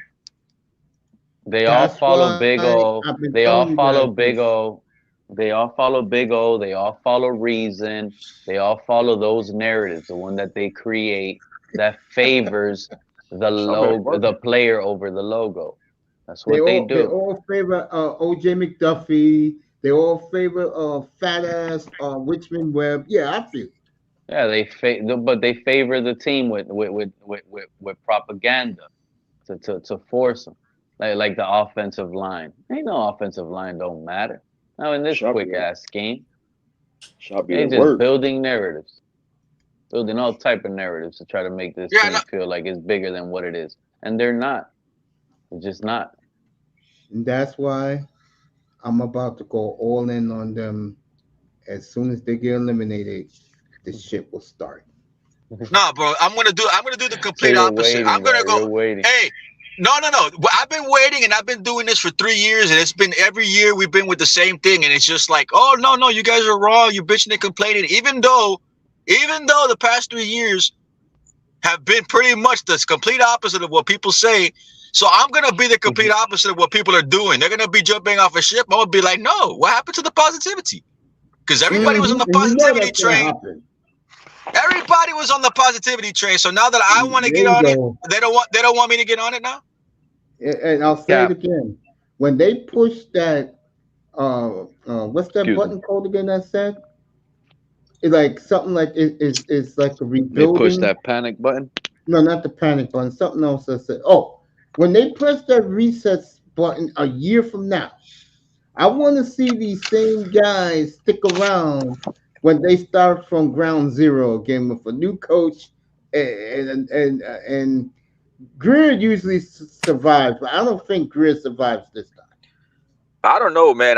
Through the crap that they put him through, bro, I think they're going to give him more time here, bro. I think he's going to be the only guy standing because at this point right now, what? Okay, so we started naming, like, Pete has names of QBs just in case things don't work out. Even though people don't want to hear that shit, but we still have alternative choices. People are not going to look for a coaching alternative just because of the fact they don't want to be proven wrong on a guy they went all in on after they fired the last guy in 2 years. Again, They're not Ross going to only do it, give bro. you 3 years, They're not bro. going to think about, like, if let's say Harbaugh wins the championship. If Harbaugh wins the championship, you don't think that narrative is going to be thrown out there if we end up not making what we're supposed to make, like getting to the championship, to the Super Bowl? Cap, you burn me. You bored me, bro. Cap. It's going to You be bored me, considered a Cap. failure. Can you hear me? There you go. What about now? Of Can you hear? course. Yeah, no. What That's the point, Cap. It's been going on since Jimmy Johnson left, bro. So then if I ask you, if let's say Michigan wins a championship, you don't think that narrative's going to be thrown around if we don't get to where we get at, bro? I mean, they're setting themselves up for that type of scenario. You know what I'm saying? Like, midnight Tuesday morning, it will start in Miami. Especially if they lose to Buffalo. It will start. A Cap. I I already totally agree said with it, that. bro. Lose to Buffalo. Sunday night, Tua loses at home. When we lose that division, that's Tua's last Hard Rock Stadium game, unless he goes to the Super Bowl. And that's not happening. So I will say it's for Tua. There's a reason why they gave him that $23.5 million option next year. That's when the bullet's gonna be to his head, bro. the 5th-year option, yeah. That's when the bullet is gonna be to his head. And it's gonna be no more win a playoff game next year. Next year, finally, it's gonna be Super Bowl bust. But my thing is, if we don't get to where we need to get to, you think they're gonna cut him, bro? Because I think if we don't get to where we need to get to, bro, he's gonna take a pay cut. No, I think they'll cut him or we'll trade him. No, not cut. They'll let him walk after next We'll year. trade him in the No. draft for like a 4th-round draft pick to another team. Let him play his last year on another team that probably missed out on their draft. But I think if we get a new regime, like a new coach and a new GM, that's going to be their main thing is to get off of Tua. Yeah, well, we're not getting a new owner. It's not a year from. Well, that's okay. It could be a year from now, but in my opinion, it's going to be a couple weeks from now. Pete, let me ask you this. Let me go with Pete here. I want Quinte to say something if he's still up here. Quinte still up here? Yeah, he's still up here. Let me ask you something, Pete. Don't forget about new owner. Yeah, the new owner is supposed to take over soon. He's going to get a big chunk of the team. Hey, let me charge my phone. I'll be right back. Let me charge my phone. I'll be right back. Yeah, go ahead, man. Let me say this. Let me ask you this, Pete, and to Quinte. You feel in 12 days, if they're eliminated, he'll get rid of McDaniel for Harbaugh? Yeah. I think if two losses in a row right now, you look like I don't understand if you're really understanding what I'm saying, Mace. I know what you're saying. If you lose Sunday night, you lose a home playoff game and a division title crown. You see what I'm saying? We haven't won a division in how long? We haven't hosted a playoff game in how long? Tua had this in the bag, and he let someone rob him without a mask. If he loses Sunday night, he doesn't have it. He has it easy, bro. Sunday night at home. He Irvin, you loses that still to think he's Buffalo, elite, bro? it's over. I gotta You go, still man. think My he's phone is elite, dying. Irvin? Peter, I love you, man. Thanks for coming, as All right. No always. problem, Mace. Thank you, man. You guys have a great, All right, blessed year. man. Oh, All Irvin right. dropped off. I wanted to hear Irvin and Pete, and Irvin and Cap dropped off. I wanted to hear Irvin about Tua. But what What do you oh, mean by Jims? What's going on? Yeah, this is a good show, man. God damn, we're having fun up here, bro. Pete was great as usual. Cap, yo, Quint, you there, bro? I'm getting ready for work. I'm listening. Yeah, I want you. I want to hear you talk, man. Go ahead. My thing is, Mace, this team is better than any team we had in a while. Yes, I would agree. but I feel as though this team need just a coach like Flores gonna hold you accountable because it's like, all right, I know what you're saying. They're killing him on this. What Quinte's trying to say is that now everything's coming out of McDaniel. They're yeah, saying that he's buddy buddy with the players. He's not hard on the players. You know, he's acting like one of the players, and now it's backfiring on him for the world to see. And he's becoming a joke now. And uh, uh, Barry Cunningham killed him yesterday. Say he doesn't make adjustments. Him and Fonzio at halftime. And this is what I wanted to say earlier. Jalen Ramsey said on Sunday, they asked him how come he wasn't covering Flowers, and he said he asked Vic Fangio to do it, and Vic Fangio said no, and he said that's the coach's decision. I just do what the coach tells me. He didn't want me to cover him, so I didn't cover him. yeah. To me, that's the issue we have with this team. I don't know. I understand people have their how they feel about Flores and everything. I love Flores, man. Some of the stuff that was going on, like happening in the game, Flores would have adjusted. He wouldn't have had all those easy passes like that, man. And All right, Canes. it's just weird, man. Yeah, man, it's just sad, man, because guys like you, Pete, 305, it breaks my heart. Kane's another one. It breaks my heart to see you guys go through this bullshit.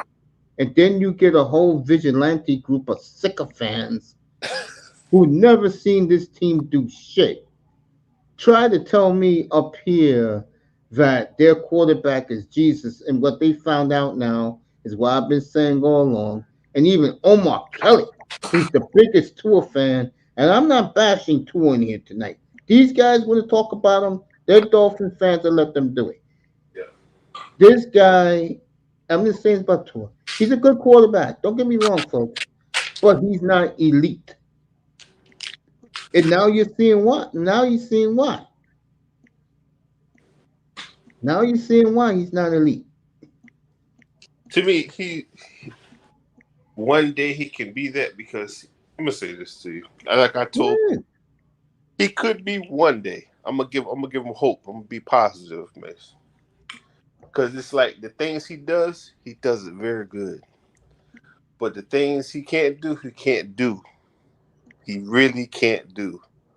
It's And like that's what, and I that, agree with that you with this. that's the issue I have, and it's like I see it every game. Even when we win, I see it. I see the off target pass. I see the missing a deep pass going settling to go force the ball to Tyreek or someone else, and you miss the pass. It's just a lot of things. It just I don't know. The things he do it well. I give him that. But it just certain things when it's time for him to, to be the man of the game in the game, he can't do it. That's what I see for the past couple of years. What I see. Yeah. I mean, bro, again, and I said this, me and I test said this, we've been preaching this the last 2 weeks. There's options out there besides this team, bro. Get your mind clear. enjoy other things that goes on in the National Football League. This is why I follow the whole league. I said it earlier tonight up here.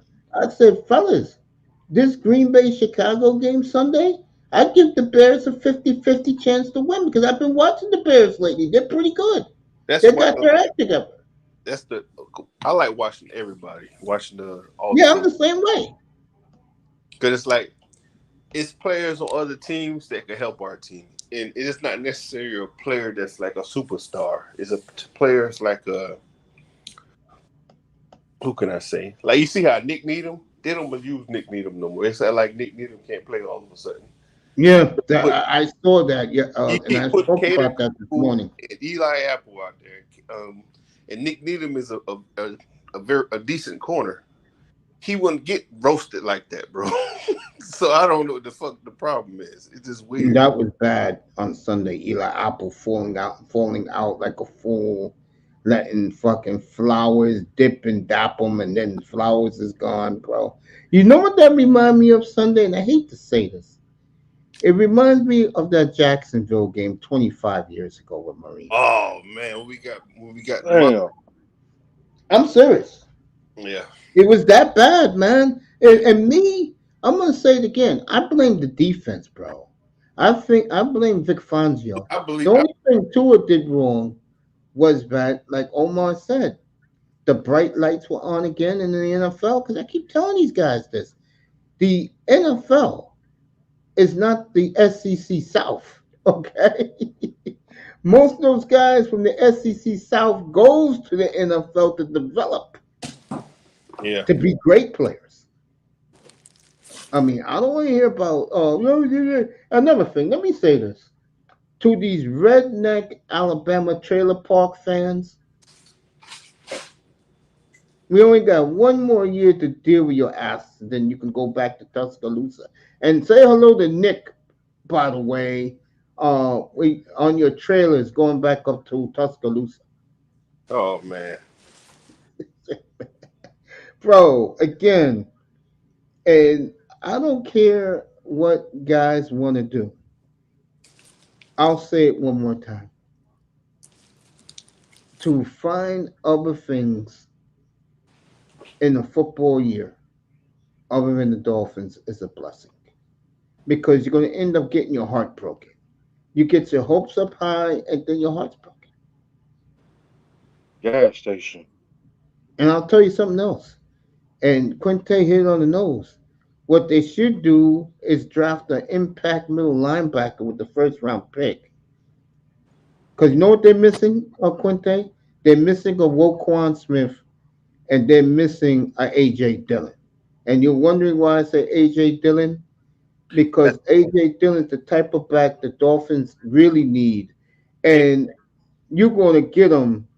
Green Bay's letting him walk. And you can get him for $2 million a year, which is in Chris Greer's price range.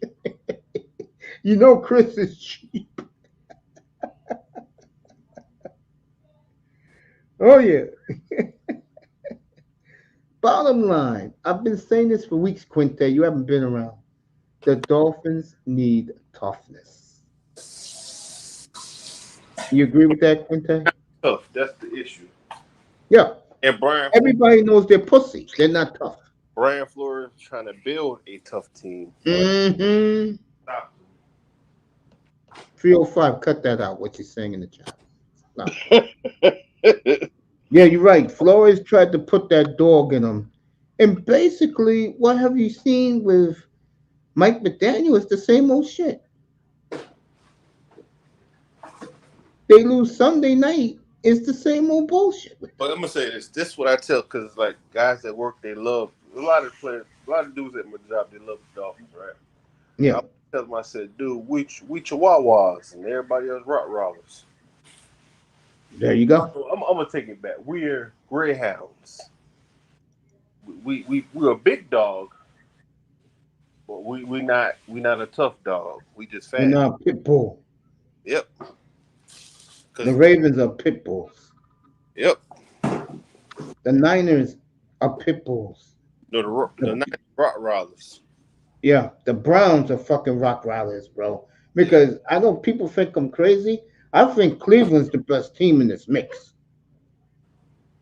I do. I think Cleveland. I don't think I know. Cleveland could go to Baltimore right now and beat them. And I'll say it again. If I'm a Dolphin fan and I win Sunday, you're gonna get Cleveland round two, bro. I'm gonna be honest with you, Mace. Cleveland's a good team, but they don't scare me. Cleveland gonna fold. You Yeah, know why Cleveland's tough, bro? And I test said it the other day. He was up here, bro. He agrees with me. He said the Ravens kicked their ass, but nobody beat the Niners' ass than the Browns did, bro. And I think the Browns are peaking at the very right time. And you know when the Browns turned their season around? When they went to Baltimore and beat them, bro. They beat the bully, bro.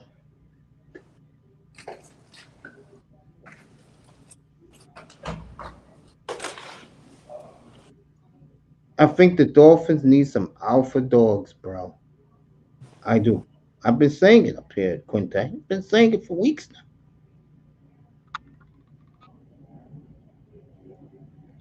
If they would have got in that trade a year ago, Roquan Smith instead of Bradley Chubb, I would have loved that move. 'Cause that's the type of dog the Dolphins need. The problem with the Dolphins is they get too many good guys, good character people. yep. That's their problem. This Quinte, how was your daughter's Christmas, man? man, it was good. I bought a whole bunch of Barbie stuff. How old she is now? About 6? 6, yeah. Just turned 6. Yes, yeah, I didn't forget. 6. Think she's grown. Think she's a grown woman. I want to thank everybody for popping in. Jims, I'll see you tomorrow night for NBA talking, just talking ball. We'll do that tomorrow night. Nothing but NBA. Get a nice round table up here. I'm not even going to interfere and let you guys talk basketball all night. And Sideline. then I'm off Thursday. I'll be back Friday night. We're going to have a football round table like tonight. We're going to talk football on What Friday team night. is Green Bay. So, yo, again, uh, yeah, Jims, I love you, man.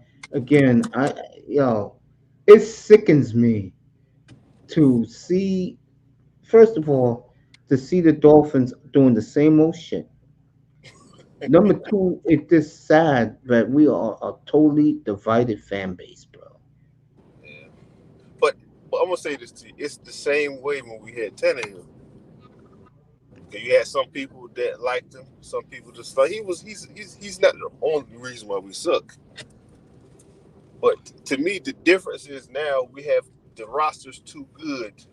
You can't blame just the quarterback. You understand? What I'm saying? You can't blame. Oh, we can't stop the run no more. Oh, we can't do this no more. Because to tell you the truth, the defense was before last game. The defense been stopping the run. Yeah, they've been playing great. I've been saying it Yeah. up here, bro. So it's like you can't blame it on the defense. You can't blame it on that. You can't blame it on this. But the last game, that was a team failure. I It should totally have carried. agree. I agree with that. Hold on for a second. That was a team letdown, the team meltdown, bro. Facts. I agree with that. It sure was, man. And it's sad, bro. It really is. Tomorrow night, NBA, everybody. Gems, Canes, 305. Quinte, I hope you can give me a couple more minutes. We'll see you all tomorrow night. And I appreciate everybody pulling up people in the clouds. And you two guys out there, I hope you're beginning to come back to reality with the rest of us. Okay. No excuses for you. Nobody's gonna None. come. A lot of people don't want to come back to reality, man. But people see what's going on. Because I still listen. I listen. I don't be popping up on the channel, but I be listening. And I listen. I was listening to after we lost the game. I was listening to TD's channel. Yeah. He said he said these same issues happen when we win, but nobody wants to pay attention to it. And I be like, man, I've been saying this shit for a minute. It's like, and also too, I want you to look how he plays from last year to this year, and look how he played when Flores was the coach. To me You know personally, why he played? I know where you're going with this. You know why he played the way when Flores was coaching? Because Flores was putting a foot on his neck all the time. yeah, it's like So he he, played. and that's why I said to these guys, you was up here that night. I said, Tua is a much better game manager than people think. And I Yeah, said, the main reason is he doesn't make too many mistakes. yeah, And he's pinpoint accurate from 1 to 40 yards. I got wolfed on. Now these same guys who wolfed on me but everyone proved that Tua is the eye quarterback, they're not here no more. And now that Love is going to pull up better numbers with him with no talent around him, oh, oh, they don't dare come in here now. no, So it ain't what gonna I say. got to do is get my backpack and start making the tour and start roasting them. I'm gonna have a good time doing it for the next 9 months. I'm gonna I have a ain't gonna. good time doing it. I'm not gonna do all that. I'm just because it's like it basically it defeats the purpose. Because sometimes people got their views and they're gonna believe in their views. They're gonna stand on their hill, and then you got your views. You're gonna stand on yours. It's not worth me trying to argue with somebody who's not gonna sit No, there and it's say, not arguing with me. It's me just proving my point where they don't have no answers to "Now, throw but back at me. they gonna argue. They gonna argue with you, and you giving them facts It'll be a and mute point examples. towards me. Trust me. Yeah, It'll because be a mute point for them. It's mute. I'm muting these guys out. I don't want to hear from them yeah. because they're a bunch of goddamn idiots and fools. And I call them out up here every night. Most nights I do, so these guys know that Hey I'm man, stop fucking that being I'm like that. throwing a fucking Johnny the Human Torch at these motherfuckers, bro. So good night, folks. We'll see you tomorrow night. You guys stay for a minute. We 2099. we finished this